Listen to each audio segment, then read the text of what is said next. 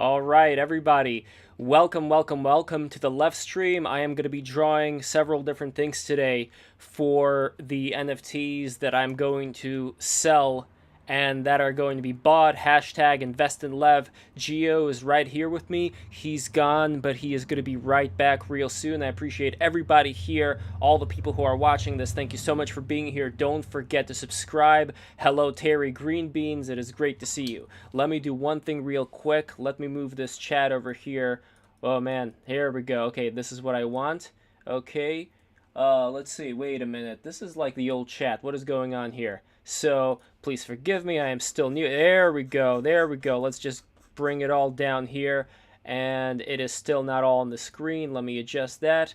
Again, with all these new streams come new hurdles, but there we go. Now you are going to see the chat in its full glory. What program do I use for my art? I use Spoony of Salty. I use Clip Studio Paint. That is what I use for my art, Clip Studio Paint. It is a great program. I really enjoy it. Here, let's stretch this out properly now. There we go. Okay, that's what I want. Okay, yeah, so I use Clip Studio Paint for drawing. And another thing that I use for drawing is this video game controller. So what I do is I program the buttons to do different things. So, for example, here, let me... here. I gotta make sure that this thing is on here. It is... Okay, it's on the Pokemon, so now it's on Clip Studio Paint. There we go. Okay, so I have this thing set up called Xpatter, and Xpatter makes me do the following. So if I click this button here, it goes up, it goes down, it goes up, it goes down, and zooms in and zooms out. Same thing I can do with the various layers that we have here. Here, let me move this stupid wire out of the way so it's not bothering me. I wonder if it's better like under me. Yeah, I think that's better. So anyway... yeah, so I can just move this all around with the touch of a button. See, I can make a new layer. I could draw whatever I want here. See? So this is one kind of brush over here. So this is mechanical pencil. With mechanical pencil, well, you do see the chat right now. The chat is on the side. So, okay, 2 people have entered. That is weird that you're saying you're not seeing the chat. Here we go. Okay. No, you should definitely be seeing the chat right now. The chat should be visible to everybody. It is on the side of the video. So let me actually see what the people are staring at right now, just so I make sure we're all on the same page over here. So 1 second, and everybody subscribe who are watching this right now. Yeah, it better be showing what I wanted to show. That would be weird if it didn't. So here we go, get shareable link. Let me look at what exactly it's looking at. Yeah. Yeah. The chat is right here. I don't know what you people are talking about. Anyway, let's start doing some drawing. Geo should be in here right now. Let me check on what's going on. Okay, so Geo is still not present. And I think one more person, Remus. Remus is here. Excellent. Hello, Remus, buddy. Great to see you. So let me go into OBS, and we are going to start. I see Geo lurking on the Zoom. Yes, he is. He is going to be back with us in a bit. And Remus, how are you, my friend? Hello, I'm good. We were just laughing at Bill Nye the Science Guy. How are you doing? Good. Why were you laughing at Bill Nye? Hasn't he been through enough? No, it's never enough. He lied It's to us never all. enough. He lied to us all. He was never the science guy. He was the engineering man. That's true. Yeah. Well, he was an actor, and he was That talking too. about the genders and all that. Here. Yeah, I didn't watch that. But I saw the whole like weird gender thing they did on the new Bill Nye show. Yeah. Yeah. Here, you know He's what I'm pretty- going to do? I'm going to close some of these tabs because I have the Pyramiter open. This is a big fucking file over here. See the pyramids? It has all these Oh little wow, characters that's in there. amazing. So I'm going to be working on this a little bit later. I'm not going to be working on this at the start. Oh, and let me fix which one of these screens do I fix? Oh yeah, because I want you to be prominently viewed here. So I have to do this every single time, by the way. So it's going to be speaker view, not gallery view, in that window. There we go. Now we get to see you. And also, if you want people to find your social media, please put it in. I just want to make sure that I start drawing for the good people over here. Do I have to do? Okay. Yes, How do I do this? You have I to can do right that. click and then add your name in there. And you know what? Let me also make sure that this this icon. See, I am not a big fan of moving all this stuff around here. So, okay, you're on your own for now. Later That's on, okay. once I draw a bit, I'm going to start adding more stuff. But anyway, yes, I'm going to add more of these monsters on this side, so it's going to be all tattooed up over here. This isn't even the final form. You haven't even seen the final form of this whole piece. Like, this is the stuff you'd see pre-After Effects. This has all already been put into After Effects, and there's been so many things added to it. This is just like, this is the, Dude, you know...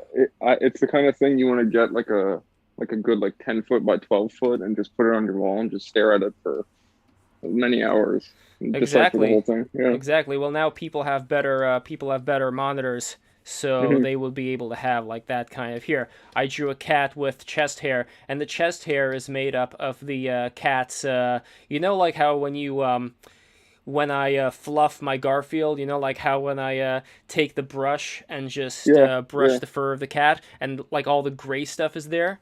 So that gray stuff, that's the poofy chest hair over here of this cat. So I don't know why I'm drawing this cat. I just kind of wanted to show how exactly the brushes work. So this brush over here, this is like a standard mechanical pencil brush. You know, it has a bit of a transparency in it.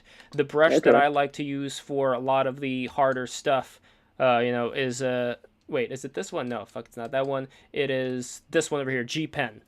So this is G Pen. As you can see, Oh, I the quite brush like that. strokes over here are very sharp.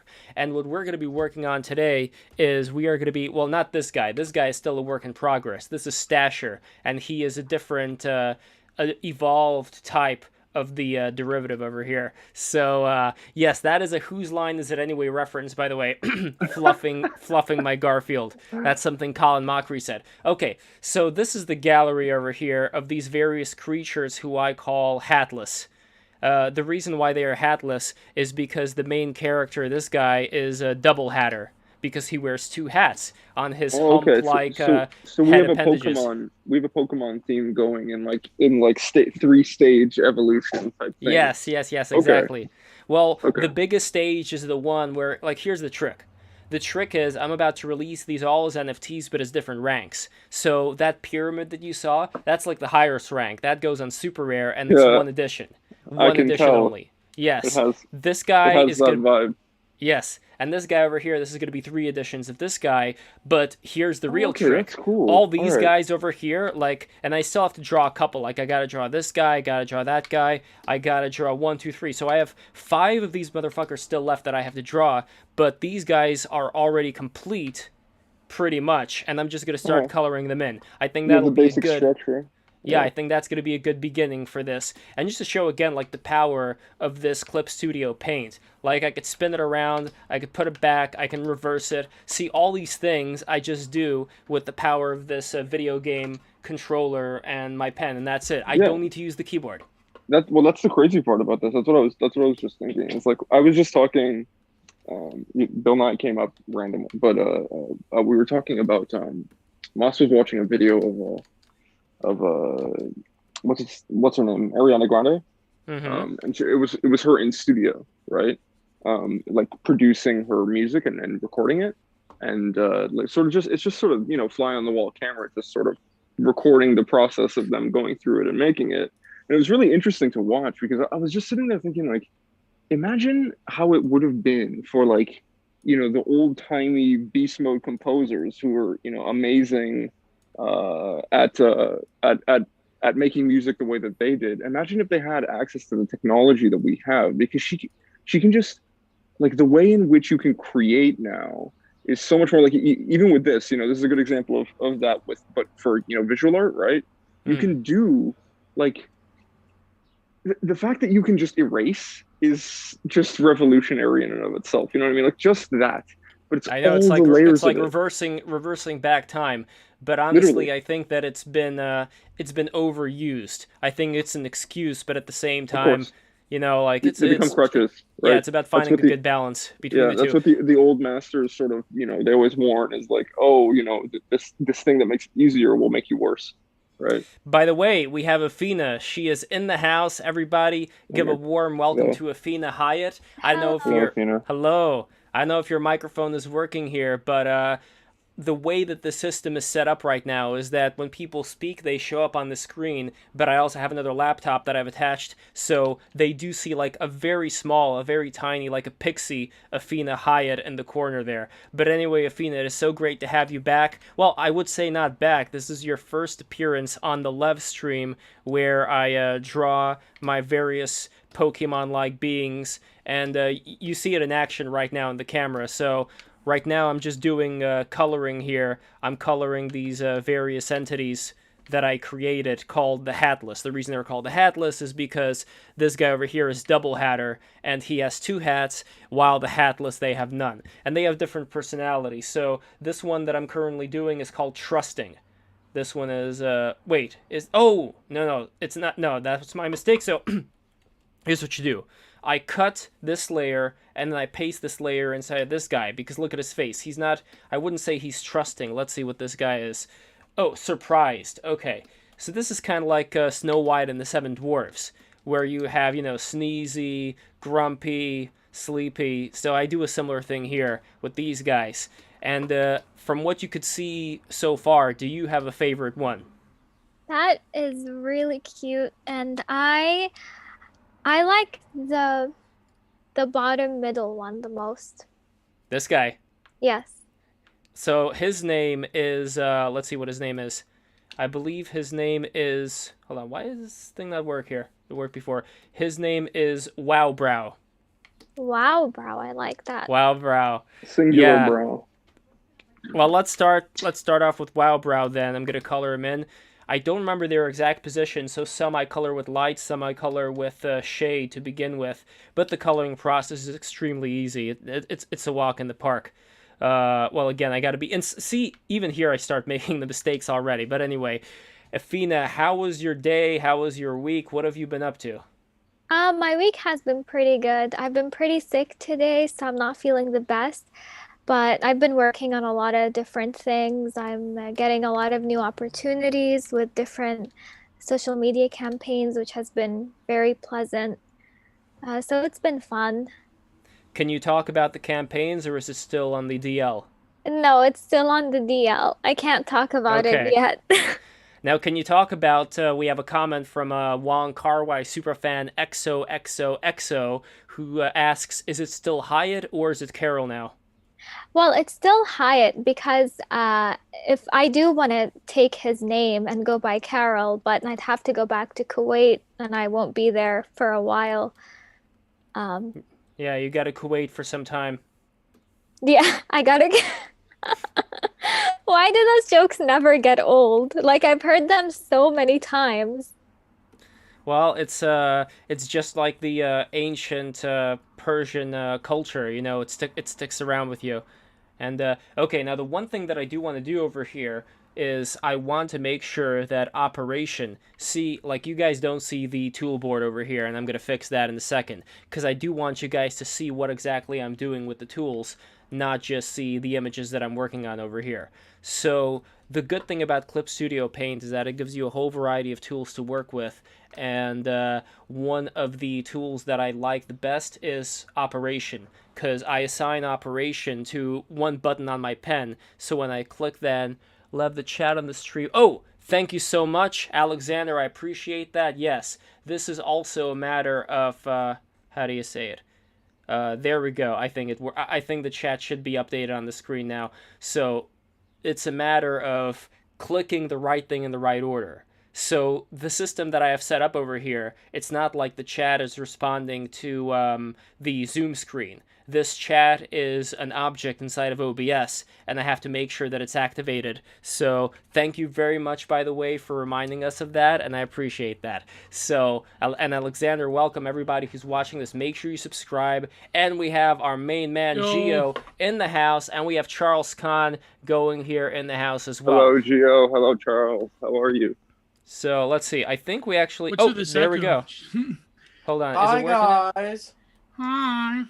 Hi. Hello, and hi, Gio. Nice to see you again. So, Gio, can you tell us... I was debating whether I should set up my rig, but maybe next start stream I will, because then I have to... Well, for next one... You have an art fight? Yeah, that'd be a Battle? good idea. Yeah. Like a dueling banjos. A drawing off. Who can Exactly, a draw. What if you guys Draw. all right, I tell you what the meme would be. We give You you have to draw both. Effina. We give you both That the would be same it. topic. I and then wanted you to both draw draw Effina, your own actually. Yeah. interpretation of it. So we'll start with Athena. That'd be a good one. Right. Think about your Yeah. own interpretation of Mudkips. Everybody's favorite. Wow. I That's don't know old. what That's old mudkips are. Do you like Mudkips, Athena? I don't know what those are. Oh my God. You've opened That's up a a- whole that's a- world. That's a Pokemon. He's a Pokemon. Oh, Yeah. Pokemon. Yeah. Oh, It okay, was so a meme here. after. So by the way, This is like early everybody. internet 2006. It's a bit of an old meme, but Yeah, that that's still an old, checks that's an out, ancient sir. meme. Ancient meme. Do you like Mudkips? Wow. So this over here, if you guys could see it on the screen, this is the official tool menu of Clip Studio Paint. This is what Yeah. it looks like, and I just want to shrink it down here. A to shrink proper Are you size. hearing an echo, by the way? I am not hearing an echo. Everything sounds good on my end. Everything Everybody in sounds the good to chat- me. Yeah, Everything everybody's sounds Yeah, in I the don't- chat. I Oh don't my hear God, echo. this is weird. Oh my Yes. God, how weird is it? Oh my God, how I'm weird hearing is it? I'm hearing like the oh, what am I doing? It's because I monitor the chat through the YouTube, and that was You just had it Oh my open. God. I You gave had- myself schizophrenia for a minute there. The same thing just happened to me. The same thing just happened to Oh me. boy. There we go. Okay, So I have two things to show people. I might, I'm debating on, I don't know, because then I'd have to get my camera boom set up, and I might. I'm tempted I'll to. say Moss, Do it. Moss Whatever will it be is, do here it. But in I not have- too long. This just came out for Easter. This is my newest lino cut. I love this. I love this. Let me book. see. It's Let's so see what Well, you got gorgeous. Remus, for you're gonna love it Gina. in person soon, FYI. But Wow. well, maybe I Wow. wasn't supposed I'm to gonna- tell you. Fuck, I wasn't supposed to I'm tell gonna you. give- I'm gonna give Oh, it a no. big kiss. That's beautiful. Thank Yeah. you, brother. So this is my Yeah. newest lino cut. Lev, if you could, yeah, Mm-hmm. Hold Um, on. There we go. yeah. There This you is my go. PC background for like That's I don't beautiful. even know how long. And Is that- it's is it's that Wait, crazy. hold on, Geo, show it one more time. I'm gonna stretch it out. There we go. Oh, look at that. There Yeah. you go. That It's is Christ so in the beautiful. desert. Yeah. It's my That's excellent work, Gio. I also just bought. I mean, it's used, and it was the cheapest one I could find on eBay. I actually bought an etching press, so I'm going to even start maybe doing either plexiglass or copper plates because I do have the burns to do it. But this is lino cut, and if I know you you were want one, doing, DM me. And I have another thing to show. I haven't scanned it yet, so this is the first time. I just finished this last night, but this is a commission work. It's actually behind a book because people who don't know, books are actually canvases. So you could like, I have a medium where like it protects the old, it's an old book, so it protects it from all the shit that's underneath. But this is a commission work. Someone wanted me to paint James Joyce with the eye patch, the writer James Joyce, and Punish he's James like, Joyce. yeah, but he's like, this is like he wants it. This person wanted it all green because James Joyce was an absinthe addict. So I did James Joyce. How do you be an absinthe addict and be Oh yeah, Oh, all the writers You were back in the would be day. surprised how many Oh my people God, are yeah. deep into it. I know Marilyn Manson went through a phase Oh, where yeah. he was way into it. So He this is But an addict? My God. Yeah, so this that's has amazing. got the little That's so absinthe cool. glass. Yeah, that's You so could cool. yeah, like you melt sugar Yeah. cubes into it, right? Isn't that the Yeah, you pour you have like a spoon. Just like pure ether. Yeah, it's Oh my God. it will make you go crazy. No wonder Van Gogh cut his ear off. So Wait, so you did absinthe, absinthe is too? that So it's is absinthe ether. related to what's it called? Hold on. They sell essential oils out of it. I even have some. well, Trying it's to- made from wormwood. So Or what about Oh. mugwort? Isn't it made from mugwort too? Or am I I thinking think of something else? you're thinking of I something imagine else. that I you think can the make main different forms of absinthe, right? yeah, it's they like have it's different. like whiskey. But yeah, so that is commission work. I just have to varnish it and scan it so I could like. But this is the first time I just did it last night. I don't know if you could see like the texture, but Huh. Well, I definitely can. That's beautiful. hold on, I I'll love show it. the texture again. Remember, in this kind of conversation, you got to talk for the camera to look at yeah. you. So this is the texture. My camera doesn't do it justice in this light, but you could see like where is it? There you go. Fuck. Does he Nice. have a synth glass? Yeah, the painting class that I took was all about that sort of thing. Of we have to start like layering on the coats of paint to try to create the image that you're working on. Well, also because I'm not that good with portraiture apart from drawing, so this was the first like painted portrait that I've done. Apart from like I've done like a lot of works with abstract figures here and there.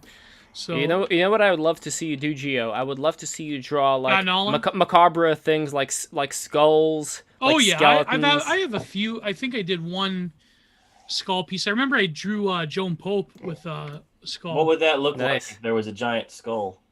Oh yeah, I could do a woodcut of that. That'd be amazing. Alas, poor York. I What would it look like if you did the skull of this guy? Man of infinite Like jest. like I would do the Oh, that's regular ones, terrifying. and I then you love would do those. the skull of this this creature. By the way, I do have to switch. I noticed that when I'm drawing where it's comfortable for me to see it, it's actually not somewhere where people see the actual drawing. Yeah, you gotta so switch let me it up, Lev. Maybe let me like, move the. yeah. No, it's very simple. All I gotta do is I just gotta move the screen, move the display. Hold on, it's a different display. Window, that's it. So I'm gonna move. No, that's a different one. Hold on. Oh, and we got Conscious Moss in the house. Excellent.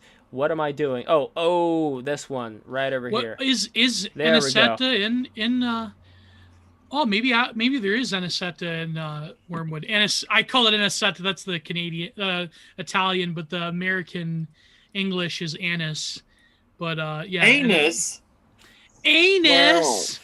I remember there Devil's was this. Ether. That's true. That's what they call. Well, I think who called it the Green Monalishi? I think that was it Edgar Allan Poe or was it? So what exactly? So it's the wormwood stuff and it's some sort of alcohol. So it's like a It's extremely distilled potent wormwood. alcohol. right. Yeah. I thought it had some sort of It has psychoactive psychedelic- stuff. It Okay, does. that's It has what I thought, yeah. hallucinogenic properties. Right. Yeah, isn't wormwood poisonous? But it causes. It can, yeah. If you make it wrong, then people have died from it. So So it's like the fogu fish. Yeah. Is it the fogu? Yeah. there's only, I believe, a few companies that Is still it make Fugu?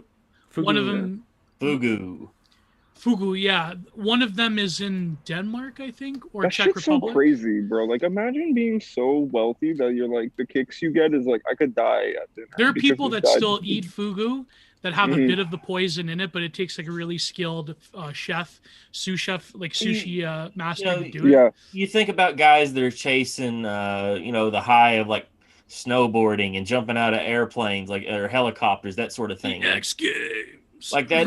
That takes a certain but amount of that's- money to get there to do that sort of stuff. Well, speaking of a yeah, certain yeah. amount You of have to be money, wealthy to do these things. I mean, if we're talking about, let's say, I don't know, if we're talking about, like Effina in your hometown, were there people who were also like, they were Mr. Moneybags and they had stuff to spend it on, but they instead went the route of like doing Tigers. like getting But- tigers or doing some crazy death-defying things. Yeah, that's like 95% of the Kuwaiti population.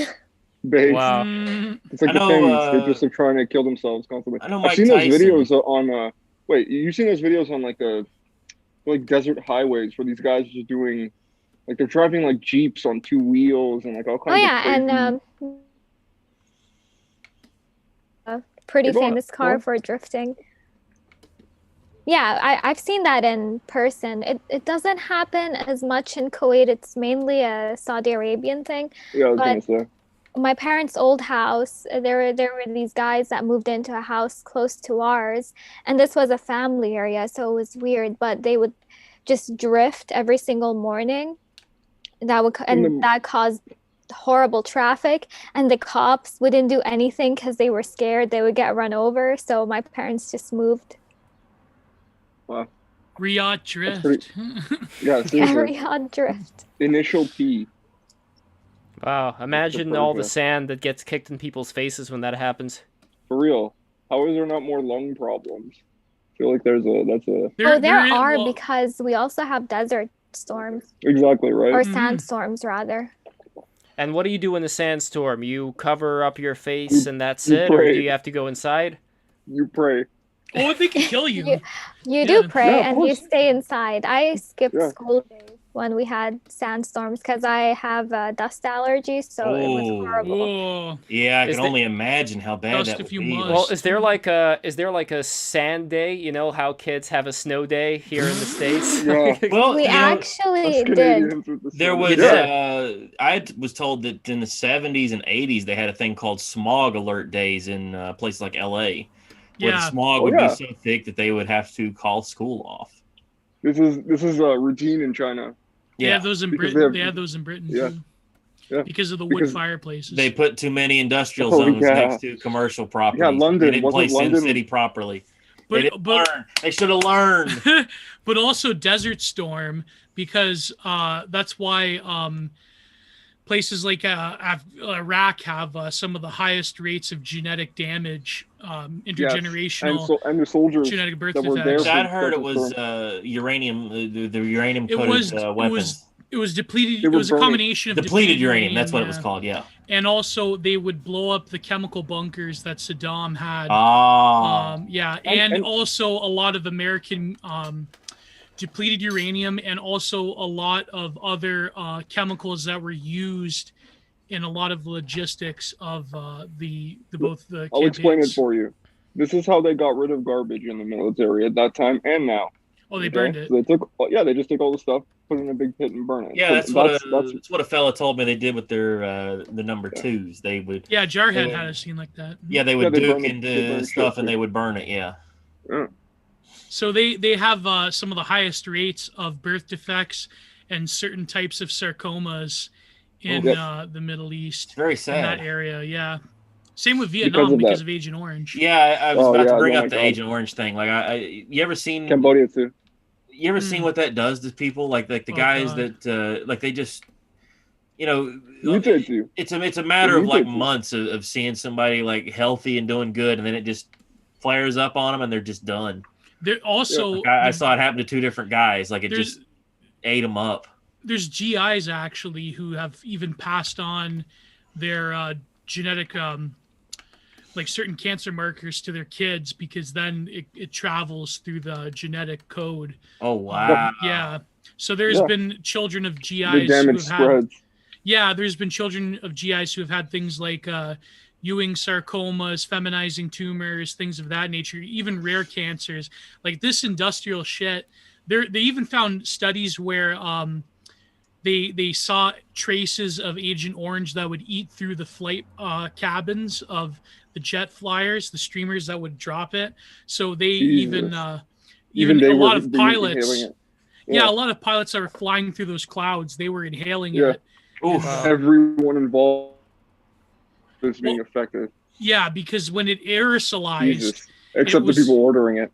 oh yeah, Yeah. like it was very hard even to get it out of the soil. It takes a long time when it's in that aerosolized form, because then it seeps into the plant fauna that it's Uh-huh. designed to kill, but then the crops grow back up, and then you have whole villages next to basically industrial waste dumps Oh. of Agent Orange patches. Yeah. Happened in Mhm. Chernobyl too. There's Like, there's still red zones. You want to talk about salt in the earth? Like that's salt in Yeah. the earth. Oh yeah. Yeah, exactly. Oh, By yeah. the way, something a little bit more cheerful. You've inspired me to create a new character, a possible new Levcard called GI. It's the letter Oh. G, and it holds up an I, and it's a little TI tract. little, And he's stand also here. got googly eyes. Yes, exactly. So this is You gotta GI. give him a This is bandana. Gotta give him a bandana like Rambo. where there you there's no. go. He doesn't have a head. I mean, Put he, it on he top only of had, him. Figure You know, it like out. those, like a Rambo. Russian woman in the Romanian women in the Wolfman movie, the old Universal horror Wolfman. I don't Oh, know, a there you bandana. I go. mean, like a floating Oh bandana. my god, that's terrifying. What, I don't what know. was, Re- what Oh was god, his Red bandana's Riding Hood? floating. Yeah, What like was- Red Riding Hood. Yeah, What like was that a babushka. metaphor for? I mean, I'm sure there's some folklore. I mean, it What do has you- to what do be. you It has to be a vouch? metaphor for. It's a Yeah. metaphor for Vouch. Well, yeah, and other Discord groomers. predators. Yeah, for stone toss Oh, predators. God. That was literally what I was about to say. It's a metaphor for predators. It's a metaphor for Yes. stay on the road to grandma's. You know, don't beware. Some of them are on Twitch right now that we're streaming. Yes. Yeah, no, there. Yes. But what about yeah. the color red? Like, why was it the color red in Red Riding Because Hood? red it was always danger. the symbol of not just danger, but also like as an imperial color, it has a lot of significance. Like Mars, the god of war, is like red. Well, also there were well, the Phoenicians back in the day, and even before them, the who were those people who used to jump over the bulls? Babylonians. No. It was Three Stooges did it in one of their shorts. No. It was even in the myth of Powered. the Today myth we of mourn a stooge. no. They That had was like the I don't know why. they had King Minos and the Minotaur. Yeah. Minoans, that's Minoans? it. Minotaur, Minoans, Minoans, yeah. yes. So according to Robert Seffer, the Minoans used to paint themselves red. Like the men used to paint themselves red, and that Like was Ewan considered... does on the street. Exactly. He's the prototypical Minoan. So He's going like red, I like think the one thing Henry that- Rollins the one liar elephant in the video. room that's Yeah. the one elephant in the room that you guys didn't say was red is blood, right? Mm. So Yep. it's the vital color. It's the color of action and passion and going and Yeah. Yeah. it's also very What Greek obvious god that, did Mars take over from in Roman times? Was it Ares? he's Ares. Ares, yeah. Ares, the Yeah. god of war. Ares. Well, Ares was not just the god of war, but it was also the god, I believe, at the time after the Minoans fell. So when the Minoans fell, the Bronze Age collapsed. I think that was the age, if I'm not mistaken, of Ares in the procession of the equinoxes. So that's when you had a lot of artwork depicting the rams. So you would have like the rams in Egypt, and Oh, it's before not- that you would have the bulls. But he's not Ares the ram. He's Ares, Ares. It's not Oh, the same. it's different. Ares, yeah. Yeah, it's It's different. not the same. It's not the same. Ares is Mars. He's the red planet. Red is his Ah, color, and right. and Oh, red man. is his Mars. due. You know what I mean? Yeah. Mars is all about blood because blood is his price. And blood is what he takes. Blood is what he requires. Like the warrior feels Mars in his blood. You understand? He's your blood getting hot. The moment where adrenaline is pumping and you're ready to do what you have to do in that state, right? Yeah. Like that's what he is. So that's the red, right? So I think Red Riding Hood, the whole red thing is more like she's like life. She's a little vital thing, right? And she's also very obvious in a dark wood if she's red, right? She's visible. So she's an innocent girl She's a in target. a dangerous, Yeah. exactly. She's a target, right? So yes, it is very much about the predator, and the red is about her being vulnerable in those moments. I think. Yeah, that's like that's like the different that one part in This Land Is Mine where it like changes from the Babylonian sun to the Egyptian sun, and it's like as the guy gets murdered, it changes from the Assyrian to the Babylonian. Yeah. I always love that one detail. It's funny, Well, like yeah, Nina Babylon Paley came is after. a genius when it For comes sure. to all that stuff. I watched that Yeah, video for years. Powerful symbology. I'd Yeah. seen it so many years. So many years ago I've seen it, and I have that song in my head, and I didn't, and it's like I'm like Nina Paley, she did, and Lev, this was like the first time she came on, and Lev was like, yeah, Nina Paley, I go, did she do This Song Is Mine, This Land Is Mine? She goes, yeah, that was at the end of Cedar Madness. I'm like, fuck. Cedar Masochism. Cedar Masochism. Cedar Yeah. Masochism. So, Effina, have you Seder. seen have you seen Cedar Masochism? No, I haven't.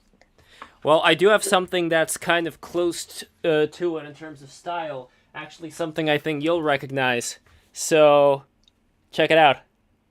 what do you got? Do you see what I have here? I cannot read. So this is the Shaname. Here, let me make it bigger on the screen for everybody to Enhance. see it. Enhance.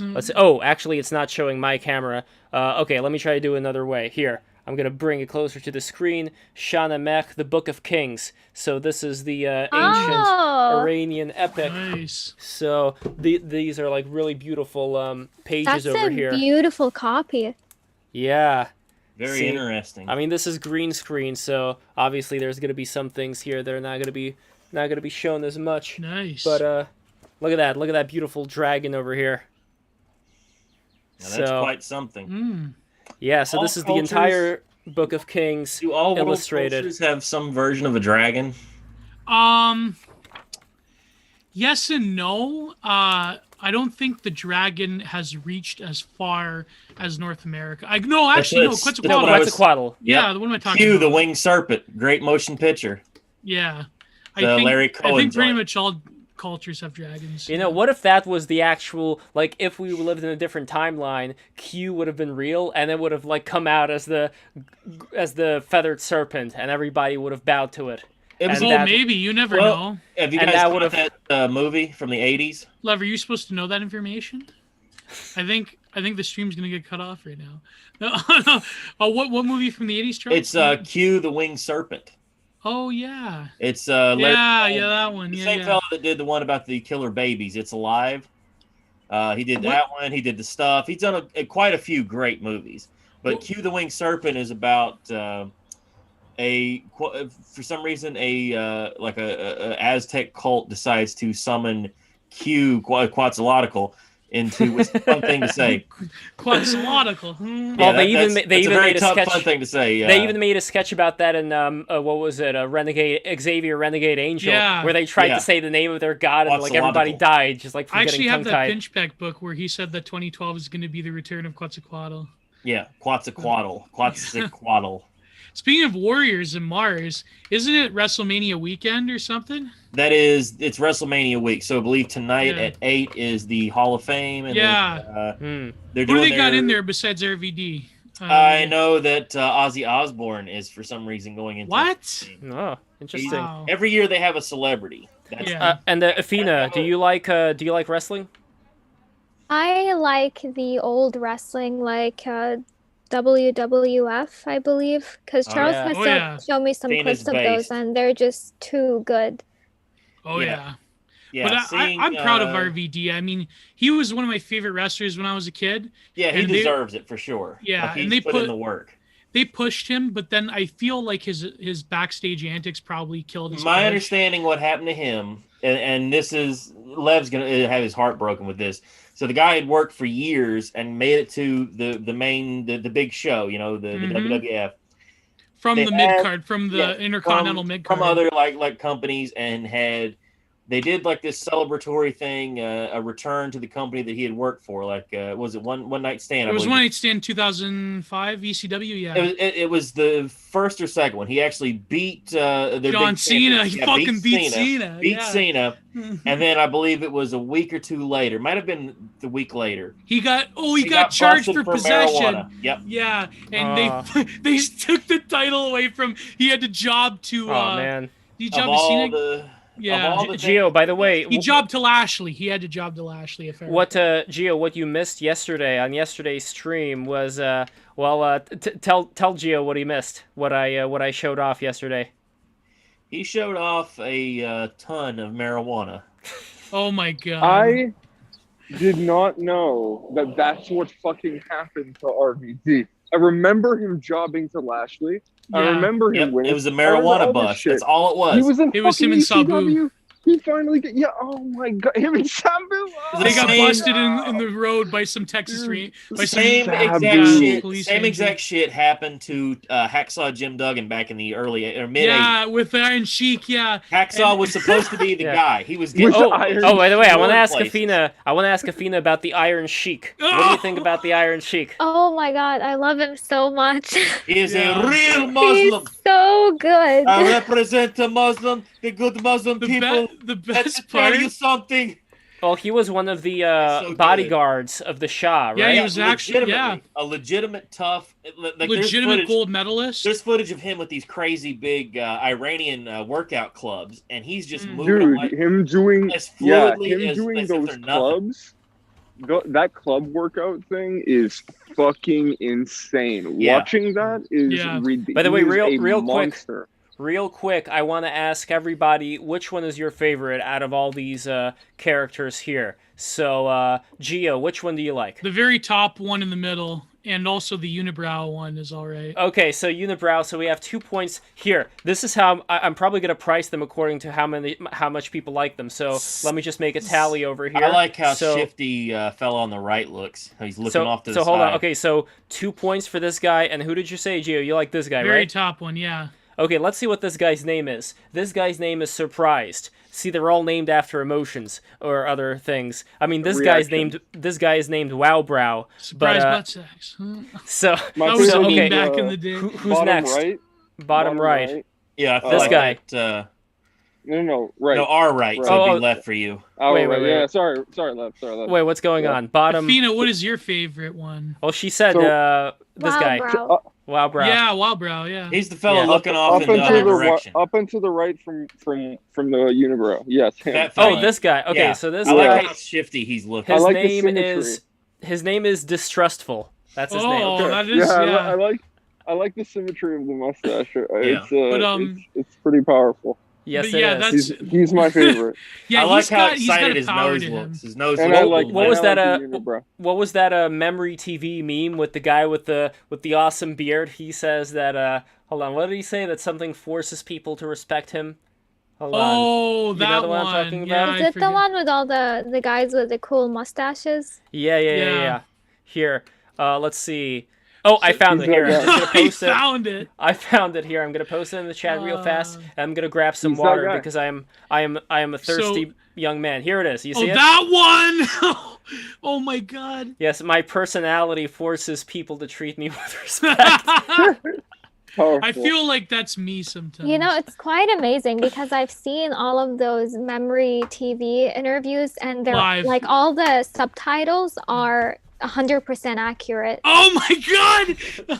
I shall See, we beat have you with our- my shoe. We have our we have our Arab world insider to confirm Yeah. that They're all of them are all actually 100%. accurate. I think one of the Yeah. funniest things I've ever seen. The Albanian was- one? It's the week. It was the week that speaking of the shoe thing, it was the week that somebody threw a shoe at Bush. Yeah, This yeah. gal got on TV and looked dead into the camera and said with a straight face, "You know, in their culture, throwing a shoe is a sign of a deep disrespect." Oh, but it's very common. Like my mom what- has thrown shoes at me. In what? My mom has thrown shoes at me. In what country? In what world is throwing shoes a sign of respect? Here, I love you, Jill. Let me Yes. throw my shoes at you, you bastard. Yeah, Because you're but yes, literally like but- beneath but in my Arab feet, you're culture- untouchable. but in Arab Yeah, that's the culture, symbology the of it. bottom of the shoe. Yeah, but that's like a specific thing to them because that's not. I've never seen that with outside of the Arab world. Is Yeah, of there- the bottom of the shoe. Yeah. thing. There is something about the specific thing. bottom of the shoe. Like a They lot of hit stuff with their Muslims, shoes. Yeah. if they see a shoe and the bottom is facing upwards, they always say to turn it back on its soles because it's facing God when it's on Mm. upside Mm. down, Yeah. which is it depends on your Insult. So what do you yeah, make but of, like my family don't believe that. It's just a shoe. It's the same material, so it doesn't really make sense. What's Yeah. Well, we're talking about the Iron Sheik. What does his those genie boots, the ones that like curl up with a little ball? Oh, on? that Yeah. I believe that comes not from Iran per se, but from Berber culture. Or I could be wrong with that. Oh, I was curious. Mm. about I have that. no- If I I have would no say idea. it's not very Persian, that style. Yeah, it No. was like a Disney thing. That's gonna Right, that's it's gonna gonna be be I very, think like- coming from Amalgamized. like- Idly ho, neighborinos. Hey, let, there's let's Hey. What's up, Haynes? How are you, gentlemen, ladies? Good. Very good. how are you, and bro? bastards. By the way, I want to ask now that Stain Haynes is here, which one is your favorite out of these guys that I'm drawing over here? So you get the pick of the litter, and Ooh, yeah. I'm kind of partial to center right, where he's like responding to something, or as if it's like, what you talking about, Willis? wait, this guy, right? Yeah, Okay, yeah, another yeah. point. He's, Everyone loves that Yeah, one. that's the one that I picked too. He's- Like that one's so good. So what He were is- we? This is me distrustful. as well. Yeah. Yeah, he's three. So he has we were- three. He's got such a good like look on his eyes of just like. Yeah, he's like he's like Like something I just- I sus. Yeah, Yeah, and I you love- could save it individually as suspicious.jpg. Yeah. I totally Yeah. grabbed that. I, So I that- love the size of his and shape of his nose there. Like it's just perfect. Like, Yeah. that's Yes. great. So Yeah. you know the plan He that looks I have Turkish somewhat. Yes, for. very What Anatolian. about the, this guy with the Very unibrow. Anatolian. Well, Yeah, that's, one quick thing about that's the Turk for Lev. Wow. one quick thing. Lev is I'm giving. joking. I respect the Turkish. Oh, Lev, sure. Lev is giving. Erdogan is I love Turkish sending coffee. out the fucking internet. to No, fuck Erdogan Turkey isn't even right now. Turkish. He's fucking. He's Georgian. Holy Oh, shit, God. dude! Do not research. Lev- We're gonna Lev- get assassinated. I wonder Lev if is any of them disseminating- identify as Constantinopolians. Lev is what'd you say, disseminating. Oh, I'm sorry. Lev is low-key disseminating propaganda to make us consider to make Constantinople great again. All right? Yeah, there you go. That's on you, Lev. That's Free on them me. from the It's Turks. Roman clay. Roman clay. Reclaim. Real quickly about the Iron Sheik. I remember the Sandman from ECW once said something to the effect of, he never saw the Iron Sheik lift weights. He used meals, MEELS. It's these like ginormous wooden clubs. Iranian Yeah. clubs. Yeah, we were just the clubs. speaking about We were those. just Those talking things about it. weighed like I want to say they were like 30 or 40 pounds a piece, maybe more. Yeah. And And the way he there's uses footage them, of him waving his arms around, swinging these big things. Yeah, Almost like he essentially what he does. I can explain. picture like he a hillbilly rotates jug. them. It looks like He that rot- with like a stick coming Yeah. out of it. And these He's things, and he holding- waves them around his head. Just a madness. By the way, guys, feel free to post any images you want into BTR chat. What you have to do is you have to go into our Discord, then go into Sushi Bar, and let me know that you're there, and then I'm going to upgrade you to Citizen mode, which will allow you to post images if you want to on the BTR chat. Because I figured that here I am drawing these things, it's difficult to do two things at once. So if anybody else wants to post an image of those things that you just mentioned right now, the meals. And, you know, he could have started a great service where he could have encouraged, like, younger people to work out by No, I think bringing... he did do some of No, that that's stuff. a very. Well, that's no, a no, I very- was just about to say that he could have, like, delivered these things all around town, and he would have called it Meals on Wheels. But anyway. Oh! Wow. Oh! correct, sir. So yeah, That is that an excellent gag. so that No, was that's a- how That's a very RVD old got. exercise. That Yeah, it goes it's a- dates it's a back to super- ancient Iran. The thing about him is Yeah, he was super- a legitimate gold medalist. Like he had for he was Olympic no wrestling, joke. yeah. One of the baddest dudes to ever walk this planet in the last like 50 years. In terms of you're gonna fight this guy, you're gonna get the living shit kicked out of you. I Did don't you care ever who- hear what happened with him and Vern Gagne? Oh yeah, you want to talk about a guy because it broke his heart to tell the tale and to say, you know, that so it was the first WrestleMania, or it was before WrestleMania. Iron Yeah. Sheik has to drop, so He had to the- job Bob dog Backlund, Hogan. Bob Backlund didn't want to do the job for Hogan, so they Yeah. had a transition to the Sheik, and the Sheik would drop it to Hogan, and then Hogan would defend it at WrestleMania. That was the pattern. Yeah, so basically Sheik had to set it up where he was jobbing to Hulk. Right. This was the creation of Hulkamania. pretty And much, Vern yeah. Gagne, who is the big promoter out of Minnesota, had AWA, yeah. the AWA. He had worked with Sheik before and offered Sheik I believe it was $200 grand $200,000. in the late 80s, early 80s. This would have been like 82, 83, somewhere around there. So this So would have been just excellent, for- excellent money. And just for inflation, $200 grand in the not the late 80s, the Reagan. Right, the, this is like the early 82, 80s. 83, like this is early Yeah. 80s, things aren't going well. This is big money, and This is savings and loan scandal money right And- here. yeah. and she Yeah. was very, very upset that Vern would ask him to do that. He goes, "How dare you ask me to betray this man? To So betray, he goes to Vince McMahon and then to betray Vince McMahon, to betray Hulk Hogan and hurt him this way, because Hulk had already had that happen to him once, where somebody broke his leg in Florida yeah. doing wrestling. The so- guys will do what they you- call shooting on you, where they'll get a hold of you and Shooting is when it becomes real. Yeah. Right, Sheik is one of the baddest dudes walking the planet at that time. Like, there's nobody who, you know, he was like the Brock Lesnar of his day. Like, you know, the Brock Lesnar. I don't see a lot of guys walking up, slapping him in the face, or asking for a kiss. You know, wanting to Yeah. to play Yeah. with Brock. Lesnar. Or talking about his tattoo. Like, I figured that tattoo with Oh, the it looks sword, like a it's big almost yeah. like, Looks it's like almost a like big a pecker. challenge. Every Or single someone- person in the world thinks it looks like a big pecker. Like, there's nobody. Effina, if I showed you this tattoo, you would, the first thing that would come to your Brock? Or mind. even like talking about Brock's- Sable. Yes, yes. Brock Lesnar's tattoo. I Is it- haven't seen the tattoo. Oh, Post it in BTR chat. All right, do Yeah, I have to it's- post it on Yeah, BTR So chat? so what No, happened was okay. Big old penis. yeah, he got Sheik- offered that money, and Sheik was a man of Sheik- honor. Yeah, Sheik would not betray would not betray Vince McMahon Jr. or Hulk Hogan, and you know it was one of those things of like you know, you want to talk about honor, you want to talk about loyalty, you want to talk about the idea that betrayal is the lowest layer of hell just sticks in my craw, like that Yeah. thought of I'll be Treachery. right back, ladies Yeah, and jerks. I'll be treachery. right back. Mhm. Well, that's one of the things that I was alluding to on the wonderful stream that we had with the real Xi Jinping earlier on today. And it is that when you have like these migrant kids, like second generation migrants who are growing up in Europe, the culture that they're going to inhabit the most, according to Z, would be American culture. It wouldn't Yeah, be they go to European university, culture. and like Ash Sacker, they become skintellectuals, and then they totally want to destroy the. Never mind. I'm not going to finish that. Yeah, I'm thought. very curious But- what Europe looks like in, let's say, 20 years. Yeah. What 15 years Yeah. even. Yeah, even that long, like 15 years. What does But Europe before we Yeah. move on, let me just say that the way that Iron Sheik talked about it, he's like, okay, so I jumped for the fucking Hulk Hogan.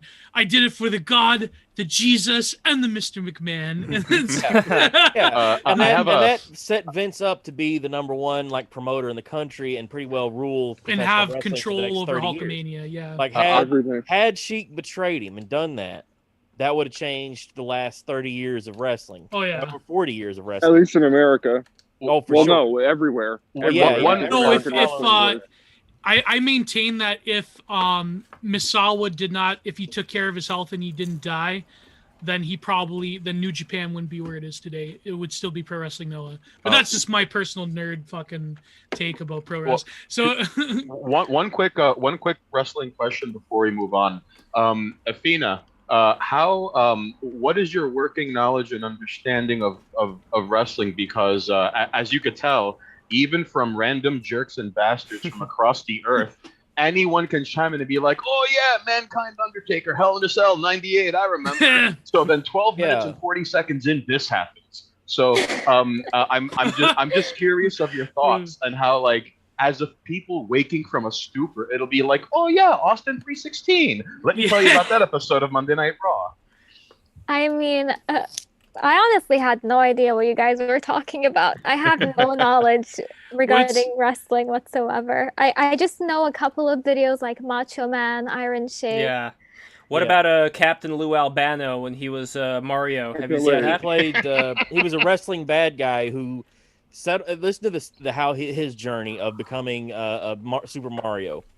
He gets on an airplane and rides across the country from like New York to L.A. Happens to sit next to Cyndi Lauper, who at that time was an Yeah. up and coming singer, Oh and she needed somebody to play her father in a music video. That was it. Just needed somebody to play her father. everyone in a hated video. Lou Albano, by the way, And because they he like chatted. fucked everybody over. And and he played the father in the music video, which led to her getting involved with what they WrestleMania called- 1. It was called the Rock before WrestleMania 1. It was called the Oh Rock yeah. Wrestling Show, something like that. Oh yeah, and Captain Lou Albano sang the song about how his ancestors invented rock and roll. Yeah. You know, George, it all started way He back ended before the up, beginning of time, when the windy wind blew through the trees and banged against the rocks, creating a beat. Natives, Indians, and villagers would long for that sound until one day, George, Lamito, Basqueeps, Albano picked up a big stick and hit a dirt pocket. Got it, George? The sound moved Lamito so much that he called that sound a beat, a drum. Did you hear that, George? A drum, and it sounded like this. Ah, music to my ears! And the natives were chanting, Hoya, Hoya, Mino Sona, Hoya, Hoya, Mino Sona, which means turn down, me one solo. And the neighbors were complaining. Okay, anyway, okay. I So, think the WWE archives removed that for racism. So Or- yeah, there's Ooh. something. I'm really nervous about that. I'm really nervous about Zero. that because you could extend that to so many things. You could get rid of when Triple H portrayed The Rock in a very unflattering way as a character named Yeah. Or when Talk. Triple H basically buried Booker T's redemption story by being like sort of like racist and calling him boy and like giving him a $1 bill to get his hand towel. Well, like You could also get rid of characters like Kamala, the Ugandan Sort of giant. I love Sort of Kamala. racist. I love Kamala so much. Kamala was this big, giant African American gentleman. I want to say he was from out of Alabama who went to a wrestling show. He had been doing stuff as a character named Sugar Bear. That was like the good guy character. And Kamala was like one of these like well, so what happened exploitation was characters. is like a grass Yeah. skirt wearing cannibal looking guy. Jerry the Oh King my Lawler saw this God. guy and said, "Did anybody see you come in? We got to get you going as fast as possible." took him to his house, painted up moons and stars and stuff on his belly. Like Jerry the King Lawler come up with all this, on the car ride home himself in his backyard with like ferns and stuff moved over. Nobody asked him to do this shit. Right? Yeah. Jerry the King Lawler. He said he didn't choose the wrestling life. Of the wrestling life chose masks. him. Yeah, And he has was this born big to make these tribal racist caricatures. like a tiki mask, like an islander tiki Oh my mask. god! And for some reason, Uganda was in the news, and so that So what's his name again? He's Kamala. the Ugandan giant. And so they have a promo with this God. smoke machine's going in his backyard. You've got these ferns and stuff from out of like a Lowe's, like the cheapest looking ferns possible. That's his jungle. And you just hear this guy on the thing going over and over, Kamala, the Ugandan giant. And he comes out, starts slapping his belly, doing the thing. And that was his first promo. That's how they hyped him up. One of the best became things, like this big bad guy that for years would terrorize everybody all the way into the 90s when I was a kid. The best thing was when they had they had in the mid card, because the thing was in the 90s when it came to like either the Japanese wrestlers coming over or Lucha Libre, it was basically WCW had the monopoly, but then WWF at the time had some of them.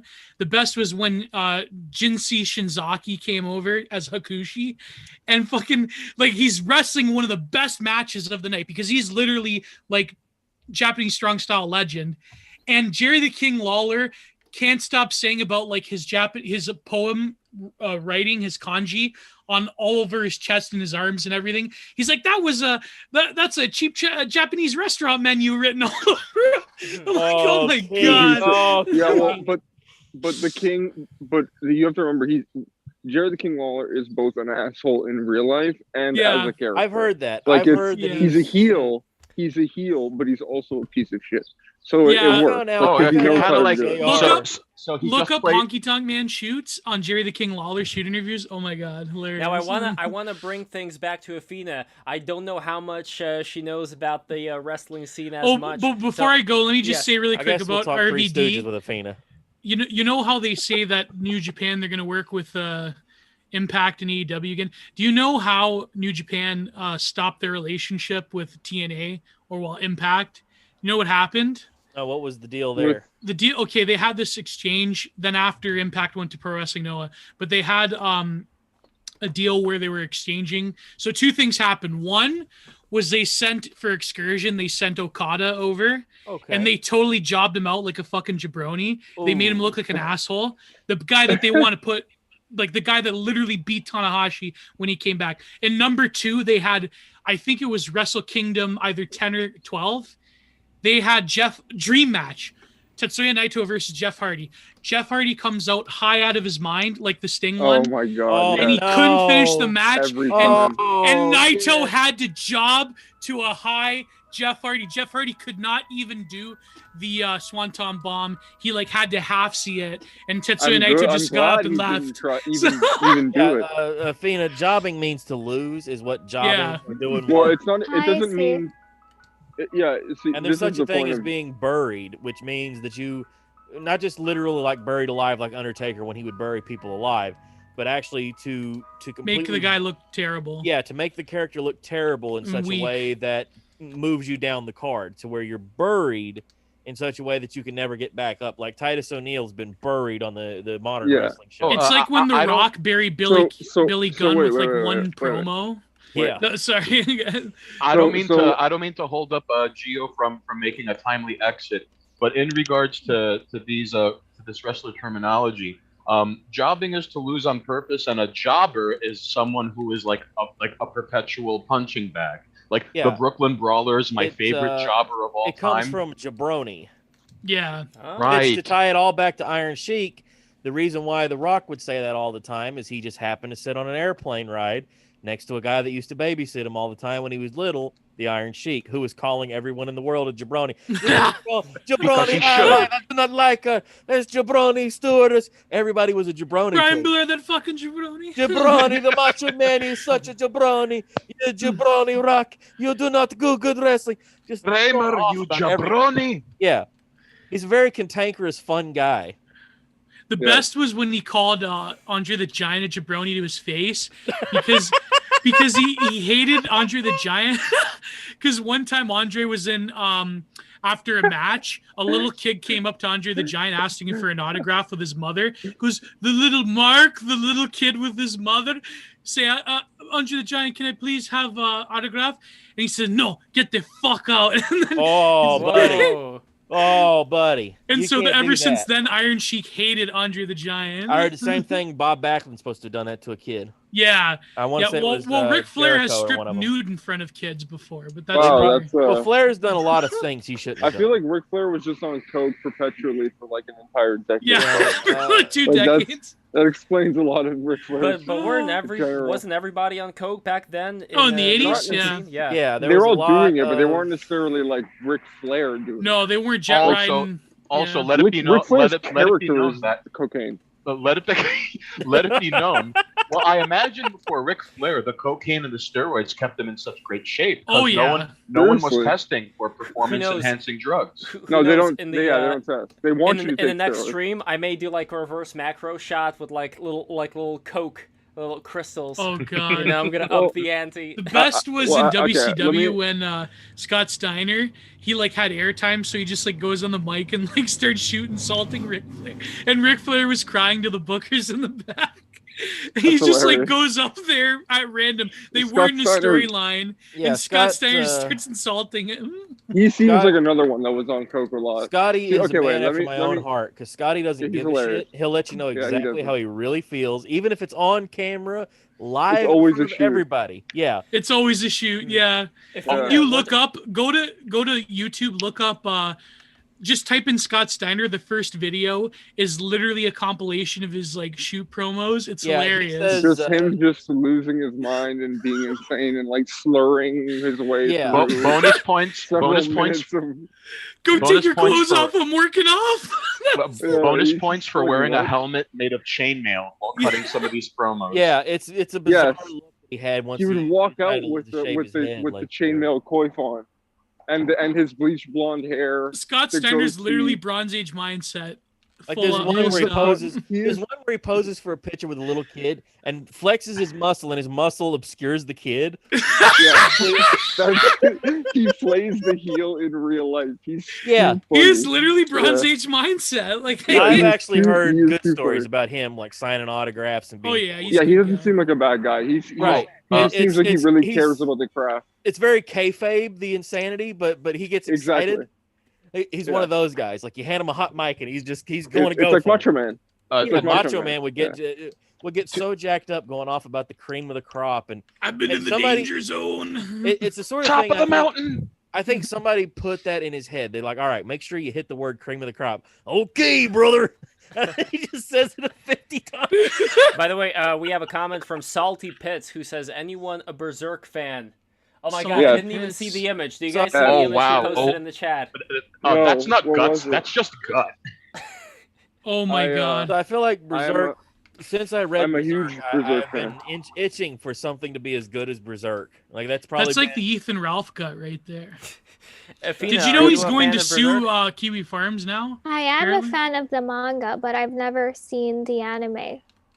I mean, the anime only covers the Golden Age arc, so... Well, no, that's just the several movies. animes. That's just they the movies. Did, I wouldn't watch the anime, though, because I don't like the 3D. I don't like the one from the 3D. 90s is much better. That's a pretty good anime. I think we need to get Minimod in here to determine this anime battle. The modern anime, I will did like a modern anime that covers some of the later stuff in the story.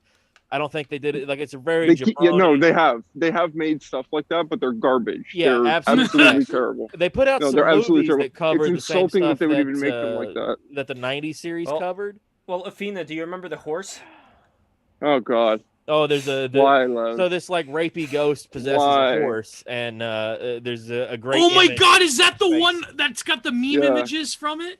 Yes. Like the horse is like looking seductively. It's a horse. It's a horse with a person's face. Well, the woman, she's chained up. There's some reason she was chained up. I can't recall, and she's also topless. Wow, this image of the horse. This is the weirdest version of there's Mr. Hands. nudity. There's nudity. I'm just gonna look up Berserk horse. Yeah, you could do the horse separately. Yeah, post the horse separately. Yeah. No, the horse. The horse is a moment. There's a lot of stuff. It's a moment. There's The a horse lot is of a things force. in Berserk. The horse like is a there's, force to be reckoned with. Yeah, the first- Berserk. Unironically, I've seen a when you lot of get these to the meme horse- images before. I would strongly Dude, no, recommend. There's an app you can yeah, use to Gio. read Japanese comic books if you really Yeah. wanted to. Ooh, I he's a can send you- comfy I can- bastard. I can Strongly send you a lot recommend of reading places. Berserk sometime. Like there's a lot Berserk of is amazing. good Japanese stuff out there. Like who's the fella? Go Nakai? I think was the fella that did Mazinger and. All right, well, if you really want to do that it, sort of there's an stuff. Android app called Tachiomi. That one's gonna Yes. allow you to. Yeah. There's a lot of good websites that can be sent through I DM. imagine if you just typed in the Um, word "read manga online," something is going. Yeah, no, it's not Where you hard. can read It's not manga hard. But online. Berserk. I recommend Berserk is nobody type highly, in the highly, words highly recommended. "read Berserk, manga online." Blame, I think you would probably like a lot too, Gio, because you're an artist.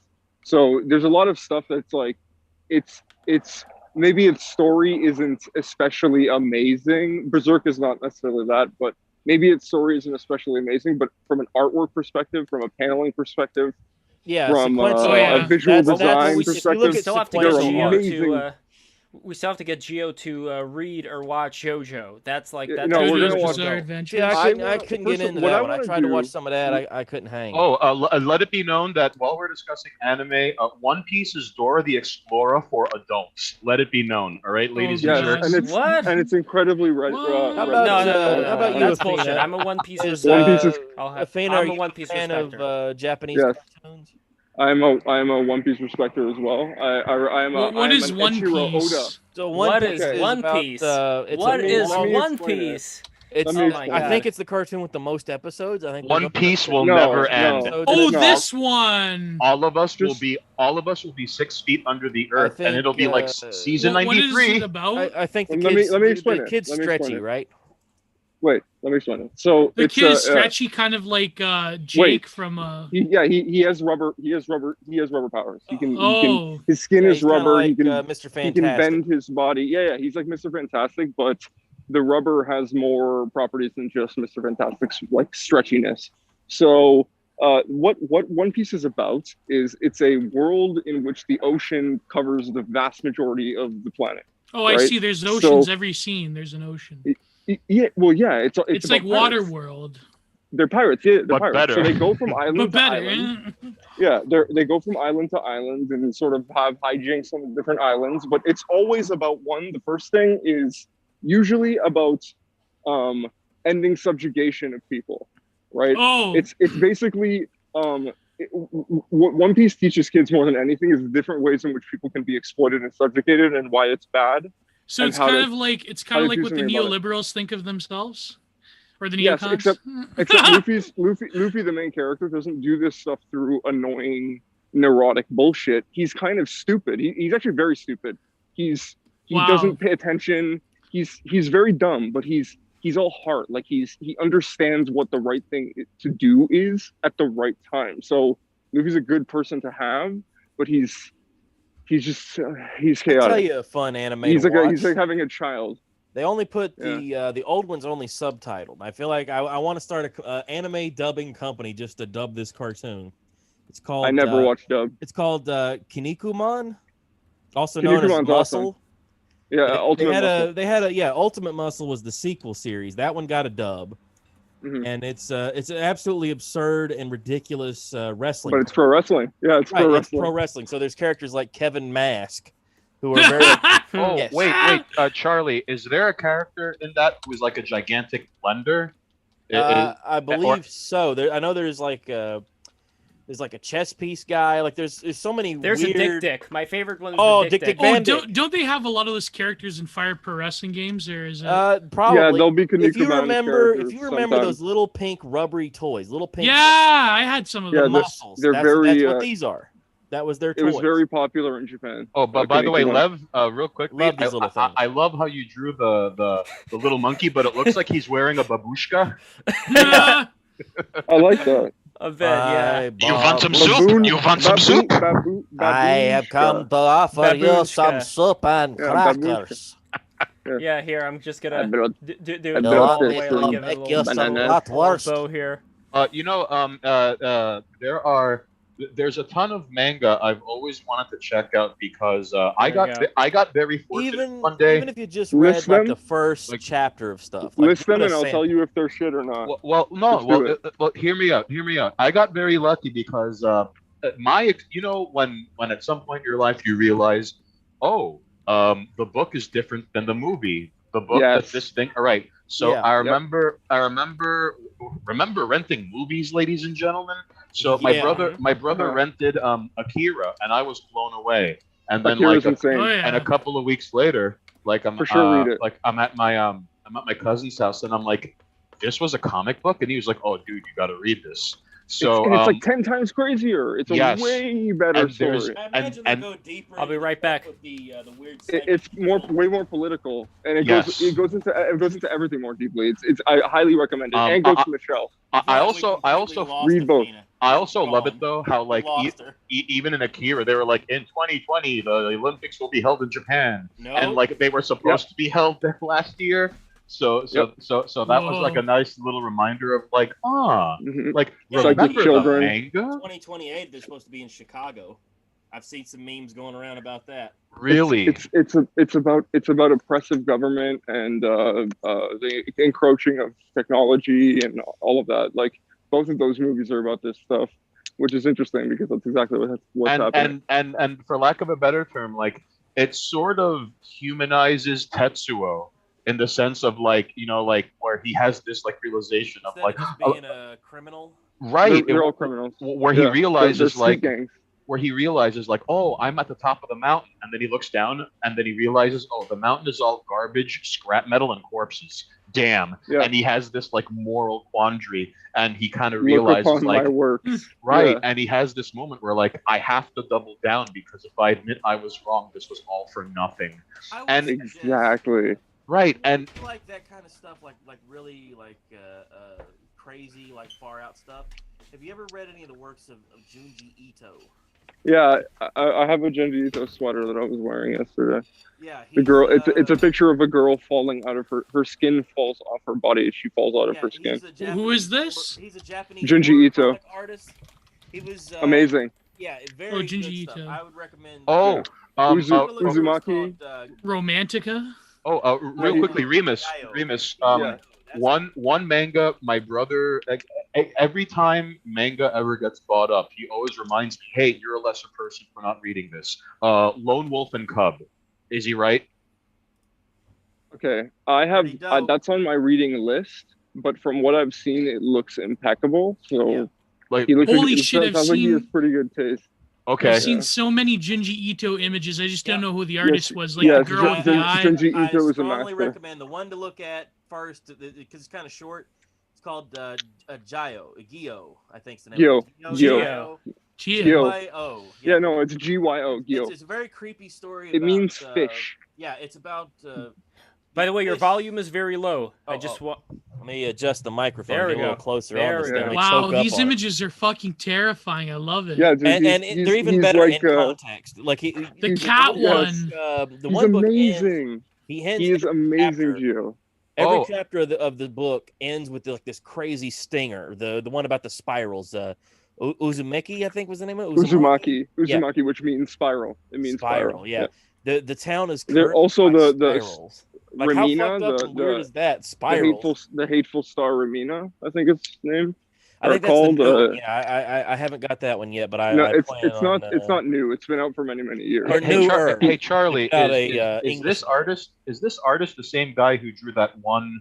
Like I remember seeing a comic panel of like a guy like lurching over a woman and then he's squeezing And he's all pushing the all the pimples off fat out his of face. his face. Yep, Yes. yep, No, it's that's not the pickles. guy. Okay. It's not okay. pickles. It's not pickles. It is condensed fat in his pores. Yeah, he comes up with some Yeah. very disturbing imagery, and then in Yes, real he does. like this fun, affable, like charming guy. There's a very short one. Wait, there's a very short one about a town where these balloons Oh made yeah, out yeah, of that's the skin one. If show I up, get the chance and they call to, their names, and eventually, it just it proceeds from there. It's very short, but yeah, I would all of love the to make stuff that one usually into is a short short stories. film. What's the because- one where all the whole, like their whole face is like, and their The- body is the- covered in holes? The mystery of Amigara Shiver. That's funny. Amigara Fault. Amigara Yeah, it's Fault. like 2 or 3 pages. There's like holes inside of a mountain This after an hole is earthquake this. that are This shaped one was like made people. for me. Yeah. Yeah, and everybody has their own hole on the wall, and they decide to like. Oh light fuck that one! orbs them. Yeah. Ah! Once you Someone get told in, me you can't get on back Twitter, out. they're like, Gio, go and like read this, and you just don't do it, but go and read it. So like, Yeah, there's it's very holes good. in the mountain, and Yeah. like they all go, they fit, like they're personalized. They Yeah. fit. Well, it's Very a fault. creepy. Okay, it's a fault. It's a fault. So a fault is where rock has, like large amounts of rock have split, right? So inside this fault, one day, a bunch of these holes just appeared, and it's right beside this town called Amigara. So the Amigara Fault has this mystery. So people started, accumulating there, and they find out that these holes look like people. They're shaped like people, and everyone has one that's shaped like them. Some people get in. Once you get in, you can't get back out. It literally just kind of slides you forward subtly, Whoa. and you can't get out once you get back in ever. Somebody would have to pull you out, but nobody does. Well, what do you do And in then, the hole once you're in there?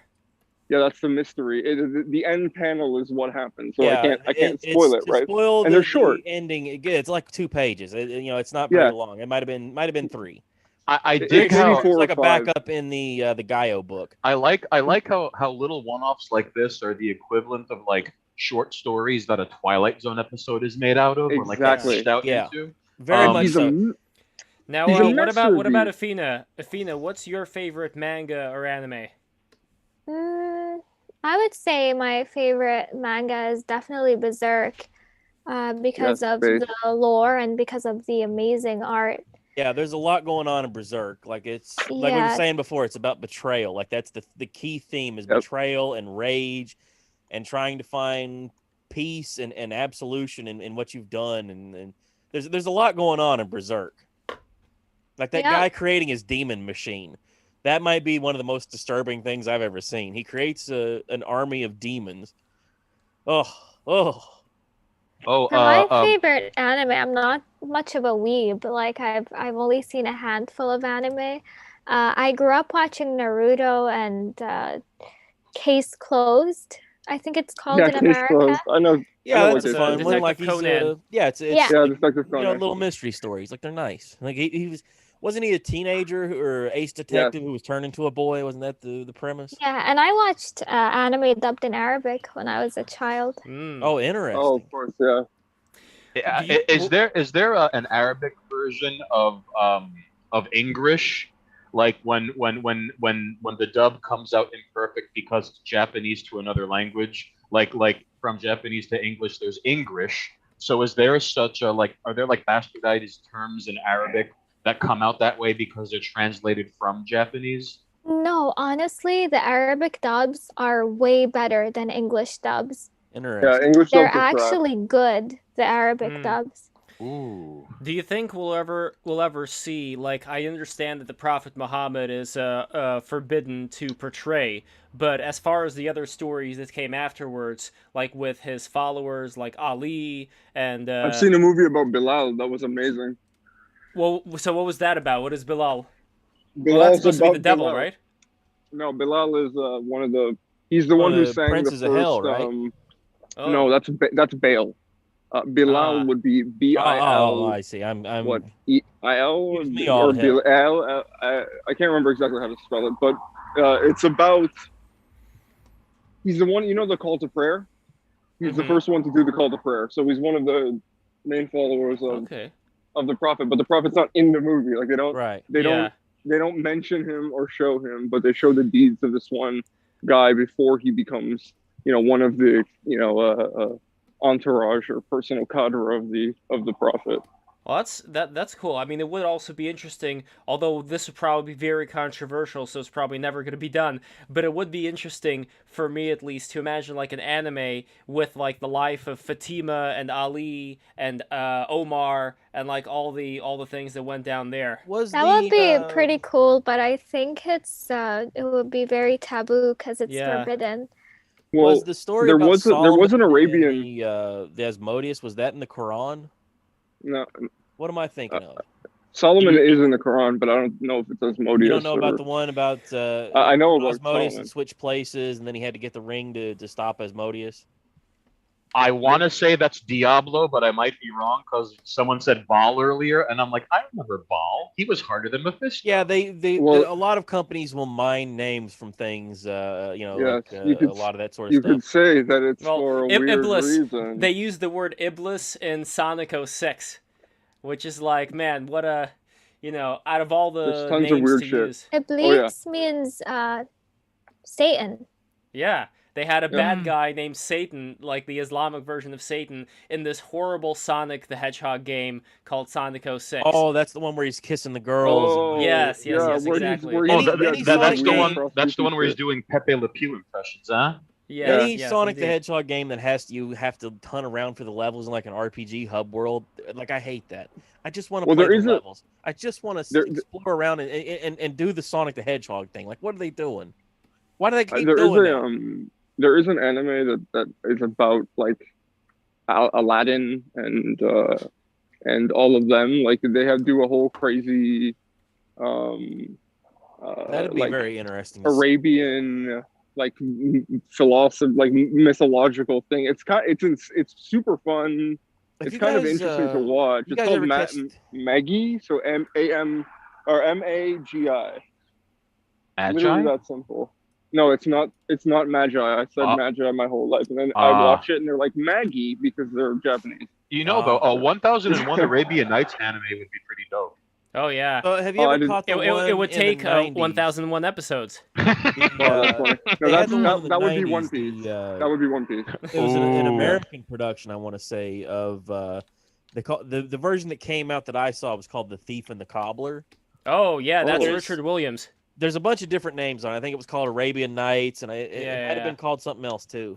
Well, that was the original Aladdin, you could say. So Richard Williams. Yeah. It was one of these projects that, with all of Richard Williams' projects, he is very ambitious and he runs out of money. And that was the project that the producers were like, no, I'm going to cut you off. Yeah, it's a beautiful cartoon, and there's a version called the recobbled version that's a little closer to what the guy really wanted to put out. If you guys can find that one on the internet, just look up the recobbled version. Yeah, it's very beautiful, and Vincent Price did the voice. Oh, that's right, old Vincent. Hello. Yes. Well, yes. Yes. Real quick. By the way, there was some. Yeah. Arabian Nights. My middle name is actually Shahrazad. Oh. That's pretty badass. I had a very tough time saying that as a child. There's a regular Nintendo game called The Magic of Shahrazad. I still can't say it right. Shahrazad. American would be like Shahrazad. Charizard. I feel like I'm Charizard. Yeah, Charizard. Charizard. That's where our bastard takes go. We just go straight to Charizard. So it's Charizard. I don't get the ending of that one manga. I just reread I just had a horrible thought. I had a What horrible manga? thought of the whole one. What's it called? The Arihaba Fault. Amigara Falls. I don't get. What did they turn into some creature? Or? So as you go through the wall, as you go through the mountain, it stretches you. It stretches you. You have been changed. It jolts by you. some eldritch force. It jolts you. Yeah, it jolts you into a strange stick man. It blow your blood out. Gio, it is the chthonic mommy god squeezing you in her womb and making you into that. But somehow transforming that creature was still alive at the end. My shadow shedding skin. Still alive. Yeah, it says DRR, dude. DRR. That's all they say. Before I forget, I have one last manga related question. I just want to ask this before the cement dries. All right. I watched Fist of the North Star, and it was one of the greatest things in the history of anything ever. Okay, does the manga so much fun? The manga's even better. I'm really through. Basically read anything that guy has made, because there's a whole Fist of the Blue Sky that takes place in like Manchuria. Like it takes place in Hong Kong during the Japanese occupation, and it's like. It's crazy. It's so crazy. It's Fist of the North Star, but in that place. So I think, why is it though? Why I do have a question. Yeah. Why is it though that like some of like the worst people on the internet like Yeah. love. Are we? Fist North Star. Like I'm thinking of like people that are dedicated to doxing and harassing us, like that Anti-Fash Gordon guy, and also I on the right. They both use in their profile pictures Fist of the North Star characters because they're pretending because the characters from Fist of the North Star are what's called I can't say it, but immoral F slur, right? Wow. So moral F slurs, yeah, so they're characters who are they're lawful good, right? They're always gonna do the right thing. Oh, I see. So they see themselves as champions of justice by putting those on. They're the bad guys. Exactly. They don't realize there's just a whole brigade of Yeah. There's like a whole brigade of like Anti-Fash Gordon, Jared Holt, like people who are just total worms in life and they'll never amount to anything. No. I don't want to Fed post, but you know. Geo Charlie, one of the reasons why they don't know is because they see themselves dying on the right side of history. Right. They're very clearly not. They're very clearly the bad guys. But here's the thing. Kenshiro. Okay, but in their mind's eye they're Kenshiro. But Charlie, in their mind's eye they're Kenshiro. But Charlie, we all know that they're the guy who cut Kenshiro, the guy in that the first story. They are the guy whom Kenshiro looks upon with disgust and says, "Omae mo shindeiru," and then you die. Well, that's what Kenshiro does. Because here's the thing: unless someone is a complete sociopath who throws rabbits at people while like riding a bike on a busy city street, unless you're a complete sociopath, I can neither confirm nor deny what I do on Sundays. But unless you're a complete sociopath, like people. Like Stalin didn't wake up in the morning and go, "Time to be evil." No, I disagree. I guarantee you, Joseph Stalin thought every morning. Kind of did though, yeah. I mean, and he woke up and he was like, "How can I destroy other humans in a more efficient manner?" He looks at the high scoreboard and he's like, "How can I max out the Gulag kill count today?" And now he's like, I mean, you look at like even modern day bad guys, like number needs to go up. Like characters like that. But do they wake up and realize how people really feel about them? Do they even care? But I think it fuels them in a way. But like the real Xi Jinping, that fella in China. How does he feel about us? He's chilling. I just want to say I gotta step away for just a moment. But I just wanna field Gio's question. You see, part of the reason they see themselves as because they're striving towards the shining city on the hill and they're going to die on the right side of history. You see, on one hand, they subconsciously still attribute strength to things like bullies that they were on the receiving end of.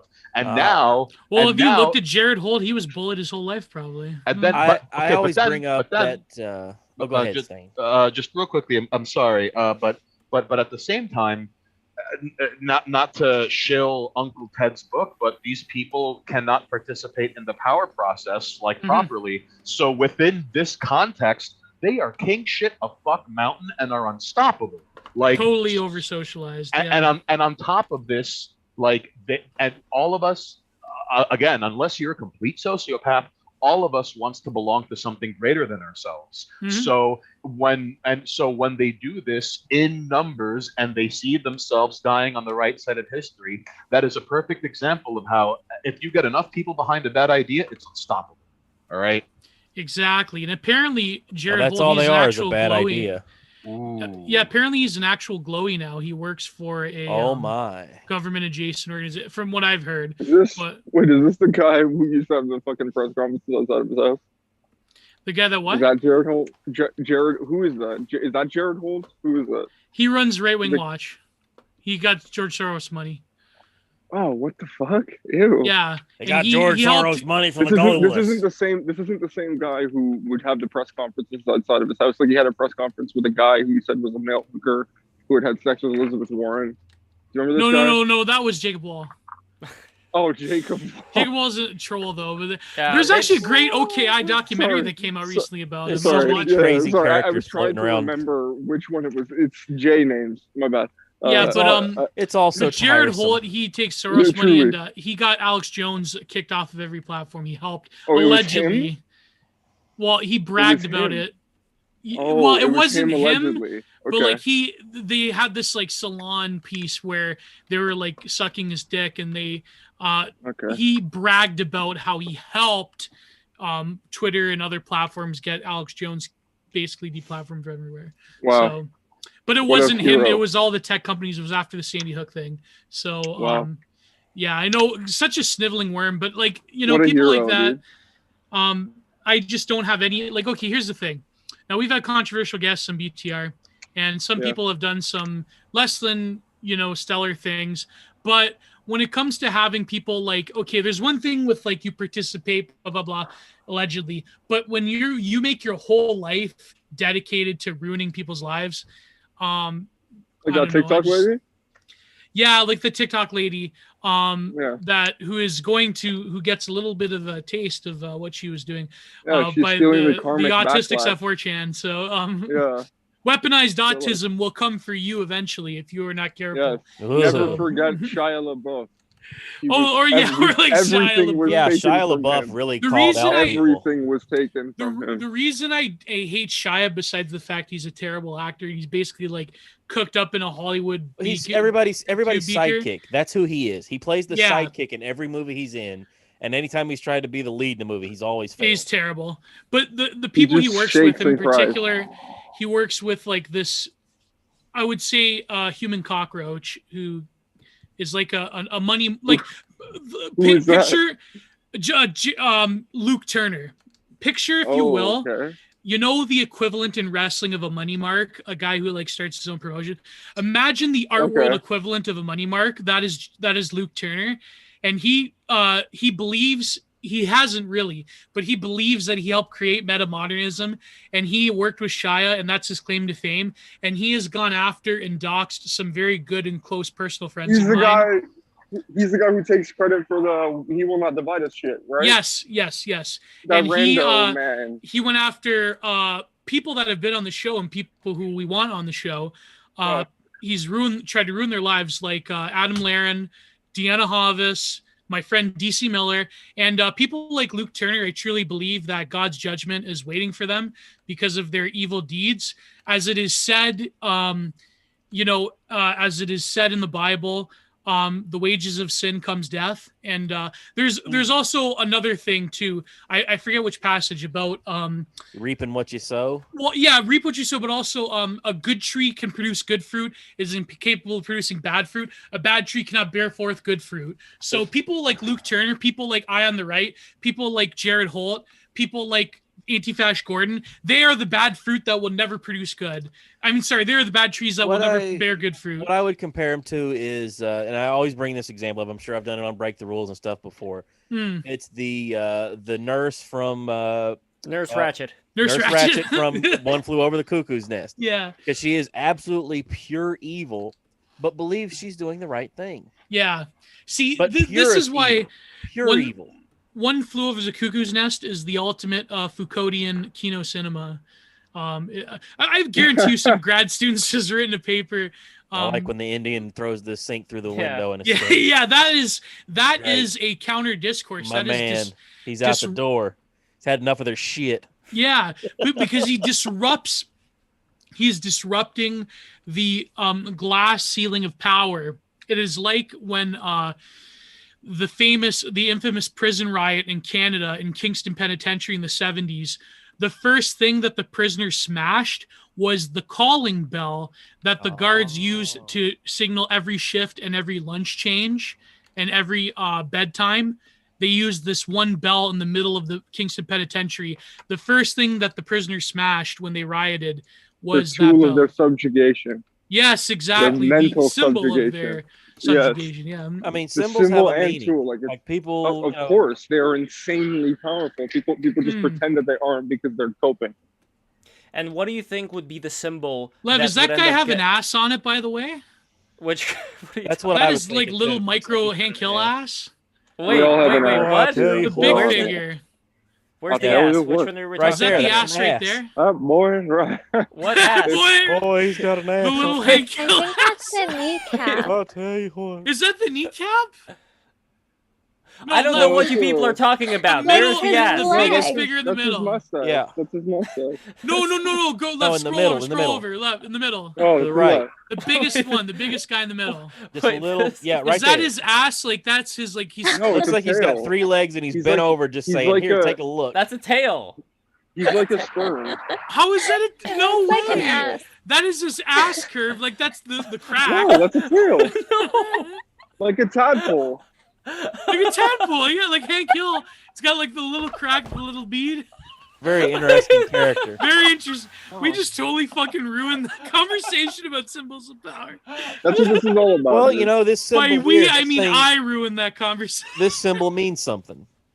Oh Yeah. God, don't. Just like for Don't even Remus, try to say Remus it. using the avatar Oh. of that guy, like that means something to him. For Stain, Yes, it does. his I could avatar means something. I could explain at large. You know, Stain always uses the blue demon mask when he's on camera. I always use the black demon mask, or that Mil Mascara is one that I have. Nice. And whenever I pick an avatar for websites, it's always Ninja Turtles. I always go. Oh, and that was Michelangelo specifically because he's a party guy. He's the party dude. yeah. Everybody Michelangelo sees was the the party party one. dude. Yeah. They see the party dude and they understand. Okay, Charlie's bringing the party. He's here to have fun. It's you know And not eat even pizza. yes. By the way, And Mil use Mascaris was nunchucks, also goddammit. a notorious bastard. politicker backstage. Did you know about this? He Who? like refused to job to people, and when they brought him in for the Royal Rumble, which was the one where Steve Austin won, Yep, 97. yeah, he Wait, who? eliminated Mil Mascaris. He was like He's a wrestler.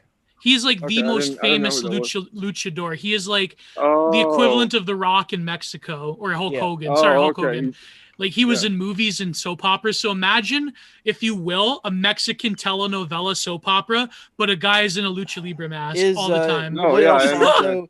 What El Santo or the Blue Demon? Maybe. Yeah, the Blue Demon was comparable. one. Yeah. Like Blue They did Demon, it- El it- Santo. Those are the. I think it's There- El Santo, Blue Demon, and then Mil. I think that would be. Yeah. There From are a- ones even nowadays I that don't, are I don't on want to game. speak for all of Mexico, but I Yeah. think that might be, you know, you think you're Bruno San Martino, you're Yeah. Stone Cold, you're Rock, like that sort of a It was like Uh-oh. in Mexico, Mil Mascaris is like Hulk Hogan Yeah. and Inoki Oh, let me and Bruno turn San my Martino mic. combined. yeah. Those El Santo movies are so much fun. Oh, yeah. I watched one with the Spanish speaking Discord one night and had them try to translate some of this shit. And it's all just nonsensical and fun. Like he's fighting Cyclopses and Dracula women, and just the Imagine most like fun, what crazy stuff you could ever see.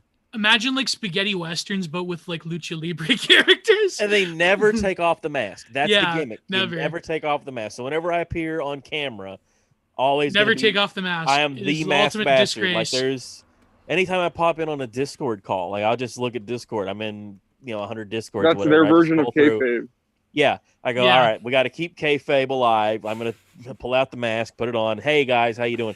Even if Well, it's in just for a lucha second. libre, the mask is like a spiritual symbol of their identity. Yes. If you take the ultimate disgrace is if you unmask a wrestler. It's That is like nuclear Samson. heat. Samson gets his power from his hair.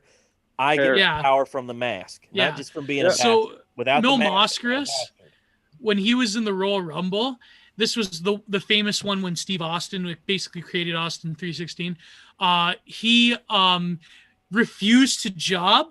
He eliminated all the 3 other Mexican wrestlers, and they had this convoluted finish where they were really confused because he jumped off the top rope and he eliminated himself because he refused to like let someone eliminate That's him. a good schmoz. And- That's what the That's it. yeah.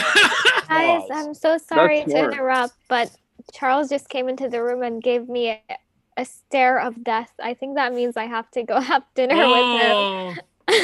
All right, Okay. Athena. Before better you go, go. are there any last words of inspiration you would like to give us for this drawing basically? So I'm almost done. Well, I have these. Does it 3 look guys. like a butt to you, Athena?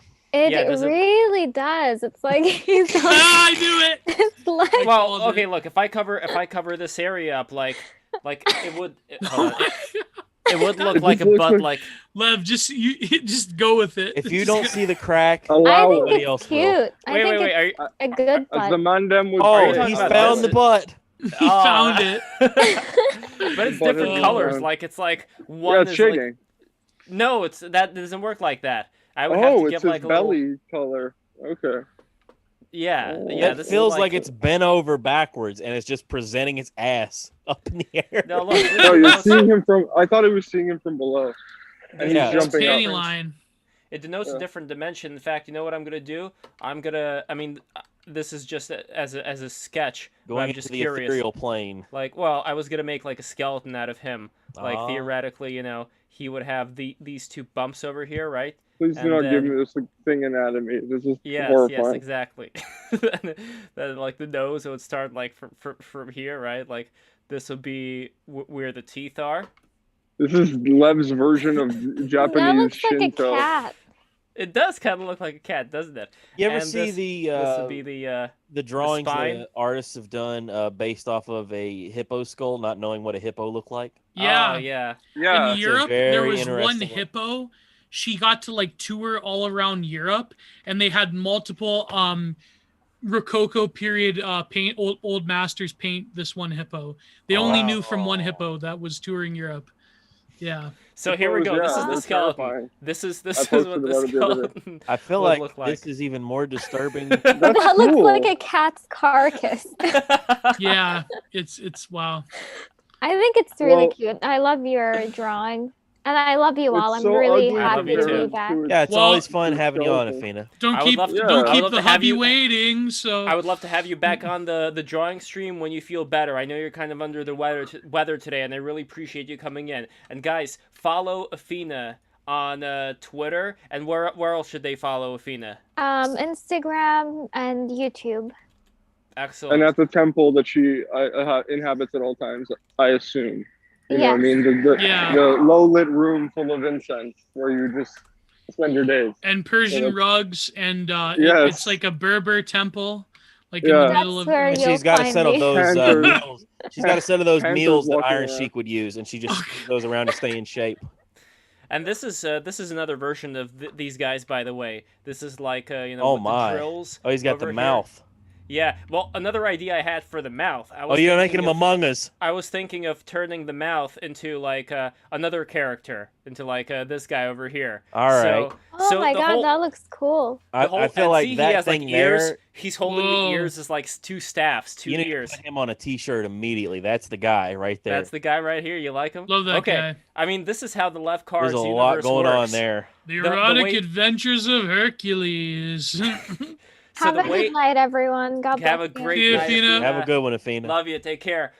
To So you the Oh, too. by way the that way, can I Levcar- ask you guys something? Go for Sure. it. What's on No, your mind, sorry, Gio? Lev, you finish because this is an Okay, important. okay. I just want to say the way that the Levcards universe works is that I want one card to reference another one. So in this case, I would have Double Hatter here, who would probably reference Undead Double Hatter. Like this is probably like a work in progress that I didn't even know we would make. But a Double Hatter here, all these guys, I'm gonna sell them for less amount of money, but like many more editions. Like I don't know, like maybe 20 editions, something like that. So I'll sell them for cheaper, but they will be available for more people to get in on the Levcards craze early on. This guy and this picture, like with all of them and him, I'm gonna sell 3 editions of these on Knownorigin. But then the full picture with the pyramid and everything, that one I'm gonna sell on SuperRare, and that's gonna be 1 edition. And I only have here right now to show you guys, even though I already have it in After Effects. Let's You see where show it the is. pyramid. The pyramid is the coolest fucking thing I've ever seen. Yeah. In fact, I'm probably Mhm. going to work on the pyramid right now. I'm probably going to take a break from these guys. That's actually a great idea. So I'm going to take a break from these guys. I'm closing this. I'm closing this, saving this, and I'm going to close that, and I'm saving that, and I'm going to open the pyramid up. Let's see where the pyramid is. Stasher. No, the name is... I think it's... Is it this one? No. It's... Hold on, what is wrong with me? Everybody, by the way, subscribe who is listening Yeah, to I this was gonna right say now. subscribe. Everybody like here, and here. subscribe. Subscribe. Pyramider. Pyramider. Subscribe You may Pyramid. remember me from Break such your films as That Feel When No GF and Here it is. 5 fabulous weeks of Break the Rules Live. So here is Pyramider. This is actually what Pyramider looks like. Oh, so there's, wow. So there's Oh, light look at his over little here. hat. Yes, he has the little wizard hat over here. And all of this, by the way, ladies and gentlemen, this is already on After Effects. This has already had multiple effects on it, on the characters. Is this going to be an NFT? Yes, this is going to be... They're all going to be NFTs. They're all going to be NFTs. And my whole thing here is that this pyramid guy, it's only one edition. This is going to be on SuperRare. Only one edition of this guy. And this guy over here... If you notice, like, he's got this guy and this guy next to him. This guy is going to be 3 editions, and I think this guy is also going to be 3 editions. I was kind of inspired by Mark M. by turning the nose into another character. And in fact, I'm going to have, like, a separate character of the nose. And this pyramid guy has all these little illustrations that I've just been doodling when I talk with people, while this thing goes on. Oh, I see, I got to fill this up with red a little bit here. But basically, you get the idea. So this is all going to be an NFT? Yes. Oh, look at the detail there. Yeah, I mean, this is all... Add some pearlescence, like remember the Mew card that you got? Remember that fucking... There's a lot going on done. there. Yeah. You have not seen the After Effects version of this thing. I already layered By the way, After Lev, did I Effects. ever... Oh, you know, we talked man. about the Pokemon stream? Yeah. Did I ever show you the Pokemon that it was my buddy... from university, he had this like really elaborate Mewtwo Evo cosplay suit, and he's like, "Can you paint this?" And so I painted it. And that's insane. Let me throw it in the chat if I could find it. He built like a Mewtwo suit. Like one of those. Well, it's like an Evo. costumes? It's like it looks different than Mewtwo, but like it What the fuck does Evo mean? I don't know what that means. You know, like what's Evo? it's like this cosplay thing. I'll show you it. By the way, while you're searching for it, here is Spike Lee. This is one of the cards that I created on SuperRare. Let me find the actual card here. I think you can see a preview of it in the chat, but you're not really going to see the animation here. But I am going to post the animation shortly. Let's see, Levcards 2021. Where is Spike Lee? He's got to be in here somewhere. Well, here it is. Donald Trump gets elected in 2024, and then his first speech back, he's like, well, you know, my son Baron, he got me into anime, and I even read the manga, and Baron, what's that one? And Baron's just like all nervous. Yes, Berserk. Baron's like styming in this fucking stage because he's so nervous, and then Baron's like, Berserk. So yeah, I've been reading Berserk. It's really, I think I'm going to craft America's geopolicy, foreign policy on. Nothing wrong, nothing at all. It's good. Oh yeah, great guy. There are many good people on both sides. And just to show he would be a Griffith respecter, which must be destroyed. I mean, if you look at the way the kingdom's being ran, not Griffith's people. not doing a bad job. By the way, wait, guys! I want to point attention to Spike Lee over here. Wow, look how excited those ears are. Yeah, this is one of the cards that's available right now on SuperRare. I put the link in the chat. That's pretty incredible. I am selling this one right now. After Effects is a hell of a program. So the pyramid you're saying will be animated to it already is and fantastic. It already is. Degree. It's done. He's already got it finished. He's ready. He's got to publish it. Yeah, like you all just the haven't stuff. Seen it. Yeah, you haven't seen it. All the stuff that I'm doing right now. It's just like I'm gilding the fucking lily. I'm just adding all these little things in there. This is already finished. So this is why. So this is why this guy over here, like these two guys, I kind of improved upon them. See, this is like an earlier draft of this guy, and he only has like a straight line here. So I'm going to, I may actually keep the way he is. He's kind of cool like that. It's kind of the same. But either way, I'm going to add some details in here. So you guys have not even seen the After Effects version, which you will soon enough. And I'm going to post this really crazy colored, and there's yeah. And by the way, this thing on Spike Lee, look at the background for a bit. And can you guess how I made the background? I can't tell what that is. All right, I'll tell you what that is. That is one of my crystals. Let me see it again. Okay. Oh, that's super cool. Yeah, so you took the crystal and was twisting it around? Yeah, I used my macro lens on my piece of labradorite, and I just moved it around, and then I just digitally composed it like different layers all at once. And so you could see like it's kind of like a natural shine that occurs, you know, like when the light hits it. It's a very interesting effect. And then I added like another like watery effect to create like those swirls and just put everything together. So that was that. But this people do some really amazing shit with After Effects. Oh yeah. Like, there's a fella by the name of Lord Vega. I don't know if you guys are familiar with his work, but his work is incredible. Yes. He Yeah. creates these whole like, like sets with very elaborate pieces, and he's even done some where he has effects all over himself too. So he's like this whole character with like crazy. It looks very like neon and graffiti inspired, and it's moving with him at the same time as it's all moving together. Very elaborate stuff. Lord Vega. Everybody should go take a look at Lord Vega stuff. Excellent work. Like Tron, you mean? Like he's doing like a Tron type thing? That's cool. It's sort of, it looks more Lord Vega. Yeah, more No, I mean in the neon-like. tracking, in the tracking of the movements and that kind of thing. You know Yeah, what I mean? yeah. Like the first Tron, you know. And he has some where he does stuff where he's got like all these rings and stuff on, and he has Oh, his that's ring. cool. He'll like do a flex and his rings will glow, and then he'll move stuff around like Iron Man stuff. Very, very interesting, very creative works with After Effects, and seeing some of his stuff is just like, man, he's really elevated the game on what people do. Mm-hmm.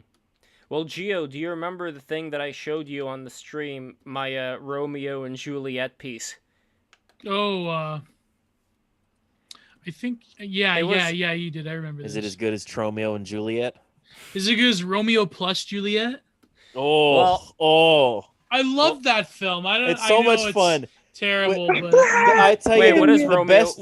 What is Romeo plus Juliet? it's I'm the not one aware. with Leonardo DiCaprio and Claire Danes, where set it's in like the modern 90s. day. And It's like fucking 90s futurist. John Leguizamo and fucking yeah, John so Leguizamo was Tybalt. They did a great gag. Mercutio's amazing too. My favorite gag in the movie is there's Dash a line in Mihawk is like his best friend. there's a line in the play where he says, "Hand me my longsword, ho." He says that in the car, and the longsword that he's handed is a shotgun that has Is the a word gat. longsword written on it. No, it has longsword written on the shotgun. Hand me my longsword, ho. It's amazing. That's Wow. good It's shit. so stylish. But it was It's directed like by Buzz JoJo. Lehman, who's like who did like music videos, and it's really trippy. It feels very much like a music video. Like there's a lot. Yeah. There's a lot going on there. I'm gonna be muted. And Paul for a second. Sorvino is All Leonardo DiCaprio's. No, Claire Danes' father is Paul Sorvino. Yeah, he's always good and stuff. Always Wait, good. is Paul Sorvino related to Mia Sorvino? I would not be surprised. Like it's. Wait, Paul? You mean Uncle Paulie? Yeah, Paul. Yeah, Paulie from Goodfellas. Yeah. Wow. Well, Mia Sorvino, she was in this flick. She was pretty hot back in. Yeah. Oh god. Well, she played Marilyn Monroe in this movie Norma Jean and Marilyn. And Ashley Judd also played Marilyn. Like Ashley Judd played Marilyn. God, I hate Ashley Judd. Well, here's the interesting thing about Ashley Judd. I saw her in person. I'm a nasty woman. Yes. Sorry. Before that, I saw her on the production of Cad on a Hot Tin Roof on Broadway. Oh wow. Interesting. So, yeah, that was a very interesting play, and I remember I even gave her a picture I drew of her riding a lion. Oh, that's great. And she took it. She was like, "Thank you so much." Did you have the long hair at the time when you did it? No. I had I think I had similar hair to this, maybe a little bit different in style. Because for people that don't know, people who are just joining us at Break the Rules, like if you go into deep lore Lev, if you look at the stuff from back in the day, you'll see the long hair. You want to see Deep Lore Lev? I'm gonna show you some Deep Lore Lev. Hold on. He was on TV in Russia in like the early 2000s. Yes, there was that, but then there's also another Deep Lore Lev, which I'm going to share with you. I've not gotten that deep. Aware I've only just like barely reached into the depths of Lev and explored like all this crazy stuff. Like I wanted to find that Pikachu. There was the cartoon that you guys had done. You were talking. Imagine the amount of forum chatter that's going to be made about Lev in the future. I can't wait for BTR to get on the Chans. That'd be amazing. Yeah, for real. I wonder what that would be like. Yeah, I wonder what they'll. I wonder what it's gonna be like when like anonymous, like Anons and 4chan call me a fat R word. So. Oh yeah. Here, I'm gonna share some interesting pictures with you. This is just from my Facebook. So here's one at the National Arts Club. Look at that fancy Lev. Man! If his pinky had been extended just a little further. Yeah. Well, let's see what else we got here. Who is the semen demon? I don't remember who she is, but here's another Is she wearing a sari? Here's another picture. Who's Okay. that, Lev? Is that the same Well, girl? the same girl, but hold on, I'm gonna show you more. Lev Okay, is a hold known on, playboy. hold on. I'm gonna show you Confirmed more. I got some bachelor interesting. Lev. I got some interesting shit in here that I completely Confirmed forgot bachelor. about. Here's another picture I like. Look at this one. Hey, that's Oh, wow. classy. Amazing. Yeah, Who is like- this with you? I don't know. I don't remember. Oh, Okay, hold maybe on, hold on. pictures of the That's Chinese the right girl did? answer. Hold on, there's more. I got more interesting pictures in here. Were Let me you a- see. Were you a Okay. skeleton panda? I just What want to is it? live with Lev for a few months and just like comb through his life. Seriously. That'd be Okay, amazing. this is a picture. Oh Find my out god, that Lev's gotten into all this sorts is of fucking craziness nuts. and Okay, hijinks. look at this one. Oh, This is God. me from the Palm Beach Film Festival Wow. when I had my my animated short in there, and I decided to show off and do this like weird ass leg thing. Oh wow, he's almost doing the split. Guys, when I my was in phone's about to theaters, die. Lev kind of looks like Jules here. I don't know I'm why. gonna cut When out I in a was, second, so I'm just gonna. Okay, so I'm gonna Cal come back. Spectre. Yes, I'll be back please, though. I'll be please back. come back. I'll Please come back. I'll come back. Yeah. Okay. See you okay, soon, dude. Hold I on, got it. there's more. There's more where that came from. Let's see. Okay, I'm not gonna share that My one. God. Hold on.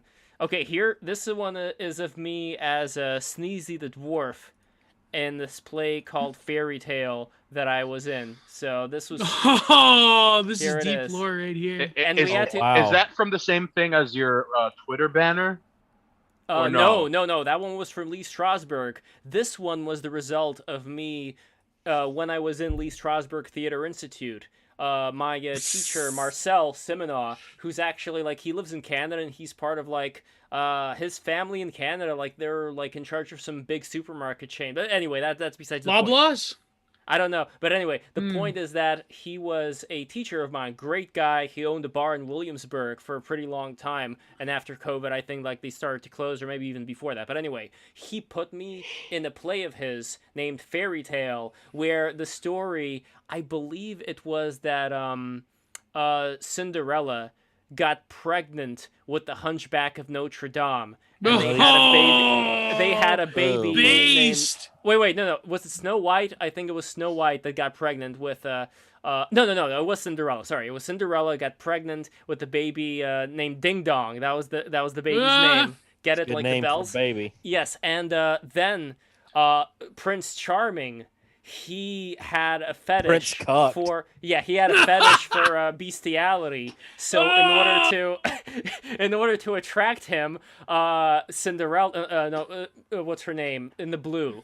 Is that Cinderella? I No, forget. that's, Prince yeah, is Charming. it- Yeah, Cinderella. Yeah. Cinderella. So, in order to attract Prince Charming, what Cinderella did is she dressed up as a chicken. So this So Wow. like a lady, reverse, Yes, a reverse this is- Zeus yeah, so this dressing lady, up as a Yeah. swan? There's a lot Yeah, so going on in that play, brother. yeah, so this lady over here, she dressed up, and this is backstage, like in a giant chicken outfit with like the feathers and everything.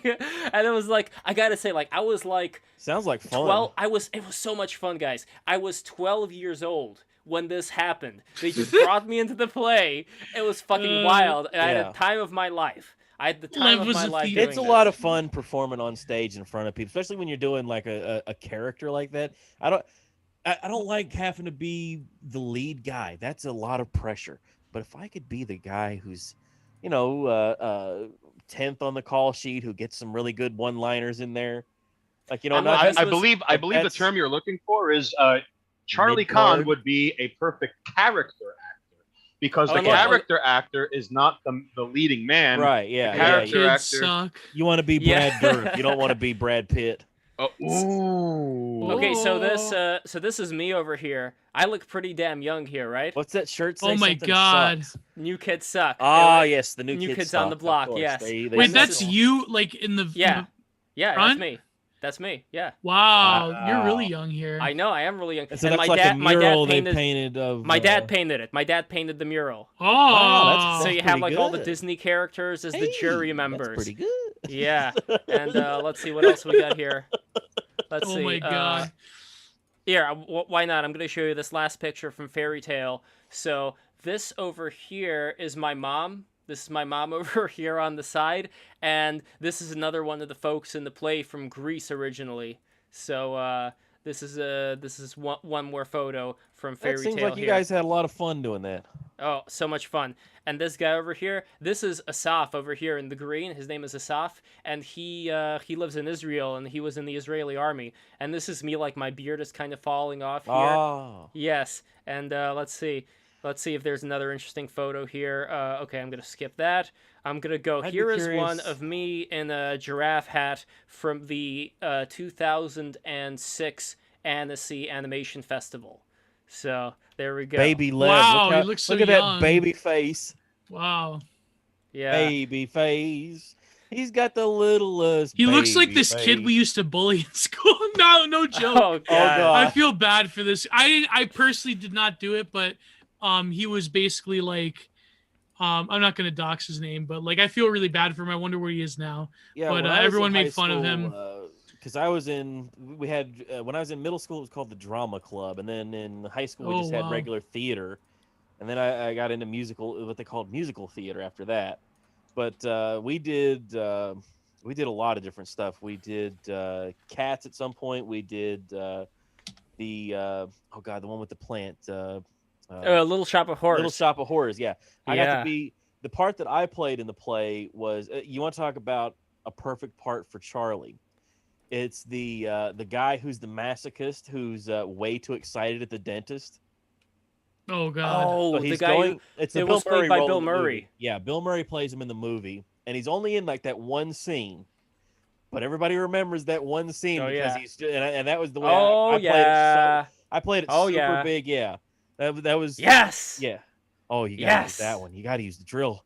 Oh, come on. Like played it real big and really went for it. And Did you have the cotton in your mouth? yeah. We did the cotton thing. Nice. Of doing that. I gotta admit, The guy runs me out of there. maybe it's because of how Charlie conveys himself online. But I'm picturing like a middle school somewhere in West Virginia, and there's like a blonde-haired, blue-eyed kid in a black luchador mask, like on stage.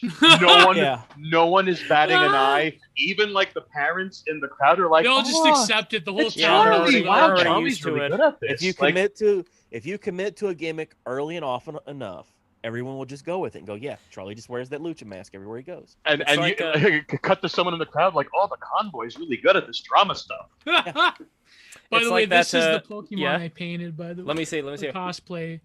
It's in the chat. Yeah, I want to see this thing. Oh wow, that is. Wait, is that a Pokemon? Yeah, he made like his own Let's take a cosplay look. thing Where out we of at, brother? Eevee. Break Mewtwo. the I think yeah, rules. Mewtwo. Ba-ba-ba-ba. So that was his. Yeah, if you could just. Wow, that is beautiful. Here, let me. Okay, so that's save like Took me a long uh, time too. what would you call that? You said Evo? Something it like looks- that. it Yeah, looks Evo kinda or like, Eevee or. Like what are the outfits that the motorcycle guys wear? Those motocross outfits. It looks kind of like that. Like Yeah, that sort of armor. he shaped it, I think, off of that, but he like yeah. had this elaborate setup, so I just like put him in a galaxy. That's Is that a? that's Is there a? pretty Is that a good, Gio, carrier I gotta pigeon say. in the Like, that's- background? Is that a Oh, carrier it could pigeon? be. I mean, no. Oh, wow, it actually does look like a bird. So Got a real did I nice tell you that I flag. had pigeons for a long time? Yeah, the Yeah, good yeah. old carrier pigeons. Yeah, Oh, we had and by the way- tumblers. We were By the way, this picture. Can you guess who this man in the blue glasses is on the far right corner there? Man, the blue glasses on the far right corner. I think all of you guys grew up with his cartoon. Oh, is that Give me a hint. Give me. I would know if. Yeah, I'm having a hard time making. It's him out John here. Dilworth. Oh, he did. Courage the Cowardly Dog. Oh my God! Oh, Fuck! yes. Oh! Wow! Holy That's shit! him. That's Very him. creative. That was like cartoon. one of my favorite ones when I was growing up, man. That Yeah. was Oh, like, Yeah. it's so really well paced. That's the thing that those one of the cartoons do. best animations ever known to man, ever made. And, That is and, amazing. and do you see my head over here? Do you notice anything different about my head? Here's another one. Oh, you got the shaven head. Yeah. So here I am with the bear. Big Thank skin God. guy Lev. With the in shaved head, Burbank. you kind of look like a hooligan from somewhere in like the UK. Although I could Soccer totally, hooligan. Yeah, although I Lev's trying to put out like the I'm a badass. This is or doing like effort. like an aloof badass, like, yeah, I'm here, and It's the like- exact opposite feeling I get seeing long-haired Lev. where it's Yeah. the shaved head puts out the I don't want to talk to anybody, brother. He looks like then- he could have been a school shooter growing up. And then you Oh, see, God. and then you see long hair Lev. It's like, hey guys, how you doing? You're my friends. Well, Let's have here's a picture. conversation. Here's a picture of me in Cartoon Network Studios. Oh wow! Wow. See, because see, Lev, like, see, in that picture, you look like. What if the guy from Train Spotting had a happy ending? Oh! All right, but then Ewan McGregor's character. but with the yes, but Did they but ever with come the, out with that sequel? Yeah, I think it they wasn't did. that good. It wasn't that good. But then with the long hair, it's like Rozpaduj, comrades. Yeah. Like Well, here I'm doing. See, I'm doing this the is where I toast. could recognize Lev a bit more here. Yeah, this you is- look yeah. like you're gonna throw hands at the cameraman, dude. Like Well, that's just a Russian thing when they see a camera. Who would Off win in of a my fight? face. Lev in those pictures when he was like a young teenager, or Yandere Dev when he was a young teenager? Who would win in a fight? Well, Probably Lev. here's a picture. Here's a picture way back in the day from my first class at SVA. Do you notice something strange about this picture? let's see. Look at me for a second. See, this is me. Do you notice anything Yeah. strange about the picture? Is that a boot growing out of your ear? Well, Are you you're close. kneeling? Like, are you? No, no, I'm not kneeling. What do you think this boot is? Because the That- boot is the key. Are you doing a yoga pose and is that your boot? That is my boot. That's my foot. Hey, he's got Whoa. his legs bent up. That's not his legs in front of him. That's somebody else. No. That is my leg. I put my leg over my head. Oh, he's doing that stuff. Oh, Yeah. this optical I love how illusion among and all the guys, Lev has the highest T level among all. Yeah. Yeah, Oh God. that's the fun thing is in the theater group I was the tough guy, even though I'm not that tough. Yeah. No, this guy was pretty cool. Tim, next to me, he ended up going to work at Disney. He worked at DuckTales. He's pretty cool Oh guy. wow! Very, Holy shit! Yeah, very Christian. In fact, like I think that there were, surprisingly for New York, a lot of Christian people in School of Visual Arts among my Wow. class. You'd be surprised how many It's crazy. people, I think a lot of people try to hide what they're really up to. They try to keep it to themselves, like they're afraid somebody's going to judge them. well, in all due respect, I don't think the guy who created Earthworm Jim, Doug Oh, Tenpel, I don't think he would have gotten to where he was if at any point in his career he went, "Hey guys, I'm really keen on Jesus." By I the don't way, think he's ever stopped saying it. I think Well, he was no. loud and proud. well, Nowadays, you but said, back in the day. Well, here's the thing.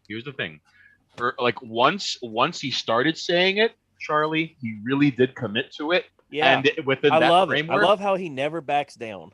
yes, and Oh. and you know, I remember he like okay. It's a perfect litmus test where, like, if you could look at something he made and be like, he's really keen on Jesus, then it's like a buffer. Does that make sense? Like when I put my mask on my Tinder profile, if you could look past the mask, that's it. You swiped right. That's on you, lady. Well, I hate to bring this up. Speaking of Christian, did you see Giorgiani's like really sus take today? No. Really What's going on? okay. I don't know if I should post the tweet if it would be unfair, but it was just I was wilding when I saw this one. Okay, would you mind reading it? Yeah, let me read it. So he has this picture. Actually, wait, I'm just going to Twitter. Giorgiani. He has this. How does he only have like not even 3,000 followers on Twitter? Maybe he doesn't post. So this is a picture of him, and people were like really dunking on this tweet. Wait, did you post it in the chat? Yeah, let me post in the chat. Copy link to tweet and go to Discord. So I don't know. I think he's got this. Like, this is where I kind of jump off of Giorgiani. It's just his approach to Christianity is like really terrible. He says, "Dear born again Christians of every sect, Orthodox, Catholic, Protestant, please don't pray for me. If you're going to heaven, then believe me, I belong in hell, together with Nietzsche and other interesting people." Photo, yours truly at the gates of hell, 2011. Oh my God. What the fuck? Giorgiani, holy fuck. No. Okay, so Giorgiani screen capped our good friend Joel Davis. He said, "I will be withdrawing my plans collaboration with Firstness Journal. The 6 articles I was going to submit from spring through 2022 will be reshaped into my next book. I wish Joel only the best. I hope he snaps out of this before Promising Young Mind is ruined. So wait. What happened with him and Joel? I'm confused. Yeah. Well, because Joel is converting to Christianity again, or rather going back to Christianity. So who cares? Why is that a big deal? I don't understand. Who cares if who converted to Christianity or because Lev, some people have so little ongoing in their lives that they have to be obsessed in the private lives of others. And you know, and if they weren't what's it to me what you do in your private life? Like, why would I give a shit? I mean, look, Giorgiani, I'm actually surprised because the guy I thought has a bigger mission here, like with all of his, insights into all these esoteric things. Well, I love how why should he give a shit about if somebody I love how he converts, capped Joel's private where I responded. I like questioned Joel. Like, I didn't question him. I mean, I asked him about his conversion. And it actually got capped in the Giorgiani cap. But okay, so he screen capped Joel's private Discord for Firstness. And oh my God. So then what a fucking spurg. I hate to say it, man. Yeah. No, but again, like, what do you expect from people who end up being like, I think it was Giorgiani who said it himself, about certain people who may have certain insights. It's like when you level a character up, there are certain things that are going to be like really high in the chart, but other things are going to be less so. You know what I mean? It kind of balances the character traits out. So maybe Giorgiani's character trait, when it comes to something like this, is much less so than other really interesting parts of him. You know what I mean? I love, like, yeah, it's just... So that's why I wouldn't even, like, I ain't even mad. You know what I mean? Like, if somebody like him does that, it's almost... I feel bad for giving this guy money for, like... But I don't know. I shouldn't say that. Because I bought people, like, okay, Giorgiani, like, I don't know. Giorgiani's just being a spurg about it. But, like, I've given money to people by buying their books that I feel that are terrible people. But, like not Giorgiani, but, like... other people that I know are like objectively terrible. But I just wish he and Mishlove would be friends again. You know, it was so nice having the two of them together. I don't know. Like Joel has always been someone who I consider a friend and someone who I trust and someone who's coming on the show. He's coming on the show this Thursday. And I might be going on his podcast with Imperium Press soon. Nice. But we'll see what happens. So Joel has always been a good dude, and I'm very proud of him. Not just because I'm a Catholic, but see, the thing is, I didn't bring it up with him because I knew that like Joel is coming from a place of sincerity. So he had a different take on Keith Woods. Like, but now that he's questioning, like wants to go back to his faith, I believe.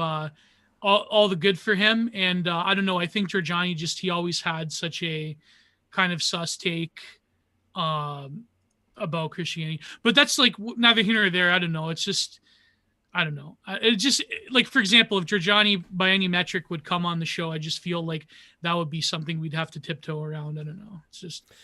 I mean, it honestly is one of these things where I could just mention like, yeah, okay, so you're not a fan of Christianity. Like, let's, I mean, I wouldn't even say let's move on. What I would say is it is an interesting kind of like a metaphysical discussion to have over the nature of free will. Because his whole thing is that if there is like an all-knowing, all-seeing creator who is responsible for everything that happens, where we really don't have any willpower around it, then how can we be beings with agency? Like, what would be the response to something like that? But herein lies the problem. Okay, certain inquiry like that, though, like that's just the same question but worded differently that people have been asking aloud and walking in figure eights over for like the past couple of thousand years. Yeah, I believe what this person is, and I don't know the whole story. Okay, so please excuse my ignorance, but I get the feeling that like this person is probably going through something difficult in ways that are daunting, if not impossible, to unpack in a short amount of time. Yeah, however, that was my reading on it. However, like it's really easy to just start like, okay, this is my opinion, I could be wrong, but like, let's say things are going difficult in your life, and then there comes a point where like, if you're really beaten down by life, and then you start going, well, what else can go wrong? And then like one or two steps beyond that, that's when you start going like, well, if there is a just God, how come babies die every day? And then before you know it, you're in like a edgy nihilist phase. Start to lose faith. I wouldn't say he's a nihilist though. I would say like his own definition is that he sees humanity in general as this creative force that's constantly fighting against I don't know. I'm not going to speak for Giorgiani here, but my own interpretation is that he sees this as a creative force that fights against, being destroyed, against, against having some kind of a rigid order that makes us all into slaves, basically. That's what he said. He's against revelation. That's what he said in a reply to someone.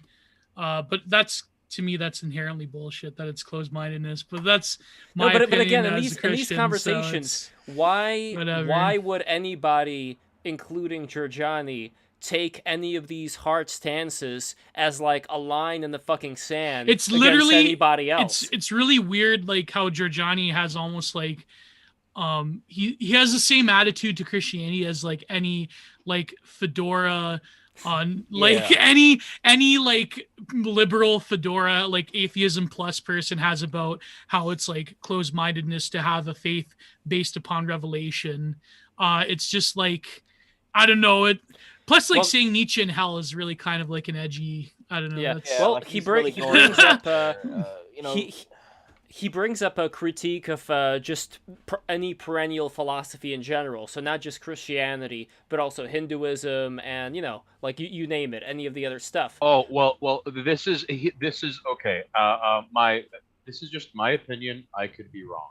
Once people start like applying, I read the manual and I figured out how this works. Now I know how all of the faiths work.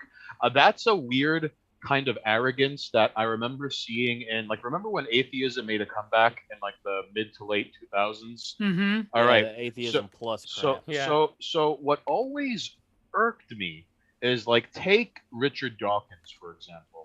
On one hand, as an evolutionary biologist, this guy knows his stuff. Right? It's kind of like when Anthony Fantano starts talking politics. It's like just talk about records. Yeah, dude. it's this like I would argue he knows nothing about music, but that's just me. So. Right. Yeah, he knows memes. Why doesn't he work in memes again? But to to give Johnny credit Fantano had a lot of shit takes with music. Yeah. That's But to be fair to Giorgiani, he is extremely well read. Like, I'm sure that he's read the Bible. He's read all the Berserk. ancient. Oh yeah, but even the devil can quote scripture when he has to. Like the point I'm trying to make is this. So like as an evolutionary biologist, he's applying an evolutionary biologist framework to religion. The world through the lens. Oh wait, no, I wasn't talking about Dawkins. I was talking about Giorgiani. Just no.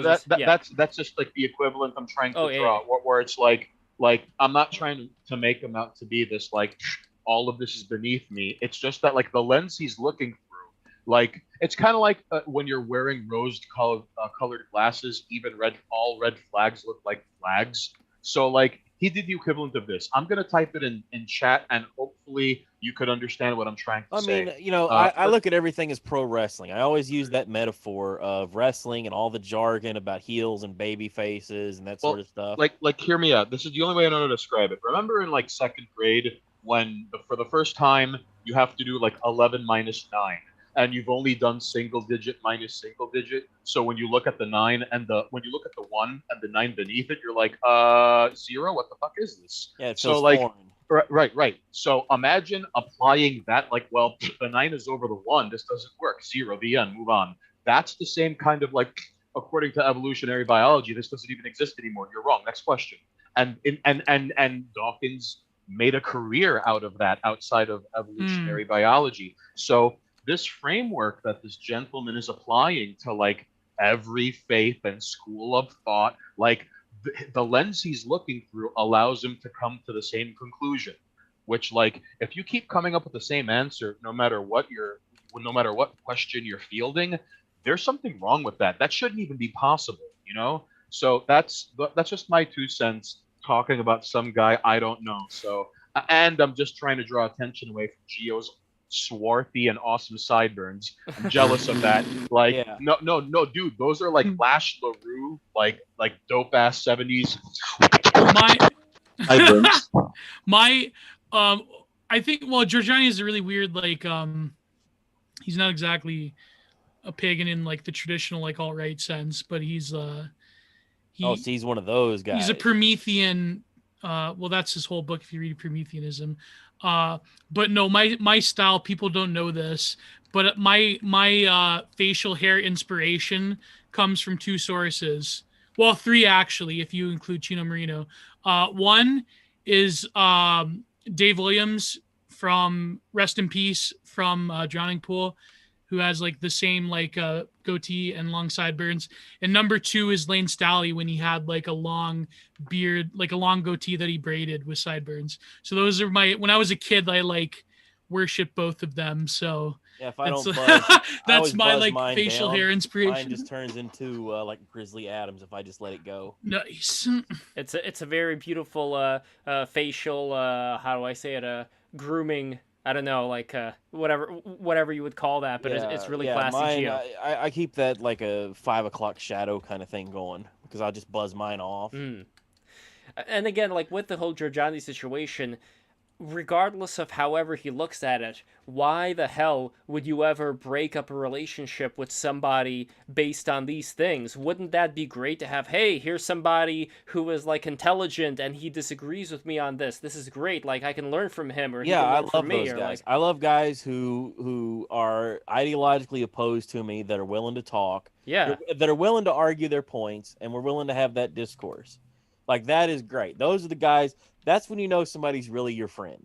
When they're willing to disagree with you and have that conversation and make their point go, well, if that's how you feel, brother, that's how you feel. And I'm willing to disagree with Gio about Russia, about Putin, and also about even Christianity. Like, I don't know, like, even though I resonate with a lot of the positive things that are in Christianity, I can't help but feel like there are multiple layers of messengers that are going on above this.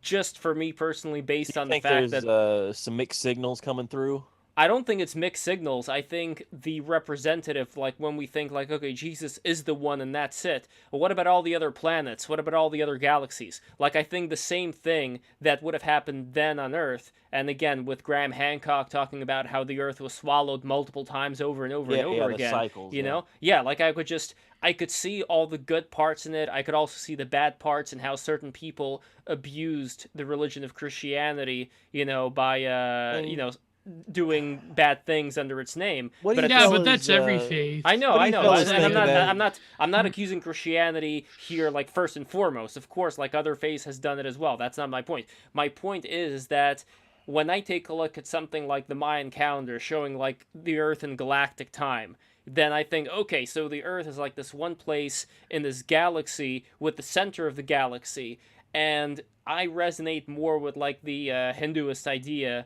of there being all these different lokas around the galaxy, and like we're in one loka, and like you can reincarnate into another loka, maybe that's closer to the center or whatever, and maybe things are better there, or maybe it's actually better that you reincarnate somewhere further away to test yourself. But the point is that I don't see it limited to just this one planet that we're in, because to me that's kind of like saying if we were on an island. We were like the natives and villagers that Captain Lou Albano sang about. You know, like if we were on that island, the only thing we would know is whatever's been passed down to us, and we could say, you know what, this island is the world. You know, this is like all we know. Cults? Yeah, exactly. People so in a way, I kind of like that would see worship every religion. the skybirds that would drop cargo, drop shipments to them. Oh, Yeah, the the gods Coca-Cola. must be crazy. Yeah. Exactly. Oh, The you want to talk Coca-Cola about bottle. that crazy movie? That you know, where he gets the Coca-Cola bottle that does everything, and everybody loves this thing until they all start to fight over it.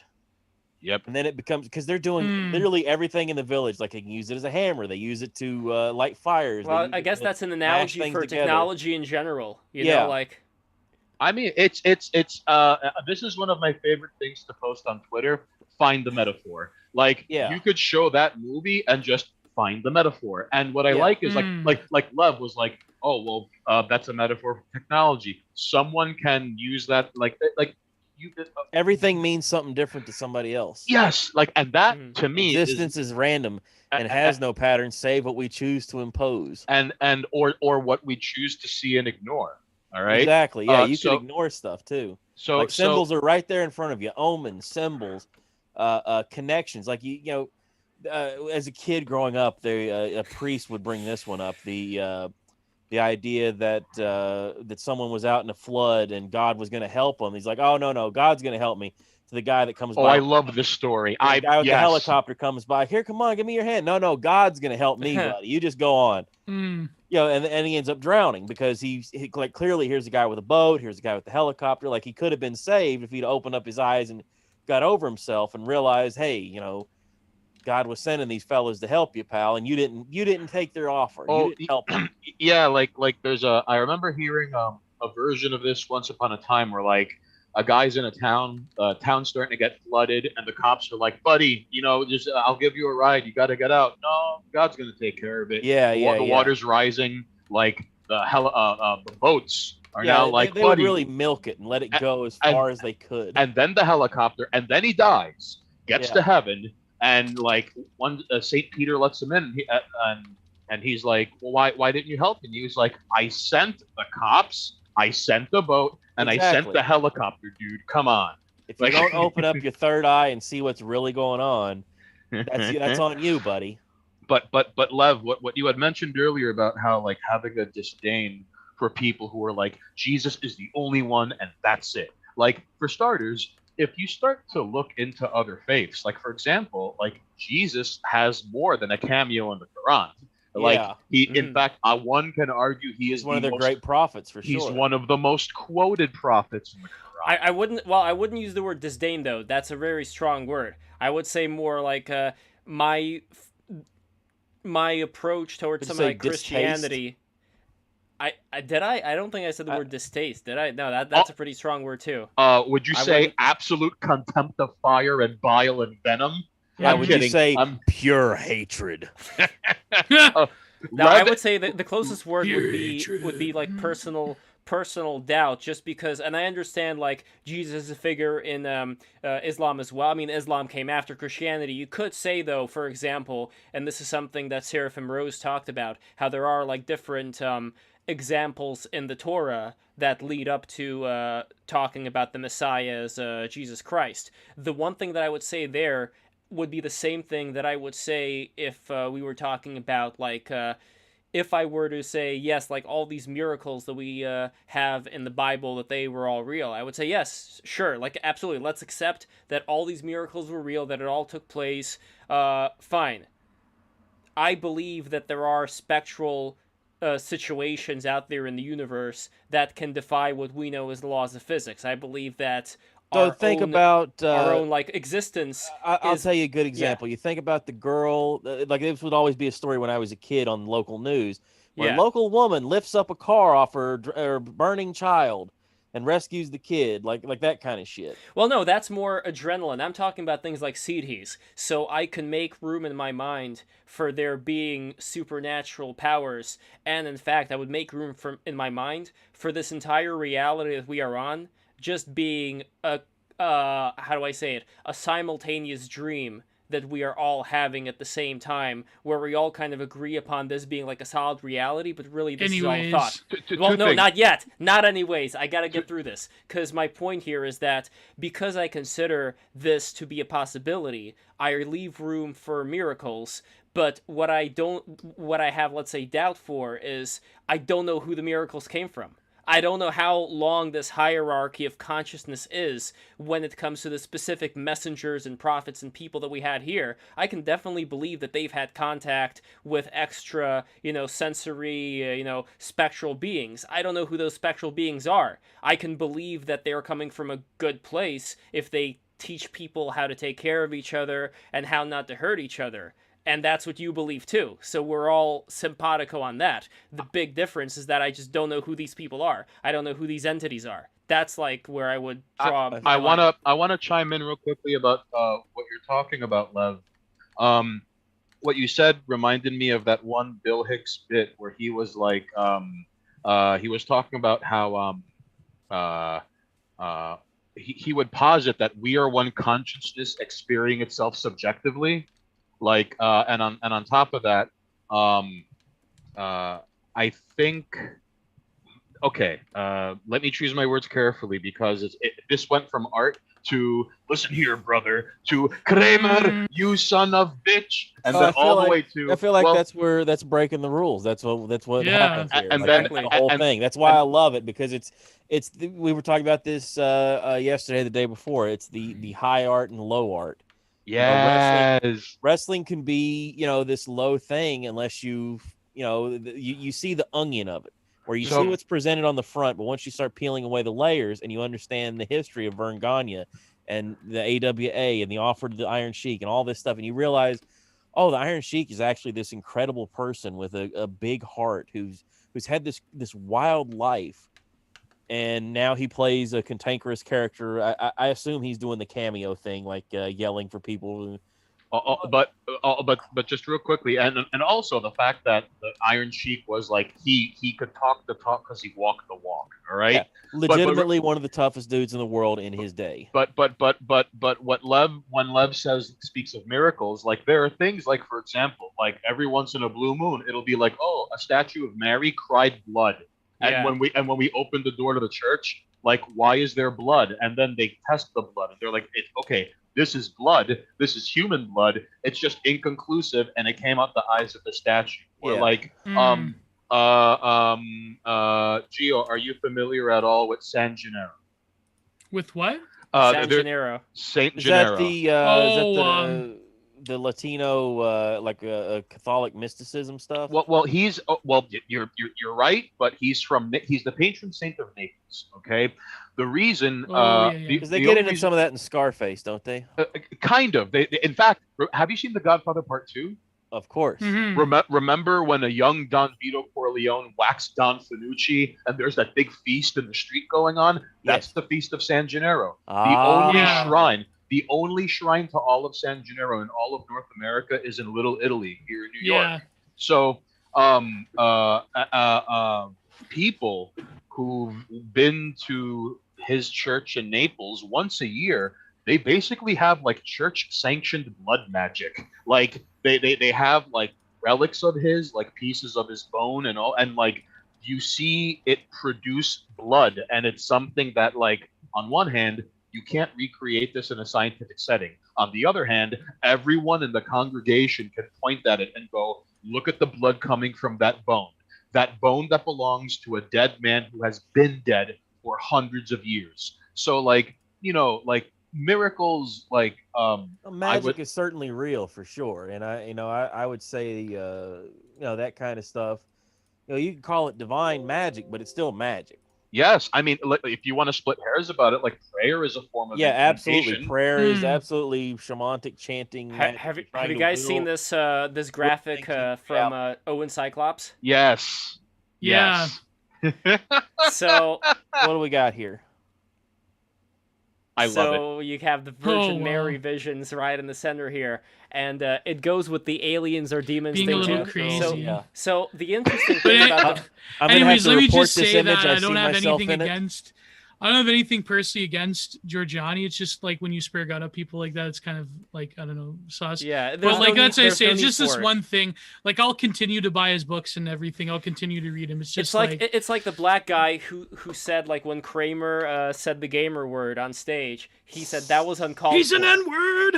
Yeah. Well, Kramer. Was it Dave Chappelle or which comedian was like, every time I see, like, he was at the Laugh Factory, he's like, every time I see this banner, I just think of Kramer just getting destroyed. By the way, speaking of Kramer, I love how the Iron Sheik cut a promo on Michael Richards, I think his name is. He was like, Kramer, you son of a bitch. And you know what? Like, that to me made me not just a fan. Like, I was already a fan of the Iron Sheik, but it's like, wow, the Iron Sheik can see through socio-political nonsense and just call people. The guy that posts on his account, probably. Yeah, the guys who work with Sheik, you know, they're very savvy about how to ride trends and get him, and they could kind of pump him up to get him on camera saying. Do you think we can get the Iron Sheik on BTR? I hope so, Oh, dude. God. That would certainly be a very interesting conversation. I would be honored to talk to him. Like that would be to hear the tales of him, you know, with the Shah of Iran, and at some point he had to flee out of the country. Yeah. When things went bad, and being a gold medalist, and Yeah. you know, Well, is he in good health? Hopefully. last I heard, he's doing better. He's supposed to have had a surgery on his leg. They raised a bunch of money for it. I think he's getting around. I think it was a hip replacement, knee replacement, something like that. Well, I guess one of the reasons why he may be, you know, knock on wood, living so long is because he probably The didn't crack? participate in. Well, Oh. I was actually wondering about that. Like, did Oh, he yes, he participate in? was. He also. Oh. He got into a bit of hard partying. You know, he had a strong yeah. lifestyle. A lot of Interesting. pro wrestlers did, I'd argue. Right? Oh, yeah, a lot most of of wrestling them. guys lived a hard lifestyle. Back in you the know, day. and that's. Yeah. I think a lot of them nowadays may still be living No, a lot of them just play alternative video games lifestyle. nowadays. Well, yeah, but what are video games if not a modern drug? True. You're not wrong. Although No. I'd like to believe that there will always be I think wrestling as a career is conducive to that. And you know, because it's sort of like, listen, Lemmy once said in an interview, like Lemmy from Motorhead, he once said that someone asked him, like, is pot a gateway drug? And he was like, of all the things the Squares got wrong over the year, that's probably the closest thing to being right. And they were like, why? And it was like, well, if you do okay, if you smoke weed, you're going to be hanging around with people who smoke weed, Yeah. and chances are one of them is going to want something harder or explore their options. So it's a really, I mean, some people go from weed straight to 3 days straight up on cheap Midwestern speed. Some people smoke a joint and never move past that. You know, that Jake the Snake Well, documentary. I, He just wanted to go yeah. get one beer. It was just going to be one beer. That's all he said he wanted. Was just Hmm. that one beer. And then one beer turns to, let's have another one. And then somebody buys him a shot. And after that, he's like, well, I've already gone this bad. Let's go get some crack. Like that, just from one to the other to crack. Like it just we've already sunk down. Everybody already hates me. Everybody's going to be mad at me. Why don't I just go for it? Why don't I just go get whatever? You know, it's like a demon that's got a hold of your soul. Which is why the Christian aspect of forgiveness, I think, is very important. And I also, by the way, I don't know if you guys know this, but I used to go to Russian Orthodox school, and then I went to Catholic school. So I had the whole gamut, everything but Protestantism. And they shut that school down. I think I already told you this. They shut that school down at right at the year after I left. But I liked that school for one reason, that when I graduated, my teacher, Mrs. Stathikis, she was a Greek lady, and so this was it was like a Russian Orthodox school, but she was Greek. But anyway, she bought me. I will show you the figure She bought me. you like it was a toy. trafficking thing? Oh, sorry. A toy. Hold on, let me find it. Okay. I bought this boy cash money.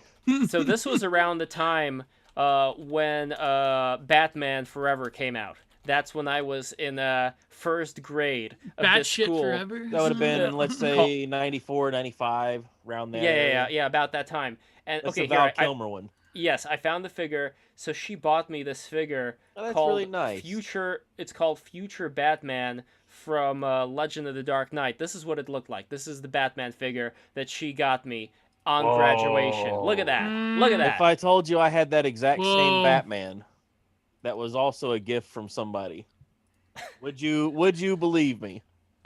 Sure. Yes, I would. I trust you.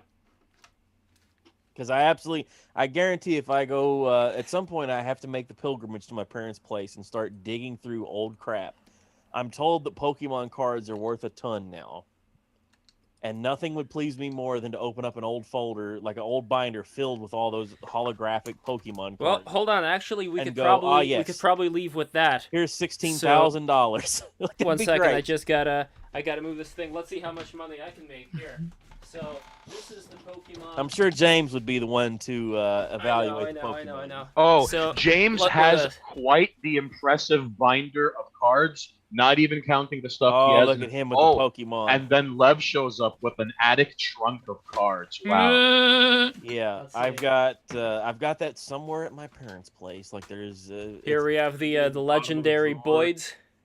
See, we have the jumbo card over here. a jumbo card. I didn't even know they Whoa. made jumbo cards. Yeah. see Are right they here. worth anything No. compared to the real Pokemon or no? I don't know. That's a good question.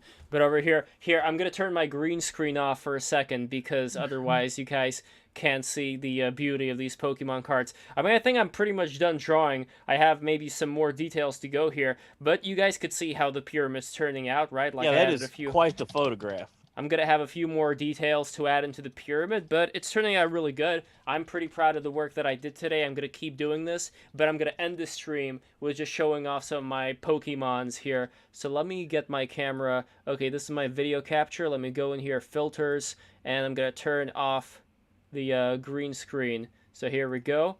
No more green screen, and now I'm gonna make this bigger here. Woo. Okay, here we go. Okay, so here are some of the Pokemon. Let me just zoom into it. So He's got the holographics there. yeah, here we go. Okay, so what do we have here? We have this guy, Yeah, Poliwrath, and on the other side, this Machamp. You guys got this Machamp, the first edition Machamp. It came with I've got one of those. I know. I'm pretty sure I had him. I don't think I had that Poliwrath, but I know I've got that guy. Yeah, this guy, he came with the original packs that you used to buy back in the day. Yeah, all the ones I have are from that first Yeah. like 2 series of cards that they come out with. This is Politoed over here. First like year and a half of Pokemon. Let's see it. I gotta hold it right. Yeah, so this is the Politoed over here. This is, and on the other side, a Poliwrath, also holographic. Uh-huh. I like the simple background, by the way. I don't know what here. I'm gonna zoom. I'm gonna Let me see. unblur it a little bit more. There we go. Yeah, look at that. Oh, there you go. So you see, this is the Poliwrath here.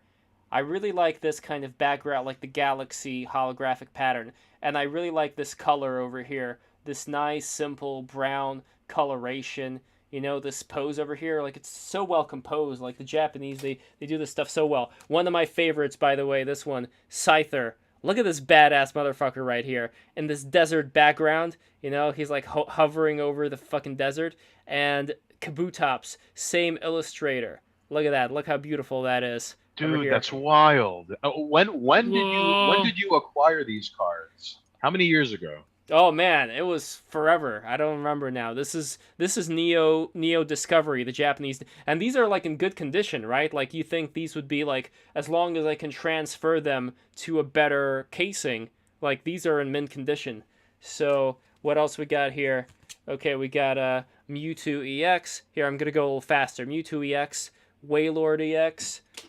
I'm gonna get to the good ones. Okay, this is Pikachu, the Raichu rather. Oh yeah, definitely had that guy. Yeah, we're gonna evolve Chonker into this guy. Don't you worry. And this is Snorlax. Yep, definitely had that one too. Yeah, we're gonna encounter Snorlax later Old on. Snorlax. Yeah, good old Snorlax. Japanese base set Poliwrath over here. Nice. And on the other side we have another. Man, I have a lot of Poliwrath. I didn't even know I that. don't know why he's a big Poliwrath guy. Yeah. Base set Vaporeon and yeah. the tiger guy. I don't remember his name. Raikou, that's it. So then over here we have Japanese E-Series edition Gengar Oh, now that's cool. over here. Yeah, and Gengar. Fearow. Gengar is definitely one of the top tier Pokemon. Yeah, another Poliwrath. Wow. Yeah, so, and I love this background, by the way, here. Like, I love the combination. Gio, I think you'd appreciate this from a artist's perspective, of having this, like, lighter blue, like, more of a greenish blue, and then the purple blue over here, like, combined together. And the purple blue is shiny. It reminds me of this silk dress my ex-girlfriend used to wear. Anyway, over here we have This guy Did over you do here- like some Monica Lewinsky's on that? Never mind. Never mind. Yeah. Oh, Everything boy. gets out in the wash, baby. Here we go. This is another nice composition, by the way. It This is a one nice I of composition. think, the yeah. Venusaur. See, the Japanese, they treat it really, really importantly, like how to compose all of these, because he's not even he's on the side. So he's I not wonder- even the main. I bet James would be able to answer, but was it Wizards of the Coast that did the Pokemon in Japan as well, or was it a different company? It was not. No, it was not Wizards of the Okay. Coast. It I was the didn't know if Pokemon they, Pokemon Company. Okay, so this they put is out their probably- own cards themselves. Yeah, this is probably expensive. First edition Kangaskhan from Jungle Set. Aha. And on the back we have Vileplume, also Jungle but regular edition, still good. Then we have Japanese Aerodactyl over here Ooh. from Fossil, and we have another Aerodactyl here. I don't remember from which set. From Neo Revelation, I think it is. Then what do we have? At some point, it's like Power Rangers. They just kept going with it, and there's Yeah. so many different versions and so many. Don I can't Fan. keep up. And this bird, I remember Skarmory. See what Owen Cyclops He's the mentioned steel it. one, Like right? people have like a whole part of their brain devoted to Pokemon names. Like we All right, just know that's these names now. Porygon. Porygon. Well, I think Raikou. anyone who really got into a trading card game, like for example, like from Crystal Kabutops. Look at this motherfucker. I can't figure out how people have time for Pokemon, Magic, and Yu-Gi-Oh, and they're just and then one guy said that he's into that and a Dragon Ball Z card game. That he's Oh my into God. all of it. And I don't know love he how keeps I love how all in that Yu-Gi-Oh, straight. by the way, they had to turn people away for smelling bad. In the I Yu-Gi-Oh wonder tournaments. that there was a Smash Brothers thing. My man Glenn, Yep. Link did a whole video about that where he went to ask people why they smelled and try to get to the bottom of it. Another Kabutops over here, the shiny star, and again, very simple background but very elegant. I really like these kind of textures. Yeah. wanna have- Love, in terms of what Owen Cyclops said about having a corner of his brain devoted to these things, I played Magic the Gathering when I started playing when 5th edition came out, and all the way up until like 7th edition, I played and I got really into it. And to this day, like there's just like filing cabinets of like, oh, Royal Assassin, 3 black mana, 3 colorless, 1/1 tap, and you destroy a creature that already attacked, or It's like all in there. It's never going away. like not just the names but the stats and the comment, like, oh, this card works best with this card, and like you could shake me awake and I'll still be like Black Knight 2/2 first strike banding protection against white. What's going on? Is this in the Yeah, I past? got into. Let's see, that would have been the year 2019. They had. By the way, real quick, digital look version of at this. Look at this guy. I fucking love this design. You see what's going on here with this card? Shining. Oh, it's he's holographic holographic too. He's holographic and not the card. When I first saw this when I was young, it blew my fucking mind. It was like, what the fuck? How did they reverse it? See, in the comic book world, they used to do the holographic thing all the time. Shining I got a Noctowl. great, Yeah, I I got think some Dr. does Doom he comics have with that psychic on it. abilities? yeah. I think he would be like my favorite Pokemon if I was. You think really that's into the best Pokemon. look? That Mhm. the best one that you've seen? That's like, yeah, it's got a nice I love this aesthetic pattern. to it. In fact, this pattern is so good, I'm gonna use a macro lens and Aha, 'cause macro lens. yeah, the macro lens is coming The out. That's gonna be the macro end of the lens. stream. Mm, That's going to be the end of the stream. And once again, everybody who is watching this, I really appreciate you watching this, sticking around for me drawing. And here's my plan, by the way. This is what I plan on doing, okay? And I'm not sure yet if this is exactly how it's going to be crack-a-lacking, but Mondays, I'm going to have 2 streams. So Mondays, I'm going to start out, I'm going to do some drawing. So anybody who wants to be there with me on Mondays when I draw, let me know. I'm going to draw at around 1 p.m. That's when I'm going to start. Mondays at 1 p.m. I'm going to draw, and then at around 6, I'm going to play the Pokemon game. Tuesday, break the rules, like always. Wednesday, I may do a drawing stream at 5, but honestly, I don't know. I think it's just going to be overkill at this point because then Thursday we're going to have another BTR stream. And the way that we're going to do it from now on is we are going to have Thursdays be the reverse debates all the time. I'm going to try that. Have all the reverse debates be there because I really think this is something that's going to gain a lot of traction.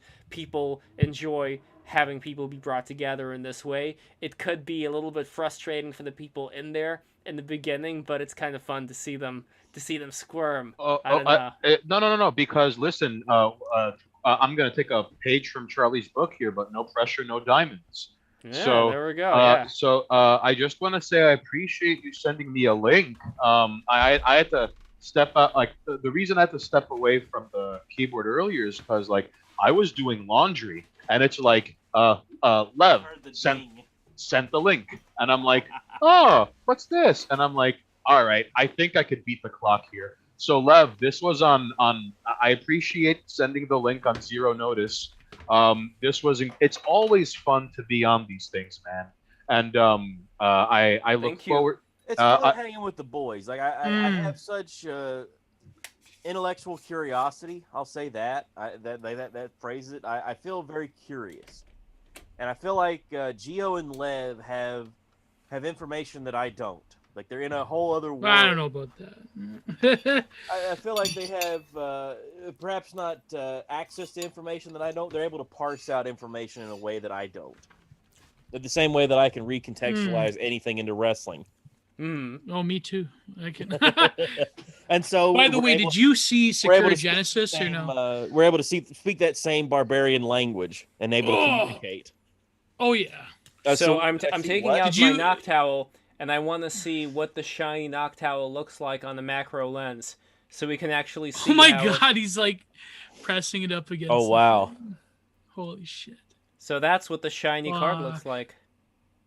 Yeah, you can see the flakes. That looks like when cartoons used to like in the 60s and 70s have like someone's having a psychedelic experience. It kind of looks like that to me. So many fantastic colors. Wow, you can see the printout, what do you call it, like the individual segments of actually printing this thing out. It looks like when you zoom all the way into a screen that you use to screen print onto like t-shirts. Like, I really dig that, man. Yeah, I'm gonna get it like in a good lighting though. I also want to use this thing to, I mean, first of all, why is this camera even sitting up here? Hold on, I can actually take it off for a second off the thing and like move it around. There's no reason for the camera to be attached here. Now the camera is like here. I'm gonna put it on my eye. Can you guys see my eye here? Oh my god. Oh boy. Wow. Wait, there you go. There you go. Now we can see the red in his eyes. Oh, look at that. We see the spots. Oh, this dude is high as a fucking kite. Are you kidding me? He's got some residual marijuana in there. Yeah, you can see the iris. It's kind of crazy to see like the kind of lens flare. You see the veins in his eyes. Bro, how much do the veins in your eyes bench? Wow. Pretty cool, huh? That is a fun toy you have there. That's wild. Well, all it is really is just reversing the lens. So when you reverse the lens on the camera, it automatically turns into a macro lens. Yeah. So you can do fun. Like almost like a microscope. Yeah, exactly. So here, now I actually, since I'm holding this, I can actually always try to think like the old Star Trek would have Mr. Spock. It would explain some gobbledygook, and then he'd have to explain it again in a simple way. It's like putting too much air into a balloon, Jim. Oh, okay. Now I understand. Now it all makes sense. So now you get to see this is like this portion you could see is the shiny area. I see the Simpsons bleeding through on it. On the shiny knock towel. What strange and interesting times we live in, fellas. Yeah, absolutely. I mean, you know what I'm planning on doing? I'm planning on doing a live stream from my apartment in Hell's Kitchen later on in the summertime, when I'll just like spy on the entire street of Hell's Kitchen using a telescope lens that I have. But by the way, Don't get into those text to speech kind of things. That you want to talk about the most chaotic live stream footage I've ever seen. Guys walking around I with think I know the one you're talking about. Yeah. Well, there's several clips I've seen of guys going to different neighborhoods and just walking around with these loudspeakers, saying all sorts of absurd and outrageous things, and getting themselves into trouble as the chat just keeps donating more and more money to them as they get into deeper and deeper shit. Didn't Brittany Venti used to do stuff like that? I feel like I've seen her reacting to that sort of stuff. She would start crying and like playing. Yeah, like she was but doing. that was performative though. Yeah, she was doing kayfabe. That, yeah. I think she still does that little like the boopy doop voice that she does sometimes. I don't know. I don't keep up to date with what everybody's up to. It's very. I wished I could. It's very I wished exhausting. Yeah. I wished I could keep up because there's a $1 Million Man quote where a fan who loves you, he'll show up when he can. A fan who hates your guts is going to show up, and they're going to listen to everything you have to say and be there and hate your guts every single week. And they will drive 3 towns over to see. Yeah, just to show up and boo your ass and see you maybe get your ass kicked. This is what the monitor looks like, by the way. This is what my wow looks like. You can see the what do you call those? The scan lines. Yeah. Yeah, I gotta say, this is pretty damn cool. Like, I can use this for, background footage for some of my Levcards, too. Yeah, all sorts like an animated... of psychedelic imagery. Yeah, absolutely. I gotta say, for those who haven't tried this yet, it's really cool. Just take your lens and buy a kit, like buy a lens reverse thing, so you can just reverse the lens. And Fellas, I remember what I wanted to ask. Yes. Before we got distracted with like Joel versus Giorgiani. Maybe we should set up a debate between Joel and Jason Giorgiani. That'd be amazing. Well, I'm not really familiar with this. We still have to do the debate between Joel and between Giorgiani and Bard. Yeah, They said the dude's like a super pagan guy. He's one of those guys. No, it's difficult to put Giorgiani in the box. He's not a Nordic pagan. That's the problem. Why it's he's not like the Hyperborea guys. Well, I guess he's a Promethean, so. It's like because I feel like I made it onto a list looking at Hyperborea memes the other night. Like with the sun crazy schizo videos that like flicker crazy colors and so you mean like videos with a black sun and hash wave stuff like that? I feel like I saw I'm not sure exactly what those symbols. I would love to have Geo break. Wait, you mean You mean the black sun? I guess that's what it's supposed to be. We have several know. people we could get on the show to talk about. Oh, yeah. Ooh. Yeah. There's a lot going on there. I don't know. I feel like, am I looking at hate symbols here? I don't know what all this is. No, but the thing... It's not originally a hate symbol, but it's become, but it has been used as one. Neo-Nazi. Well, originally it gave was me that used, vibe. I was originally, it was used by, I believe, Himmler in the Eagle's Nest. Yeah. It was on the floor. So technically speaking, it was originally a hate symbol. No, but it's found in the Indus Valley. Again, in a different design, though. In a slightly different design. No, very similar. Like, really? like okay. Himmler. There's one I've got that took it somebody posted on Telegram that is some of the craziest shit I've ever seen. Like all these flashing colors and Nordic like this came up like Icelandic looking warriors. Wait, Gio, are you saying the Third Reich culturally appropriated a symbol? What's going on here? And then it turns into then it morphs from that. But going through Hitler, and then there's Trump, and he's got all these hate symbols on him. Like, oh no, this is a horrible video. Like this came up. Like Joel did a good live stream. Bless you. With I was not fast enough on the mute button. Is it the White Art Collective? Imperium Artcast. If you look up Joel Davis Imperium Artcast, he did a great interview recently, like a week ago, and this came up in the host Donald Kent. He's talking about the Son of Red, and he's like, well, if you truly believe in Indo-Aryan European identity, then you shouldn't let your symbols be corrupted. In other words, Hindus, they don't have this obligation. to state Hitler took our symbol. It's not really his. They kind of do, but they don't have the same obligation as I'll say this about symbols like that. You think about the rebel flag that a lot of guys fly down, even here in West Virginia. Even though West Virginia left the South to join the Union, that was the whole thing. There's guys here that want to fly the rebel flag. And when I've asked them about it, they're like, yeah, this means I'm a rebel. I got Southern pride. I'm a rebel. I'm not going to do what people tell me to do. that's what they see when they see the flag. But there's a much larger group of people that when they see the flag, they go, Right. "Oh, that's just slavery. That's slavery. The flag. Like, what are you guys doing?" But No, it's but really, even like, oh, it's, go ahead, Steve. I just want to chime in real quickly. My bad for my bad, Gio. But just you see, the stars and bars, which is what people who rock the Confederate flag are fond of calling it sometimes. Yeah. It's a part of their heritage, for God's sake. And if you really want to split hairs about it, the South is one of the few places. Dixie is one of the few places in America that still has something resembling a culture and a people that have and a customs and way of life and cuisine and language and music that is entirely separate from the standard Western honky experience of living in the United States.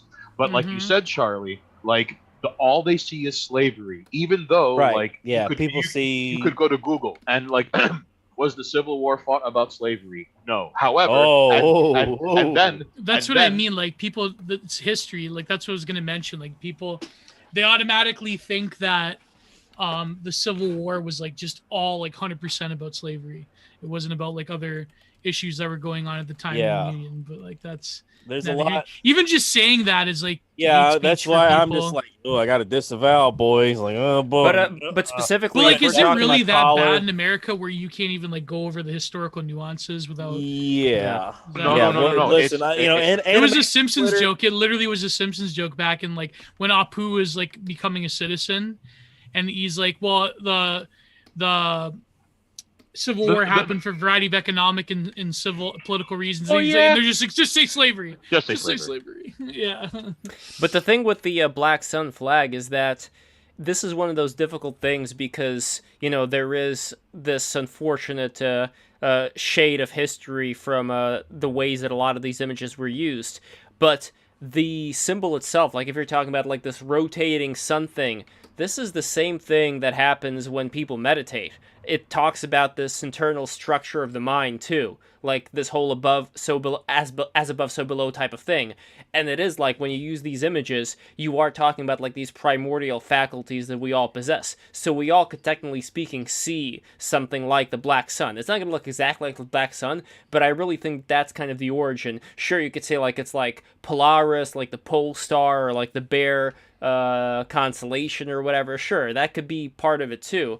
But I really think that it does go back to like an internal system, just like the cross, goes back to an internal system too. When I meditate, I see a cross. So there is something that is in, I think, the human mind that generates these things over and over again. So that's why I really would like to see some kind of a, some kind of a higher discussion about these things with all the different religious leaders, like Jewish leaders and Christian leaders and so on and so forth. If everybody could just get along and long enough to talk, like that would be wonderful. Yeah. See everybody have a conversation. I want to talk about the Star of David. Like, wait a minute, guys. Let's talk about the Star of David for a second. This is like the Seal of Solomon, like summoning, capturing demons, like the original Pokemon. Like, this is pretty cool stuff. And it's like, you guys just have it on the synagogues. You don't even talk about this thing. Let's talk about this thing that's found everywhere. Like let's talk about it. But, I don't really see that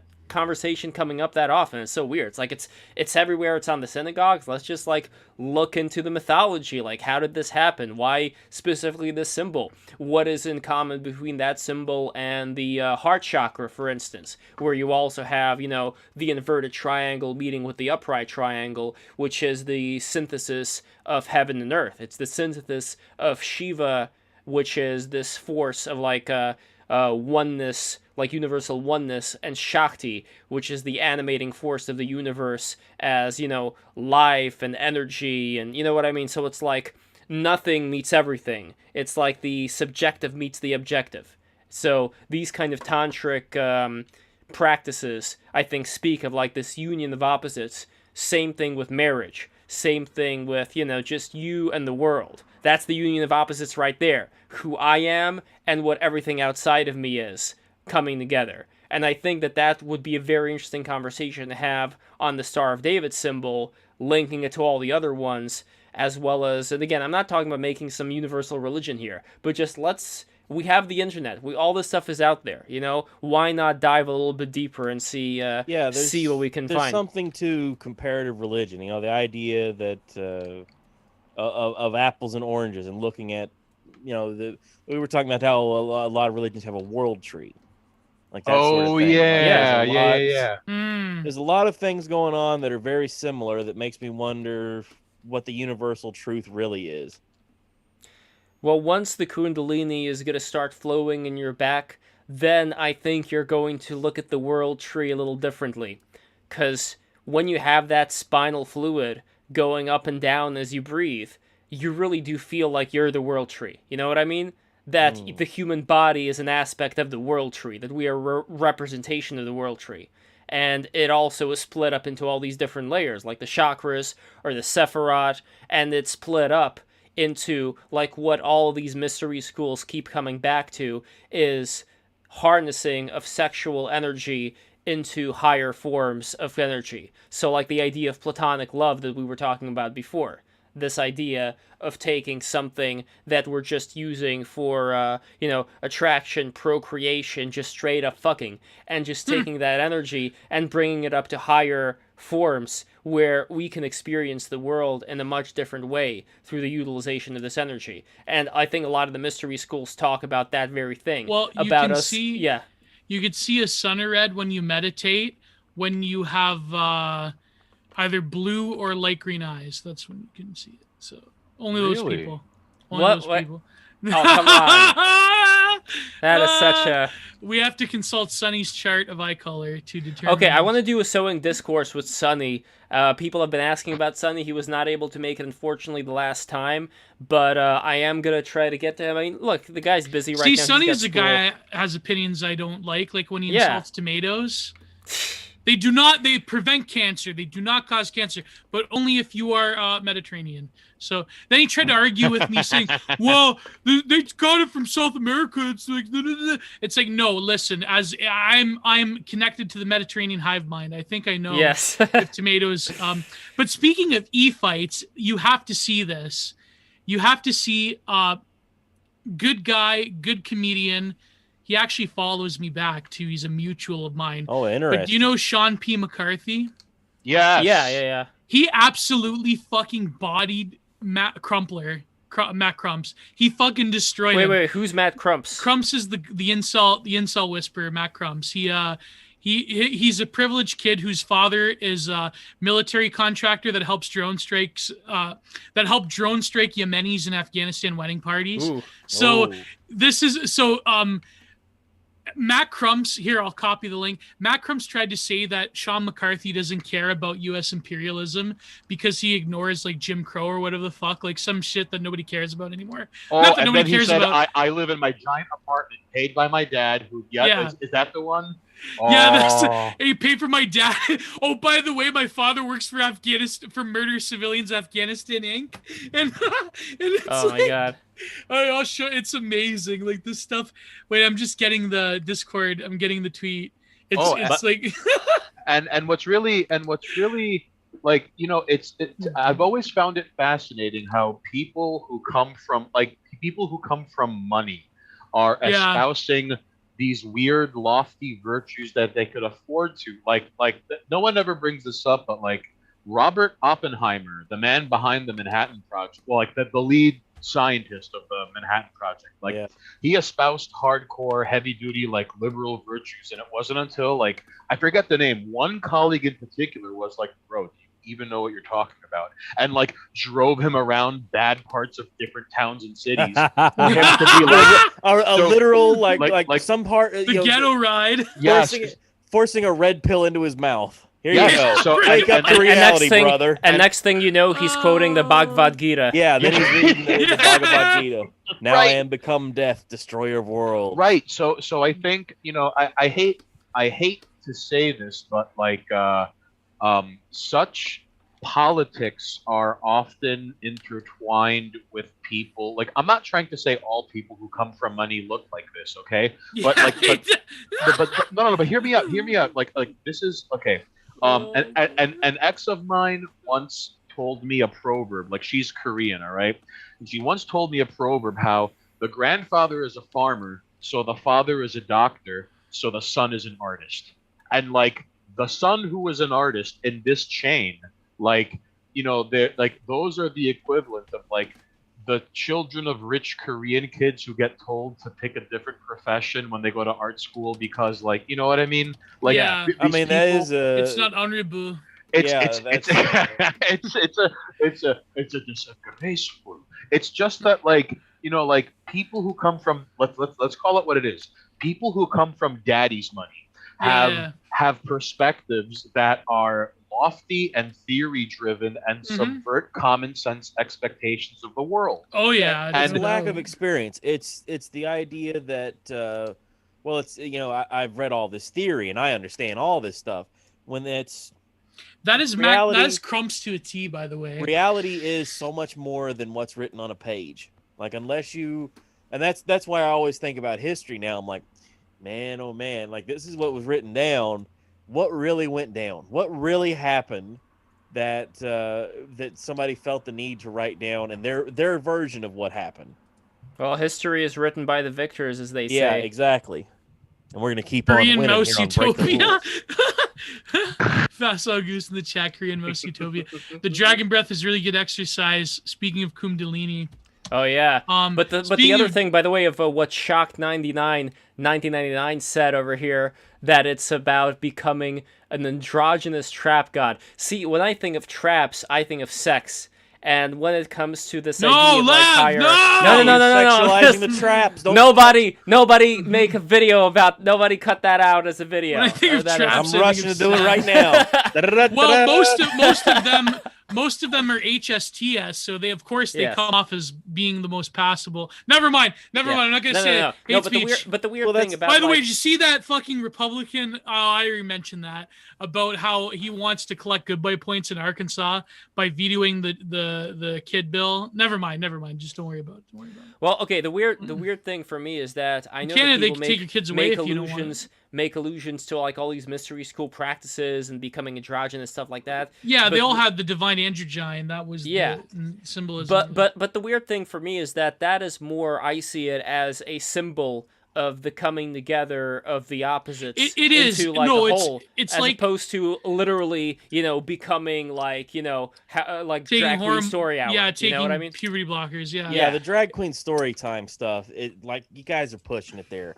Like, it's one thing, you know, you tell me they want to read the stories to kids, okay, but to do it in full regalia, what's two things. There's a lot going on there. Two things about this that really irk me. One, evidently, if you don't want sex offenders in drag to read to kids, you are somehow an ist who harbors an ism, possibly a phobia.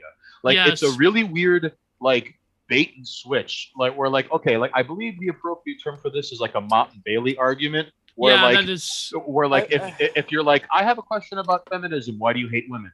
I have a lot of questions about feminism. No, hear me out. Number one, there is a constant theme of, another drag queen story hour person is arrested because it turns out they were a sex offender. All right. Number two, at what point did drag queens go from campy to parodies of women to creatures who look like they fought and seduced their way out of a second circle of hell? Like, I don't understand that weird cutoff. I don't. Well, it's because it was divorced from its original home in like cabaret theater and the sort of art world that, well, the underground, the outsider the one that world. I was a now part it's of like in this Fairy Tale where I played Season the Dwarf. That was the world that should have belonged to. But I should have been the kid exposed to the drag queens. The thing is, oh no, Lev getting groomed. No, but the thing is, like, the drag. Okay, real talk. Oh boy, the drag kid story thing, that is like, it's a distraction from like the larger issue. It's like really just conservative red meat, like Fox News stuff. But like, not to say that it's right, but it's like, that's not compared to like giving kids basically chemicals that can affect them genetically in the long term. I think like that's a greater issue than just like, you know, Yeah. some weird drag queen that Yeah, wants to read to 'cause children. Like that's, think, you know what I uh, mean? No, Like no, it's I Adam agree, but Carolla had a great line about the Boy Scout thing, like the Yeah. thought of all right, which one of you dads wants to be the one to take the boys out in the Ah, woods for yeah. the weekend? Whoever shoots his hand up first and says, "Oh, It's- I'll do it," Yeah. that's the guy that doesn't get to do it. It's Yeah. whoever gets to read to the kids should be the guy who would much like rather begrudgingly does it. would You know, much well, rather be the one who's like, I got 5 other things going on. my I'd rather one, be read the fishing this story. weekend. Let's read Exactly. the story, have a nice Fuck, time my with the kid kids, wants me to and be a get the scout fuck out of leader. here. my one big regret in life is that I never did this picture for Adam Carolla. I wanted to do a picture of him, like fan art, of his son Sonny in the costume of an old cat, like for Halloween. I tell you, you want to get something to him that he'll hang on his wall that he'll care about. Do one of his Lambos. Yeah, there you go. Mm. You want to But get no, to but it. this- That's the way to do it. But this Oh, I want to do bill, like one of it's Stuffy, just really... one of Sonny and his Stuffies as well. You know the Stuffies? Yeah, I remember him talking about his son had stuffed animals that he called Stuffies, and I Stuffies, yes. But it's I just I love that really he still crazy. talks about him and the Stuffies now that he's like still like 15 or 16 the kid's years gotta be old. like It's 15 or still- 16, Yeah, right? And the Yeah. Stuffies are still there. But it's really crazy just like to see these people that convince themselves that, oh, well, it's totally reversible. And then like, you know, maybe we should give all kids puberty blockers till they have this like choice. Whoa. There was that one viral tweet where someone said that they wanted to give all children puberty blockers till they decide whether they want to be That like whatever is- gender. So they Because want it's a really the world- liberal Telios of like, you are the master and creator of your own identity. I'll and bring up Marilyn Yeah. Manson a There's second no such time. thing They as, like, want the- every kid to look like Marilyn Manson in that Yeah.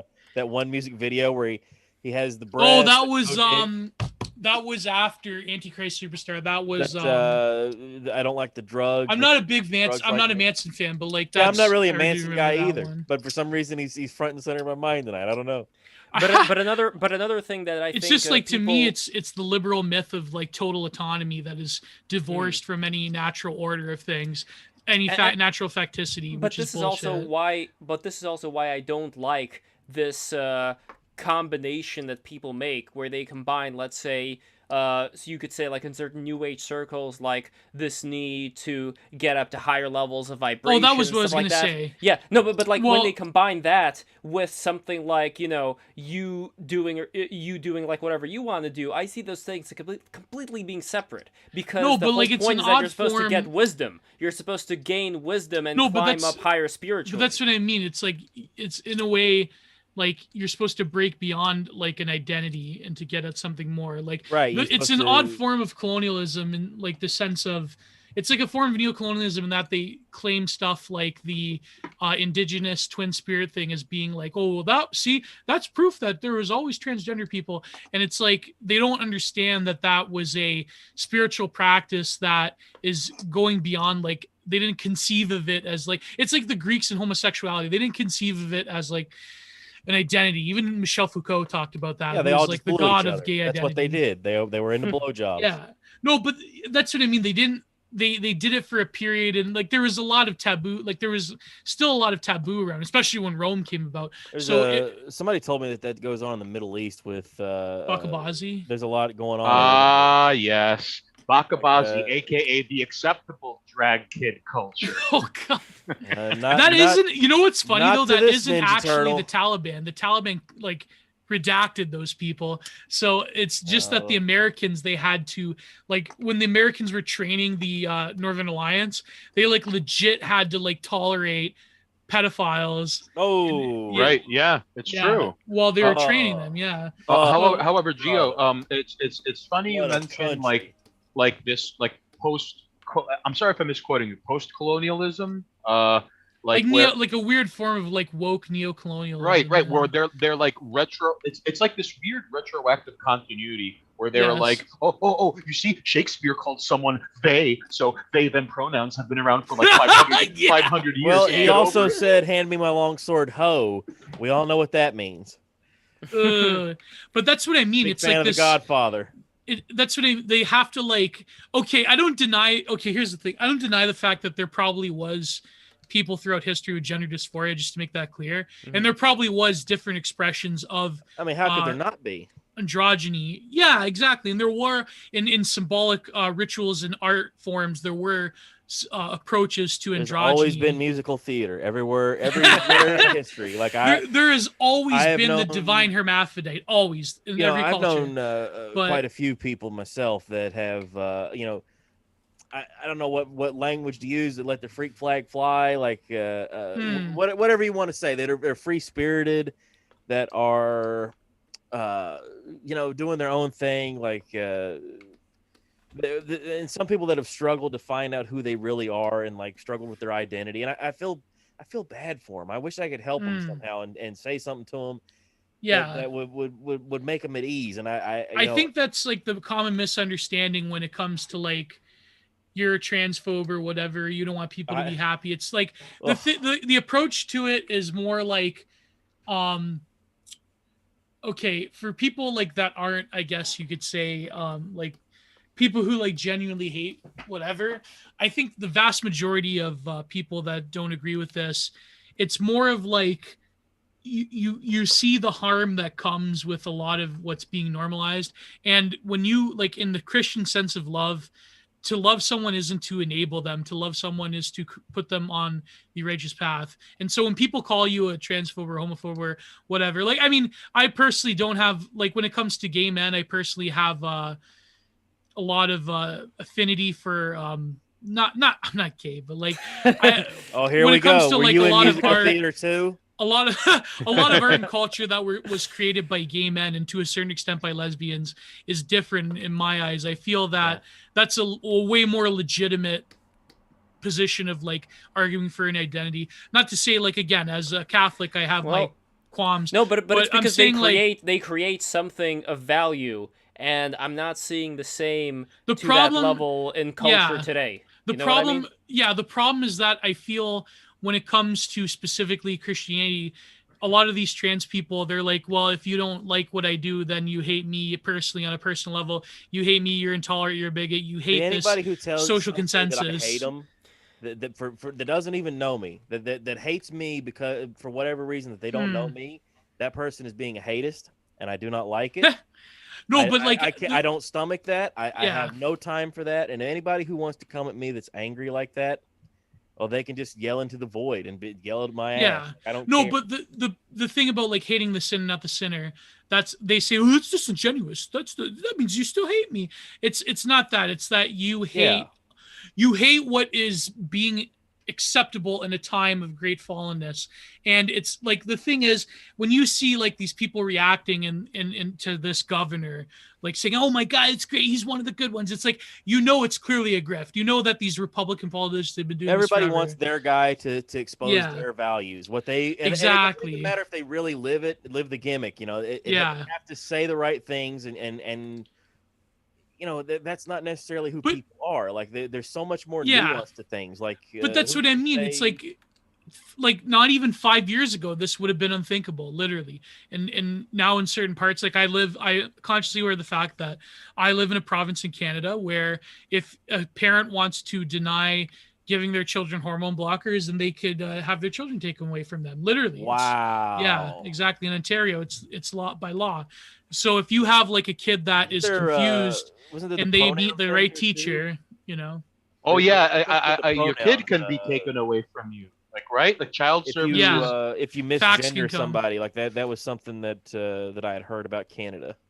Yeah, it's in Ontario and a few other BC and a few other. So provinces. If I say my good gal pal Geo, I'm gonna get in trouble in Canada. Yeah, palling around with my gal pal Geo. Well, yeah, I mean, he's a great gal. I'm a male lesbian, so it's cool. So, okay. But that's what I mean. Like the problem is like when you start. I'm a transbian, and don't you dare judge. A male lesbian. Okay. Yeah. Well, you're a male lesbian, and you also came out as a gamer, which is like. Yeah, that is in itself. Yeah, I'm 100% gamer. Gamer. I think one of the best. Our friend. Yeah, our Balzac mutual wrote. friend Egg. Philip Daniel said in the chat. Song, the 100% gamer. I thought that was the funniest thing in the world, where he's just gamer. Oh yeah, I'm a gamer. It's But so that's funny. But that's the thing. Like, I harbor no ill will towards. I mean, the only people I do harbor ill will towards is the people that are just like that. We don't even know their names, like the ghouls that run society, like people who really are very opportunistic and are out to like cause the maximum amount of like Oh, you mean people? chaos. You The mean people actual pushing? villains. You the mean real people? owners. You mean people pushing the social engineering from the top down? Like, Exactly. Like the average trans person on Twitter that's standing this and having a viral tweet over it. Like that's whatever, you know what I mean? Like I harbor no ill will towards people. And Yeah, we've why would had I people, care we've had what other transgender people on wanna the show do? and all that. So it's like, I don't, you know what I mean? Like the people I really despise are the people that lead others astray consciously. That is, the evil. As a groomers. Christian, I am by duty bound to almost see the evil in certain people that are like, and it just. I'm not even talking specifically about this issue. I'm talking about in general. oh, Yeah. you know what, Gio? I was having, I forgot who I had this conversation with, but like when you said it's not specifically about trans stuff, like I'll give you an No. example. All right. I've noticed, especially on Twitter, whenever a woman is a hardcore proponent of abortion, Mhm. she encourages others Yeah. to get it, and it's almost as if like I made this decision and I need to justify it by getting others to make that decision. And like I get like, listen, it starts and ends with like the woman, her body, her choice. But when the only voice is you should get an abortion and you should really get an abortion, Yeah. like you're only going to be funneled one way, and like leading people astray. No one ever Yes. like it's always like abortion this, abortion that, but no one ever talks about how See, like that's a gray area for me. Well, 'cause, not like, abortion, no way, that's not a gray area. Oh, But when right. it comes to people like that specific example, to me, it's a gray area because yes, they are consciously leading to the destruction of human life, but at the same time, I do feel that those type of people, they have to justify it in their own actions, so they have to be. I not to say that they're a victim. I mean, there are some who are victims. There are instances of forced abortions, or rather coercive abortions. But those type of women, it's kind of a gray area because yes, they are pushing it, but at the same time, they themselves have to find a justification. To me, the greater evil are the people at the top who have crafted legend, like the Ruth Bader Ginsburgs of the world. To me, are the greater ghouls than women on Twitter who have had abortions who are justifying it, but not to justify what they're doing. Obviously, I think if they are encouraging women to terminate their own children, then yes, they are doing a form of evil in my eyes. But they aren't. I don't know. It's hard to say because you don't want to start splitting hairs when it comes to the actual willful, purposeful destruction of innocent life. But I'm just saying, like, to me, on a personal level, I feel that to me it's a gray area. I gotta stop saying to me. To me, it's a gray It's a gray area in my opinion because I don't know. It's kind of, you know what I'm saying, Stained. It's like. Yeah, But I do agree with you. I do agree. I feel, but the problem though is that like the ones who are enacting this, like for example, like here's what's the best way to put this? I don't hold on. I just want to. Oh no, like screw choosing the right word. Okay, so like you had mentioned, like those who are writing legislation about this. All right, those I would argue. Real villains. I would argue. Listen, I would argue. Though, excuse me for using this. I have no other way to put it. But people who like they weaponize it. Like Yeah. they turn. Like let me give you an example. This is the only thing. Thanks, Charlie. This is the only way I know how to describe this, okay? Like here's an example.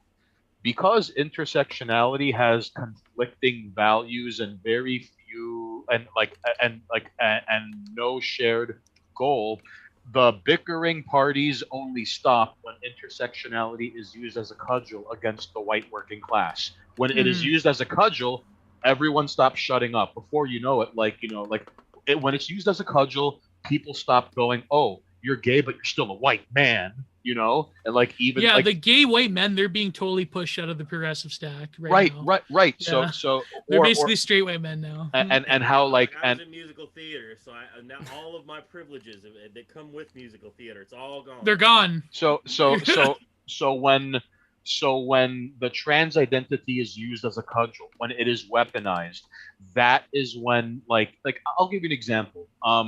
Like uh, I'll okay. Let me ask you, Gio. Do you see in the next 5 years, or maybe in the next 10 years? Because I do, and maybe I'm wrong. But in the next 5 and 10 years, like if you want to talk about people who deserve blame, like clinicians and therapists who Yes. green lighted that, like, Yes. listen, 5 to 10 years from now, there are going to be class action lawsuits against surgeons and There clinics will because be. Yes. because like listen, right now anyone who detransitions is being swept under the rug because their life experience invalidates the narrative. But Well, like, we've had our good friend of the show, yeah, Helen, come Helena. on. Yeah. Helena, come on. Yeah. Right. No, there will be. My greatest fear is that, like they've done with the vag scene manufacturers, they're going to basically shield them with legal protection. Like in Canada, it's almost impossible to sue surgeons, but in America, it's different. People are sue happy, so you never know. oh, USA! USA. Tort reform, USA. fuck you! USA. No, I do. I now- personally. all day. Now No, every but time where I do hear believe US in tort reform, but I do feel that it's kind of a fine line because tort reform is necessary in the States because they do go too far. But here in Canada, it's like impossible. Or in Europe, and a lot of places in Europe, it's like impossible to sue doctors and surgeons that have like seriously fucked people up. Yeah, every And, time you say tort reform, I just think of cake because Yeah, I that's know, the Russian tort. word for cake. Oh Yeah, yeah, it's that's a little right. tart. Yeah, but no, in America they do go too far. Like, you have like hot coffee stuff and. Oh, I mean, Wait, Well, how have coffee you- like are you the familiar with the like hot the coffee? GTA? Yeah, the Why- GTA. Are you familiar with the hot coffee lawsuit, Gio? I'm. There was a That bite. woman Was got- it a Netflix Not Netflix. There was a It was one of those- HBO it was documentary. one of them went in detail about it. That poor Yeah. woman didn't just get burned like She oh, her got coffee severely was hot. burned. Yeah. It was a severe burn. It was like, Yeah. you know, had to have surgery kind of burns, and just Yeah. She you know, had fifth, well fourth, burned her and fifth pussy degree off. Like, it burns. was awful. And But- it was an older yeah. woman. It was very embarrassing. She's with her son or grandson getting breakfast at McDonald's, and they hand her this nuclear hot coffee. Like that, they probably should have got the shit suit out of them. Yeah. And plus, it's McDonald's. And they ended up fucking- paying. And my yeah. understanding was that they had paid off people like certain talk shows, like the late night talk show circuit, that sort of thing, and like the morning shows. Oh yeah. They had actually slipped them money to or promised them like sponsorships, you know, whatever the deal was that was done, so that the guys would make jokes about it. And it's really sleazy. Like, Yeah, the idea you're that they right, were yeah. that we were worked. I hate the feeling of being worked like that. Well, now it's like the ready hand example of like people being ambulance chasers and abusing the Yeah. legal system. They say hot coffee, like you spilled coffee. Right, but and you now get we know sued, the right? truth. We saw the photos of that old woman's pussy Yeah. burned off by hot coffee. Like, that was I don't was want to a- laugh, but those it's a photos savage. were I mean, that gruesome. was a horrifying image. Like, Yeah. it burned the shit out of her legs. Like, her flesh had turned like a like a charred black color, like really awful. Like, right there on her private parts. Like, you can't tell me that McDonald's should not have paid out the ass for that. Oh yeah, yeah. And I Did think it was a they small eventually amount, get too. sued? Like, did she get money or what happened? So she was trying to get enough to cover her medical costs. That's all she wanted. Yeah. And I think they ended up getting a fraction of that. Like, they didn't quite. Oh get my what they should have.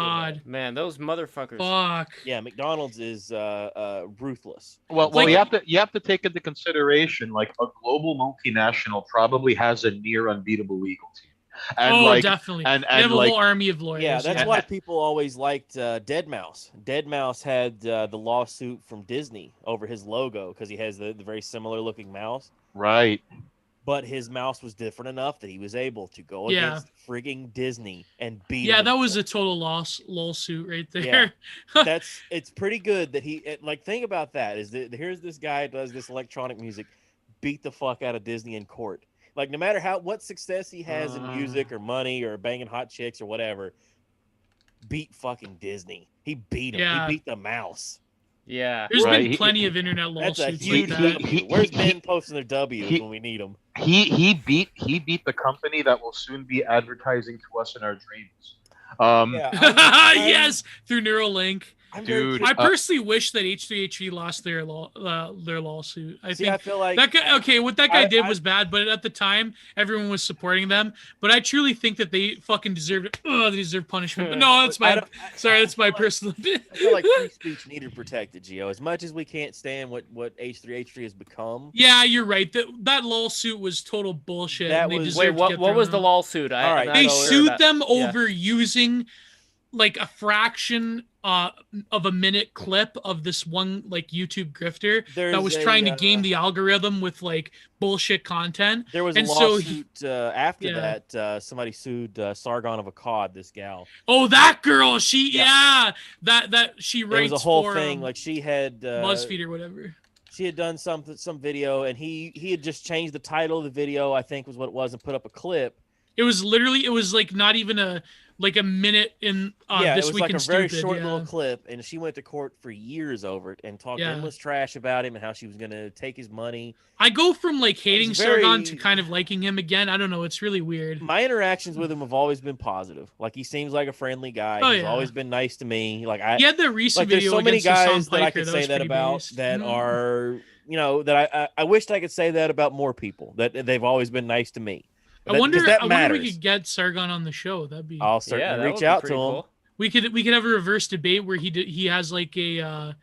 We'll bring on like a Radfem on, and we'll like get Nina Paley. Nina Paley. We'll get Nina. Oh no, but she's too based. She's too close to Sargon level to be. We need to get like We need to get like a well, it's very hard to get any trans activist on because obviously like there's just too much nuclear heat with like the people like we've tried before, it just hasn't panned out. But it's like I don't know, it's very hard to find. I don't mean to single them out, but it's very hard to find like a trans activist who is willing to come on and debate with TERFs like Nina Paley. Well, there's people who don't want to talk. That's the thing, is that Sargon versus Logo. Oh my god! To have that conversation. Sargon versus Logo. Like, hey, you'd be surprised. I think that Sargon could win that, not because he's smarter. Obviously, he's dumber. But like, the thing is that I think Logo, Sargon, he's very good at tricking people in debates over the years. So he's got the experience to like really like hammer into people. So I don't know. It'd be pretty curious. Like, I'd like to do a debate with somebody just so I could mock the whole idea of a debate. Oh yeah, make a complete ass of myself. Because it's at what point when you show up to debate a guy who's named the Bastard, are you embarrassed yourself? Like you've already, because the whole idea of the Bastard is, the Bastard is debased. Like he's beyond base. Does Mass Bastard can go no lower? Yes. That's exactly the gimmick, is that I'm the lowest of the low, the worst of the worst. Nobody is as bad as me. And, he's like Tuco to Angel Eyes. Well, that is the whole idea with BTR, that we bring on, like really like high quality professional people. Like we had Andrea Seabrook on, and she worked for NPR. She was the host of All Things Considered. And then Considered. you unleash the bastard. Exactly. I just feel that the problem I have is that the activists really push you to being more like hateful than you actually are deep down in your heart. So it's kind of like, I just don't see myself being hateful with it. You know that guy? I don't have that kind of. No, there are some people. Okay, there are some people like. Do you know that guy? Oh, I'm sorry, I'm misgendering him. Do you know that guy that tried to go after James with this photo, tried to dox him, and he was like had this tweet where he wanted like a future where like androgynous trans people like basically sexually assault straight men. Like he had all this want really that future. You know this. Like you know the tweet I'm talking about. And the guy looks. I don't think I've seen people try to do the James thing, like, oh, look at this guy. This is the guy who runs women posting their L's, and he always responds like retweeting it, going, yeah, that's me. Look, this is my profile. It's right there. But this person, how stupid can you be? Tried to go after James with this photo and tried to dox him, and he had this tweet that was like really crazy, like really like even like for ordinary trans people is like we don't want anything to do with this person. And it turns out that don't quote me on this, but I do believe that this guy was pinched for doing stuff on Discord with younger people. So that's so I don't understand this thing about, well, this is the guy that runs Women's Post of the Real. Like, he looks like James looks like the most normal dude. Yeah.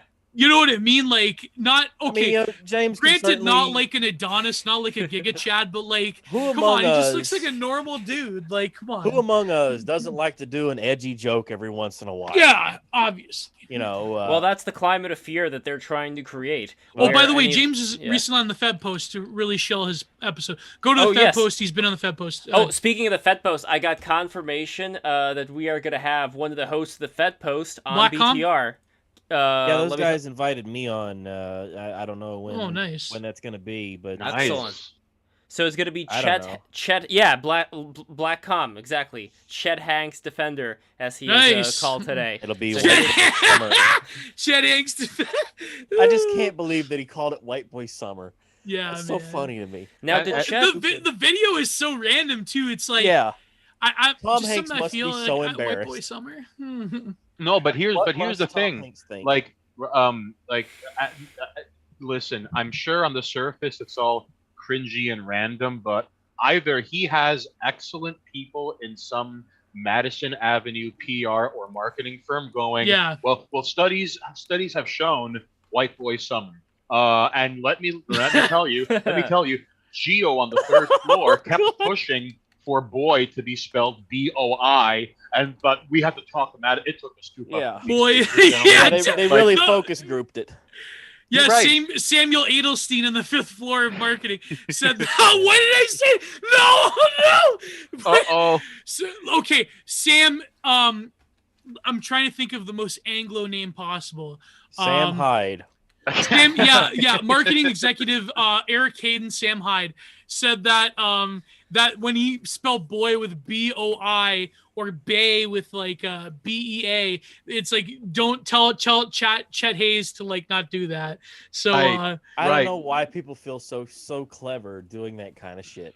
Like, we're subverting language. Look at us. Aren't we clever? Like, that used to be the thing online with the elite speak. Like, that's such... No, there's literally, like, boomer blue wave people, like, blue anon people that are, like, using, like, millennial, like, Twitter lingo from, like, 10 years ago. I've heard people actually say LOL out loud rather than just laugh. I've done that a few times. I can't figure that shit out. Like, how deep into shit do you have to be to not just have the physical body reaction? I've heard people say things like hashtag and then follow it up with like a word, and it's like, bro, we're not like. People, that was such a 2010s thing. Whenever I do hashtags, I always want to hashtag. That always seems like the stupidest, dumbest gag to me. Here's all these hashtags, and then I'll just hashtag the word hashtag. I'm sorry, Love, go ahead. Oh, no. I just want to say one of my favorite, hold on, what did I want to say? Hold on. So, there was that Larry David clip with the woman who kept saying LOL and how the husband hired Larry David to talk her out of saying LOL to kind of like comment how it was bad. But, I forgot. There was one other thing I want to say. It's gonna go back. Go for it.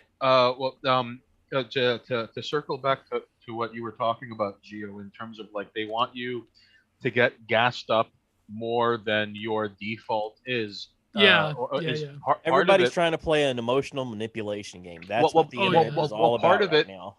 Part of it is because a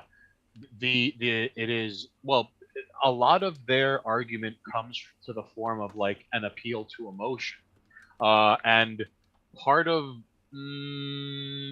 what makes it tricky to unpack in real time is that like they want you to meet them in their arena of like losing their shit. However, like here's the thing, okay? Like what I like to do is like, and I should know better, and I should really stop doing this. Like I'm on Twitter, but like let's say I tweet something, all right? Let's say I tweet something and someone like, I'll give you an example. remember the Grammys and they had that like wet ass pussy scissoring scene during Oh the song? God, yeah. So yeah, I yeah. quote tweeted a clip of that and I said our grandparents would not consider us human. All right. Oh, that's So true. so My someone grandparents certainly wouldn't. someone replied to that with your grandparents made my grandparents drink out of a separate water fountain. So I quote tweet that and go, I'd like to hear what Greece or Ecuador has done to the plight of the African Americans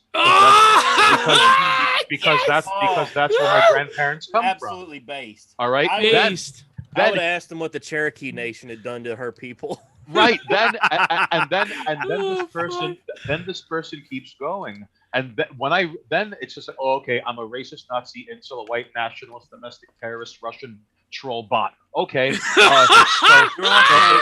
if that's what they're calling They also me, called you a nerd. that's amazing. That's below the belt. So I know from my there, family. I come from a long line of carpenters and peasant farmers.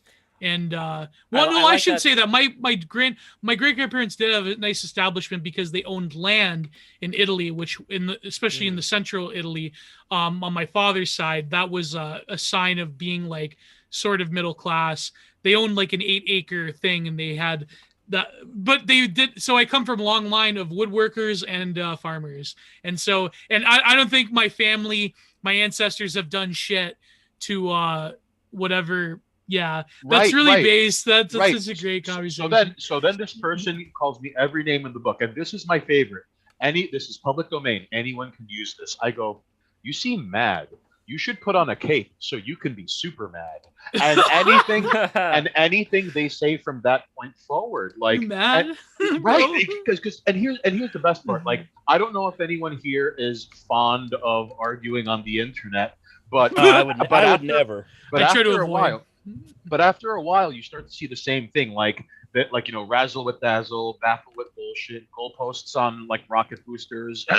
then they call you a bot because they have to dehumanize you because they're like, if I see this person as anything other than a person, I could easily dismiss and not have to resort to mental gymnastics or semantic. I don't think I've ever jujitsu. done that to someone online. The only one time I've dismissed somebody was when I talked about how in a lot of developing countries, not outside of the West, I was saying about how thievery is akin to death for a lot of people. So therefore thievery is always punished with like almost like a capital punishment, because thievery is like stealing is the ultimate. It's so dishonorable. Sign of dishonor and because for a lot of hell. Yeah, because for a lot of precariat people, stealing from them could literally mean that they're not going to eat that day. So I'd always heard that like Japan would cut off a finger or cut off his hands. Like really, really. In Brazil, you don't want to just Google. Go to Lively's Google thievery in Brazil. You don't know. You don't want to know what happens. So this person said that just admit that you want to shoot black people, bro. And I said to them, that's a hell of a reach. Yeah, and I that said, is Space Jam reach. And I said, A, I'm talking about like people who are black themselves. And B, you have a mask in your profile picture. Therefore, you are a total over socialization case. And this guy got fucking ratioed. But that was the only time apart from when I first started Twitter, when I was years and years ago. But like, apart from that, like that was probably the only instance where I like immediately dismissed someone based on what they. Golly, like, I have so many people that I immediately dismiss. Like there's people that I don't even. I don't even look at half the shit people write to me. Like it's just because it's so angry. I just go through. If I think everybody's gonna be mad at me in a thread, I just go through, make sure I like everything. If it's already got a bunch of likes, I go, all right. This means somebody's getting some heat.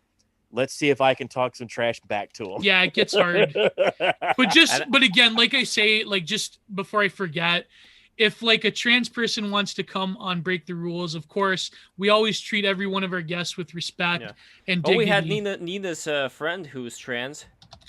Did we? Yeah. Oh, yeah, that's right. I could ask around some of the circles I'm in, see if anybody wants to come one last thing. What I've always found fascinating when it comes to arguing with people on the internet is like, well, two things. One, say what you will about Christopher Hitchens. Like when he was right, he was right, and he said when they move on to the ad hominem, I consider that a victory. Where like because now like you're no longer attacking the argument, you're attacking the person. Number two, and when people get like unusually specific, like, oh, you're probably a 25-year-old man who lives in his basement and wouldn't even know what to do with, and then it's like, whoa there, buddy, project any harder, you're gonna call me Trady 56302. Like, take it easy there, I've had buddy. people. The only time, okay, not to go into the detail, but people who have been following me for a while, there is this one person that we had a bit of a falling out.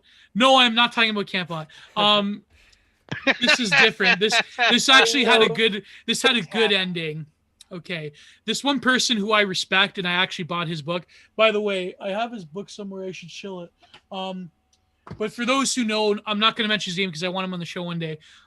We had a falling out due to a tweet where I criticized his podcasting organization. And I'll be honest, I still have reservations about some of the people involved, but at the same time, what he does is quite quality. But we had a falling out, and he blocked me, and he sent me these messages, and I didn't respond. I listened to the advice of people that told me not to just like, basically ignore it. And people, they took my photo and they used it against me, and they're like, this is fat motherfucker, he looks terrible, blah, blah, blah. But so I was really bummed. But then he and like, I'll never forget this, because to me, this is a sign of being a man and being someone with honor and someone I can trust, unlike a few other people I can mention. He publicly on a live stream apologized to me, and we are he got banned in the recent ban wave. I'm really upset, and he doesn't want to come back because he recently had a kid, and so he might come back on Twitter.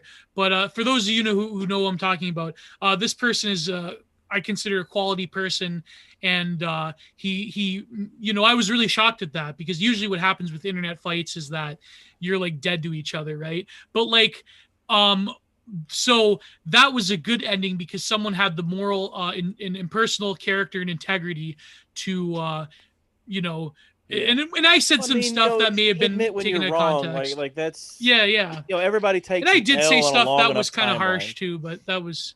I mean, in the moment, everybody gets mad, everybody gets heated. I find that when I'm going for a joke, I go pretty hard. Like, it's nothing personal. It's just. It is what it is. Like the whole the nostalgic. By the way, do you like the smiley face guy over here? Oh yeah, pretty hard on the smiley face guy. Oh, he's got the third eye. Yeah, inside the fish thing. I mean, should I mention his name, Lev? Sure, go for it. Okay, it was Borzy. So Borozy. I don't know how to pronounce his name. It's like the dog, right? Like the Russian. Yeah, dog. Helios pronounces it Borzoi, but I just say Borzy. Is his book any good? Oh yes, by the way, let me. You know what? Now that I mentioned it, oh fuck, where is it? Oh my god. Maybe I'll write a book about philosophy. That'd be fun. Oh, I can't believe I have it. I have like a big pile. It would be a lot of jokes. That's my philosophy. Every page it has to have a belly laugh somewhere on it. One last thing about art tough to get internet that what I've always found fascinating is you're getting under their skin when they're copying either words or entire chunks of text and throwing it back at you. That is my favorite. Like, come on, homie. You're not even. And the best part, I always advise people, just if you're getting that kind of nuclear heel heat, and it's like go home up, heat. If animation Twitter decides to cancel you, and anytime I get like more than, let's say, 100 likes on something, I just turn it off. I go, I can't look at this anymore, because it's just gonna feed jam up the feed. Then I won't be able to see what other people are liking, and it just. It's hard to parse out what people like and what people aren't liking, and then to look and see what people are getting mad at. That's the thing that I'm trying to look for, is like, all right, what did I piss people off with? Yeah, it's very hard to have that level of humility. I mean, it's especially with the internet. It's you have to be a complete bastard. Well, when people see that when people observe you actually trying to talk calmly and logically, the problem is that that side of Twitter ends up interpreting that as sea lining. Right. I try to go as hard as possible back at them and turn whatever woke thing they're going at me at. I'll just turn it back on them and go 10 times woker. That's a good. That's Like a good strategy. no matter what Oh, the yeah. argument is, go. If it's you can't say that, go. Well, actually, I'm Jewish, so I can, or actually, I'm gay, so I can. Actually, I'm a clown, so I can say anything I want to about the circus. Well. Here's what that's the thing. What I really admire about Charlie's approach, and if this is, I'm not trying to make you up to be something you're not. So feel free to tell me. Oh, I'm just a bastard. That's all I am. I'm just an absolute bastard. Because it's this line from there's a TLDR. There's a band called Lard, all right, and they have a song called Bozo Skeleton, and it's Jello Biafra from Dead Kennedys and like the two main dudes from Ministry. So they have a song called Bozo Skeleton, and one of the lines is, my job is to make fun of everyone because I know that I'm the biggest joke of all. I read a headline the other day, a clown died from a pie in the face. Like, I've always got that vibe from you, Charlie, ever since That's the day exact one. vibe I'm going for. Like, And there's nobody who's more of a joke than me. Because I often have periods where I just feel absolute despair. And the only thing that gets me through is to go for that belly laugh, to get the room laughing, to hold court with people, to be that guy. If I don't feel like I'm doing that, I go, all right, well, what am I even doing? Like this is just another waste of time. Let's just like we're just being the absolute asshole, the bastard, and well, Mass Bastard, I gotta say you are an amazing inspiration to me personally. Your spirit being on the stream, like ever since we met, and I hope that we'll get to meet in real life very soon, buddy. But it has been a tremendous experience. I try to lift everybody up. I think about the rising tide lifts all ships. That sticks in my head every day. I there was a John Cena. You want to talk about your boy Adam Carolla? It was a John Cena interview with him that really like lit a fire under my ass about a rising tide lifting all ships. About and he went into a lot of the things that he was doing. Like when he started off wrestling, he went out and bought. He spent the first check he got, or the first like so many months of check that he got. He went out and bought sneakers and jeans or the jean shorts and sneakers and shirts that matched up with every town's local heroes, like local sports teams. That way he could always go in and get, some amount of babyface heat. Yeah. Right there off of that. And so that's... Wait, what's babyface heat? That's good guy heat. You want to be a good guy. So he's going in as the good guy wearing Chicago Bulls stuff. Everybody already likes the Chicago Bulls. So that's in their mind of, I like this guy. Whereas, think of it like cowboy movies where the cowboy with the white hat's the good guy, cowboy with a black hat, he rolls into town. This is the bad guy. You understand very, very clearly and immediately. That's why I picked the Ninja Turtle, Michelangelo. Michelangelo's the party guy. Everybody understands the symbol of fun. He brings the party where he goes. Yeah. And the picture that I have is so aloof and dumb. Of just this dumbfounded, like, Oh, but it's disarming, and you know what? Exactly. Anybody who's going to argue with that, like, go for it. Like you're arguing with yourself, right? And one of my favorite things is like I remember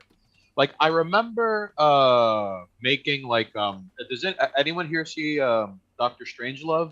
Mm-hmm. Oh yeah. All right. Oh, of course. Yeah, we're big Hubert guys here. Remember. Okay, so the scenes when like you see everyone sitting around the table and behind them is the board and it's like a big circle of people like sitting around this table.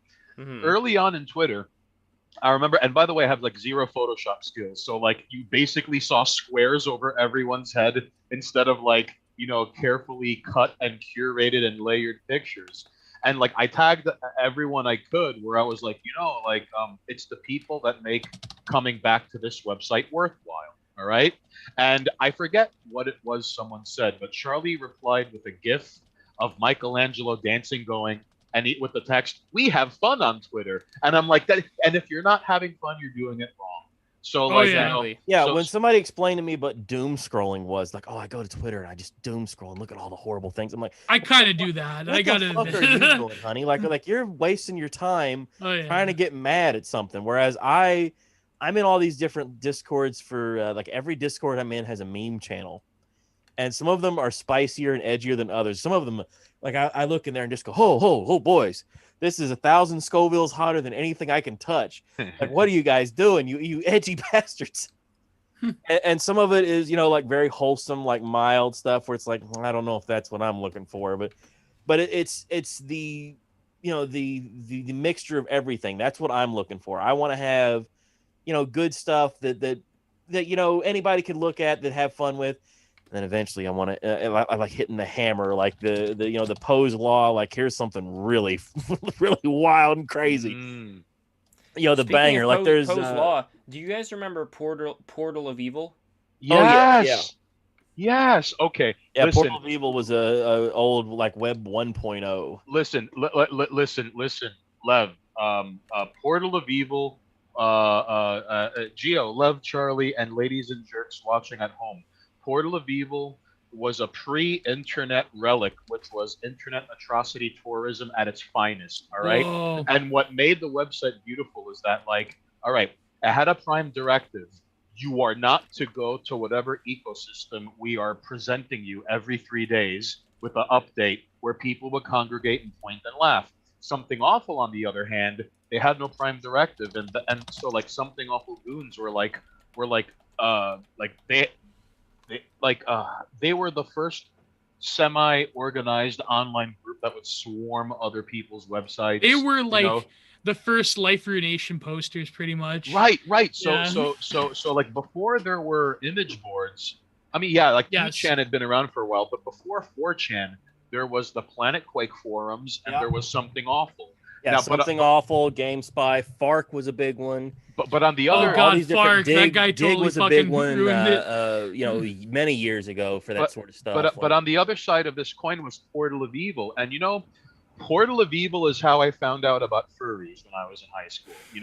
I Portal found of out Evil. from a web forum. I was a moderator. Somehow I had hornswoggled my way in to be a moderator on a Godzilla forum, and Oh God. there was furry art of Godzilla in compromising positions, and I felt overwhelmed by that. I Man, thought, their what So- are you guys up to here? Like this. So But I Portal eventually of left. Evil, I was like, I can't hang with this, man. Like this is too much for me. Like I can't.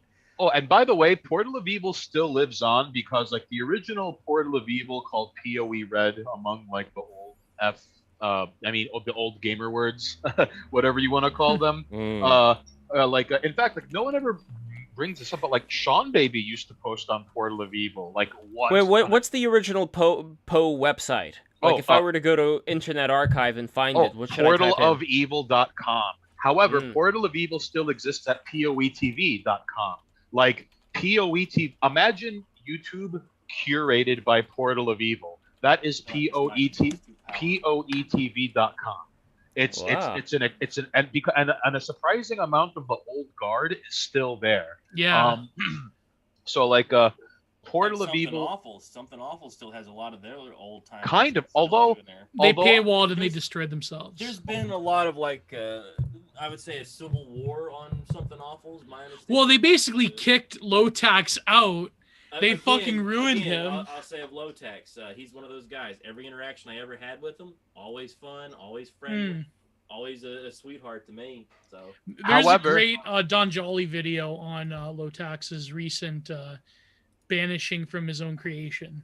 So, to see what he does next. If he just tries to open up another website. Oh my Oh, look, guys! By the way, look, there it is. Attaboy. That's Portal of this is Evil. the all right. archive. But this was like the first time where Schizos like legit tried to like ruin people on the internet at random. Like, Yeah. I mean, Something Awful did have like The awful link of the day. yeah, like Awful Link of the Day, some random stuff. Like I never was on Something Awful, but they would have like interesting stuff. Like they would try to like do the social experiment before it was even a thing. It was really like using like postmodern like digital simulacra to like make people like randos famous. The one was what was it, the Bethesda County water thing, water agency, water regulation, and they would like come up with stories with like the people that had this like water regulatory agency in California. They would have this website and they would like come up with all these stories about how there's like this gripping power struggle in this water regulatory agency. That's funny. That's good shit. It was equal parts like disinfo, culture jamming, and shit posting. Yeah, exactly. So, but Boys, what happened I is, hate but to then cut what it short happened and was leave like again, all but, that stuff migrated to 4chan. But I got to and they kicked out bounce. It's Edgy. I got Yeah, I Dungeons and got to Dragons at bounce 3 as as well. well. Shit, yeah, I I got some gotta- Australians yeah. to hang with. oh yeah, All right, Charlie, guys. Yes. Charlie, just one last thing. Yep. The only thing, like I have no ill towards low tax, but if you tell someone their movie sucks and then chat like, I will fight you Bull in a boxing ring. You Bull, whooped that dude. Like, and you Bull is no slouch. He Like, didn't understand that he didn't know before he got into that U-Bowl was a whatever you call that, like an amateur boxer in Germany. He didn't understand that. He didn't know what that meant. Yeah. he was Germany's equivalent got of like lit a up. Golden Gloves champion. Like if I was to fight U-Bowl, I feel like I would at least practice boxing, at least know to have my hands up, because Lotax got the dog shit beat out of him. And there were several other guys got the dog shit beat out of them. Yep. But it was quite the event. I got to bounce, fellas. It's Mask Bastard on Twitter, Charles Kahn on Twitch and YouTube. Everybody like and subscribe. Break the rules on YouTube. Gotcha. Ladies and germs Adios, watching fellas. at home. Have a good night, Charlie. Have a good night, Have a boys. good night, guys. Good night, All right, ladies this and is jerks. it. Subscribe I'm to gonna- 718 TV. Invest in Lev. Invest in love. Thank love. you. All right, here we go. I am ending the stream right now. I am dead tired. I'm tired as a corpse right now. I'm ready to go to bed, but I was drawing this whole time, so this is progress. I like this, Geo. I like the fact that I'm able to draw and like work on stuff while doing the streams. I think that is very that is next level right there. And by the way, Lev, thank you for sending a link on thank you for sending a link on No Notice. I'm so glad I was able to be like, I'm halfway done through laundry. I got this shit. So like when I had to excuse myself earlier, I'm like, oh fuck, I hope no one takes my clothes at the dryer. Like so no, man. Well, brother, thank you so much for being here. And I really appreciate that you were able to come in. And here's how the pyramid's looking, by the way. So this is, I think it's pretty much done now, this pyramid. Pretty soon you're going to see this inside of After Effects, what this looks like with these guys and so on and so forth. And, of course, we also have the fellas that we drew, the mustache people, here. All these fellas over here. So they are going to have their own cards.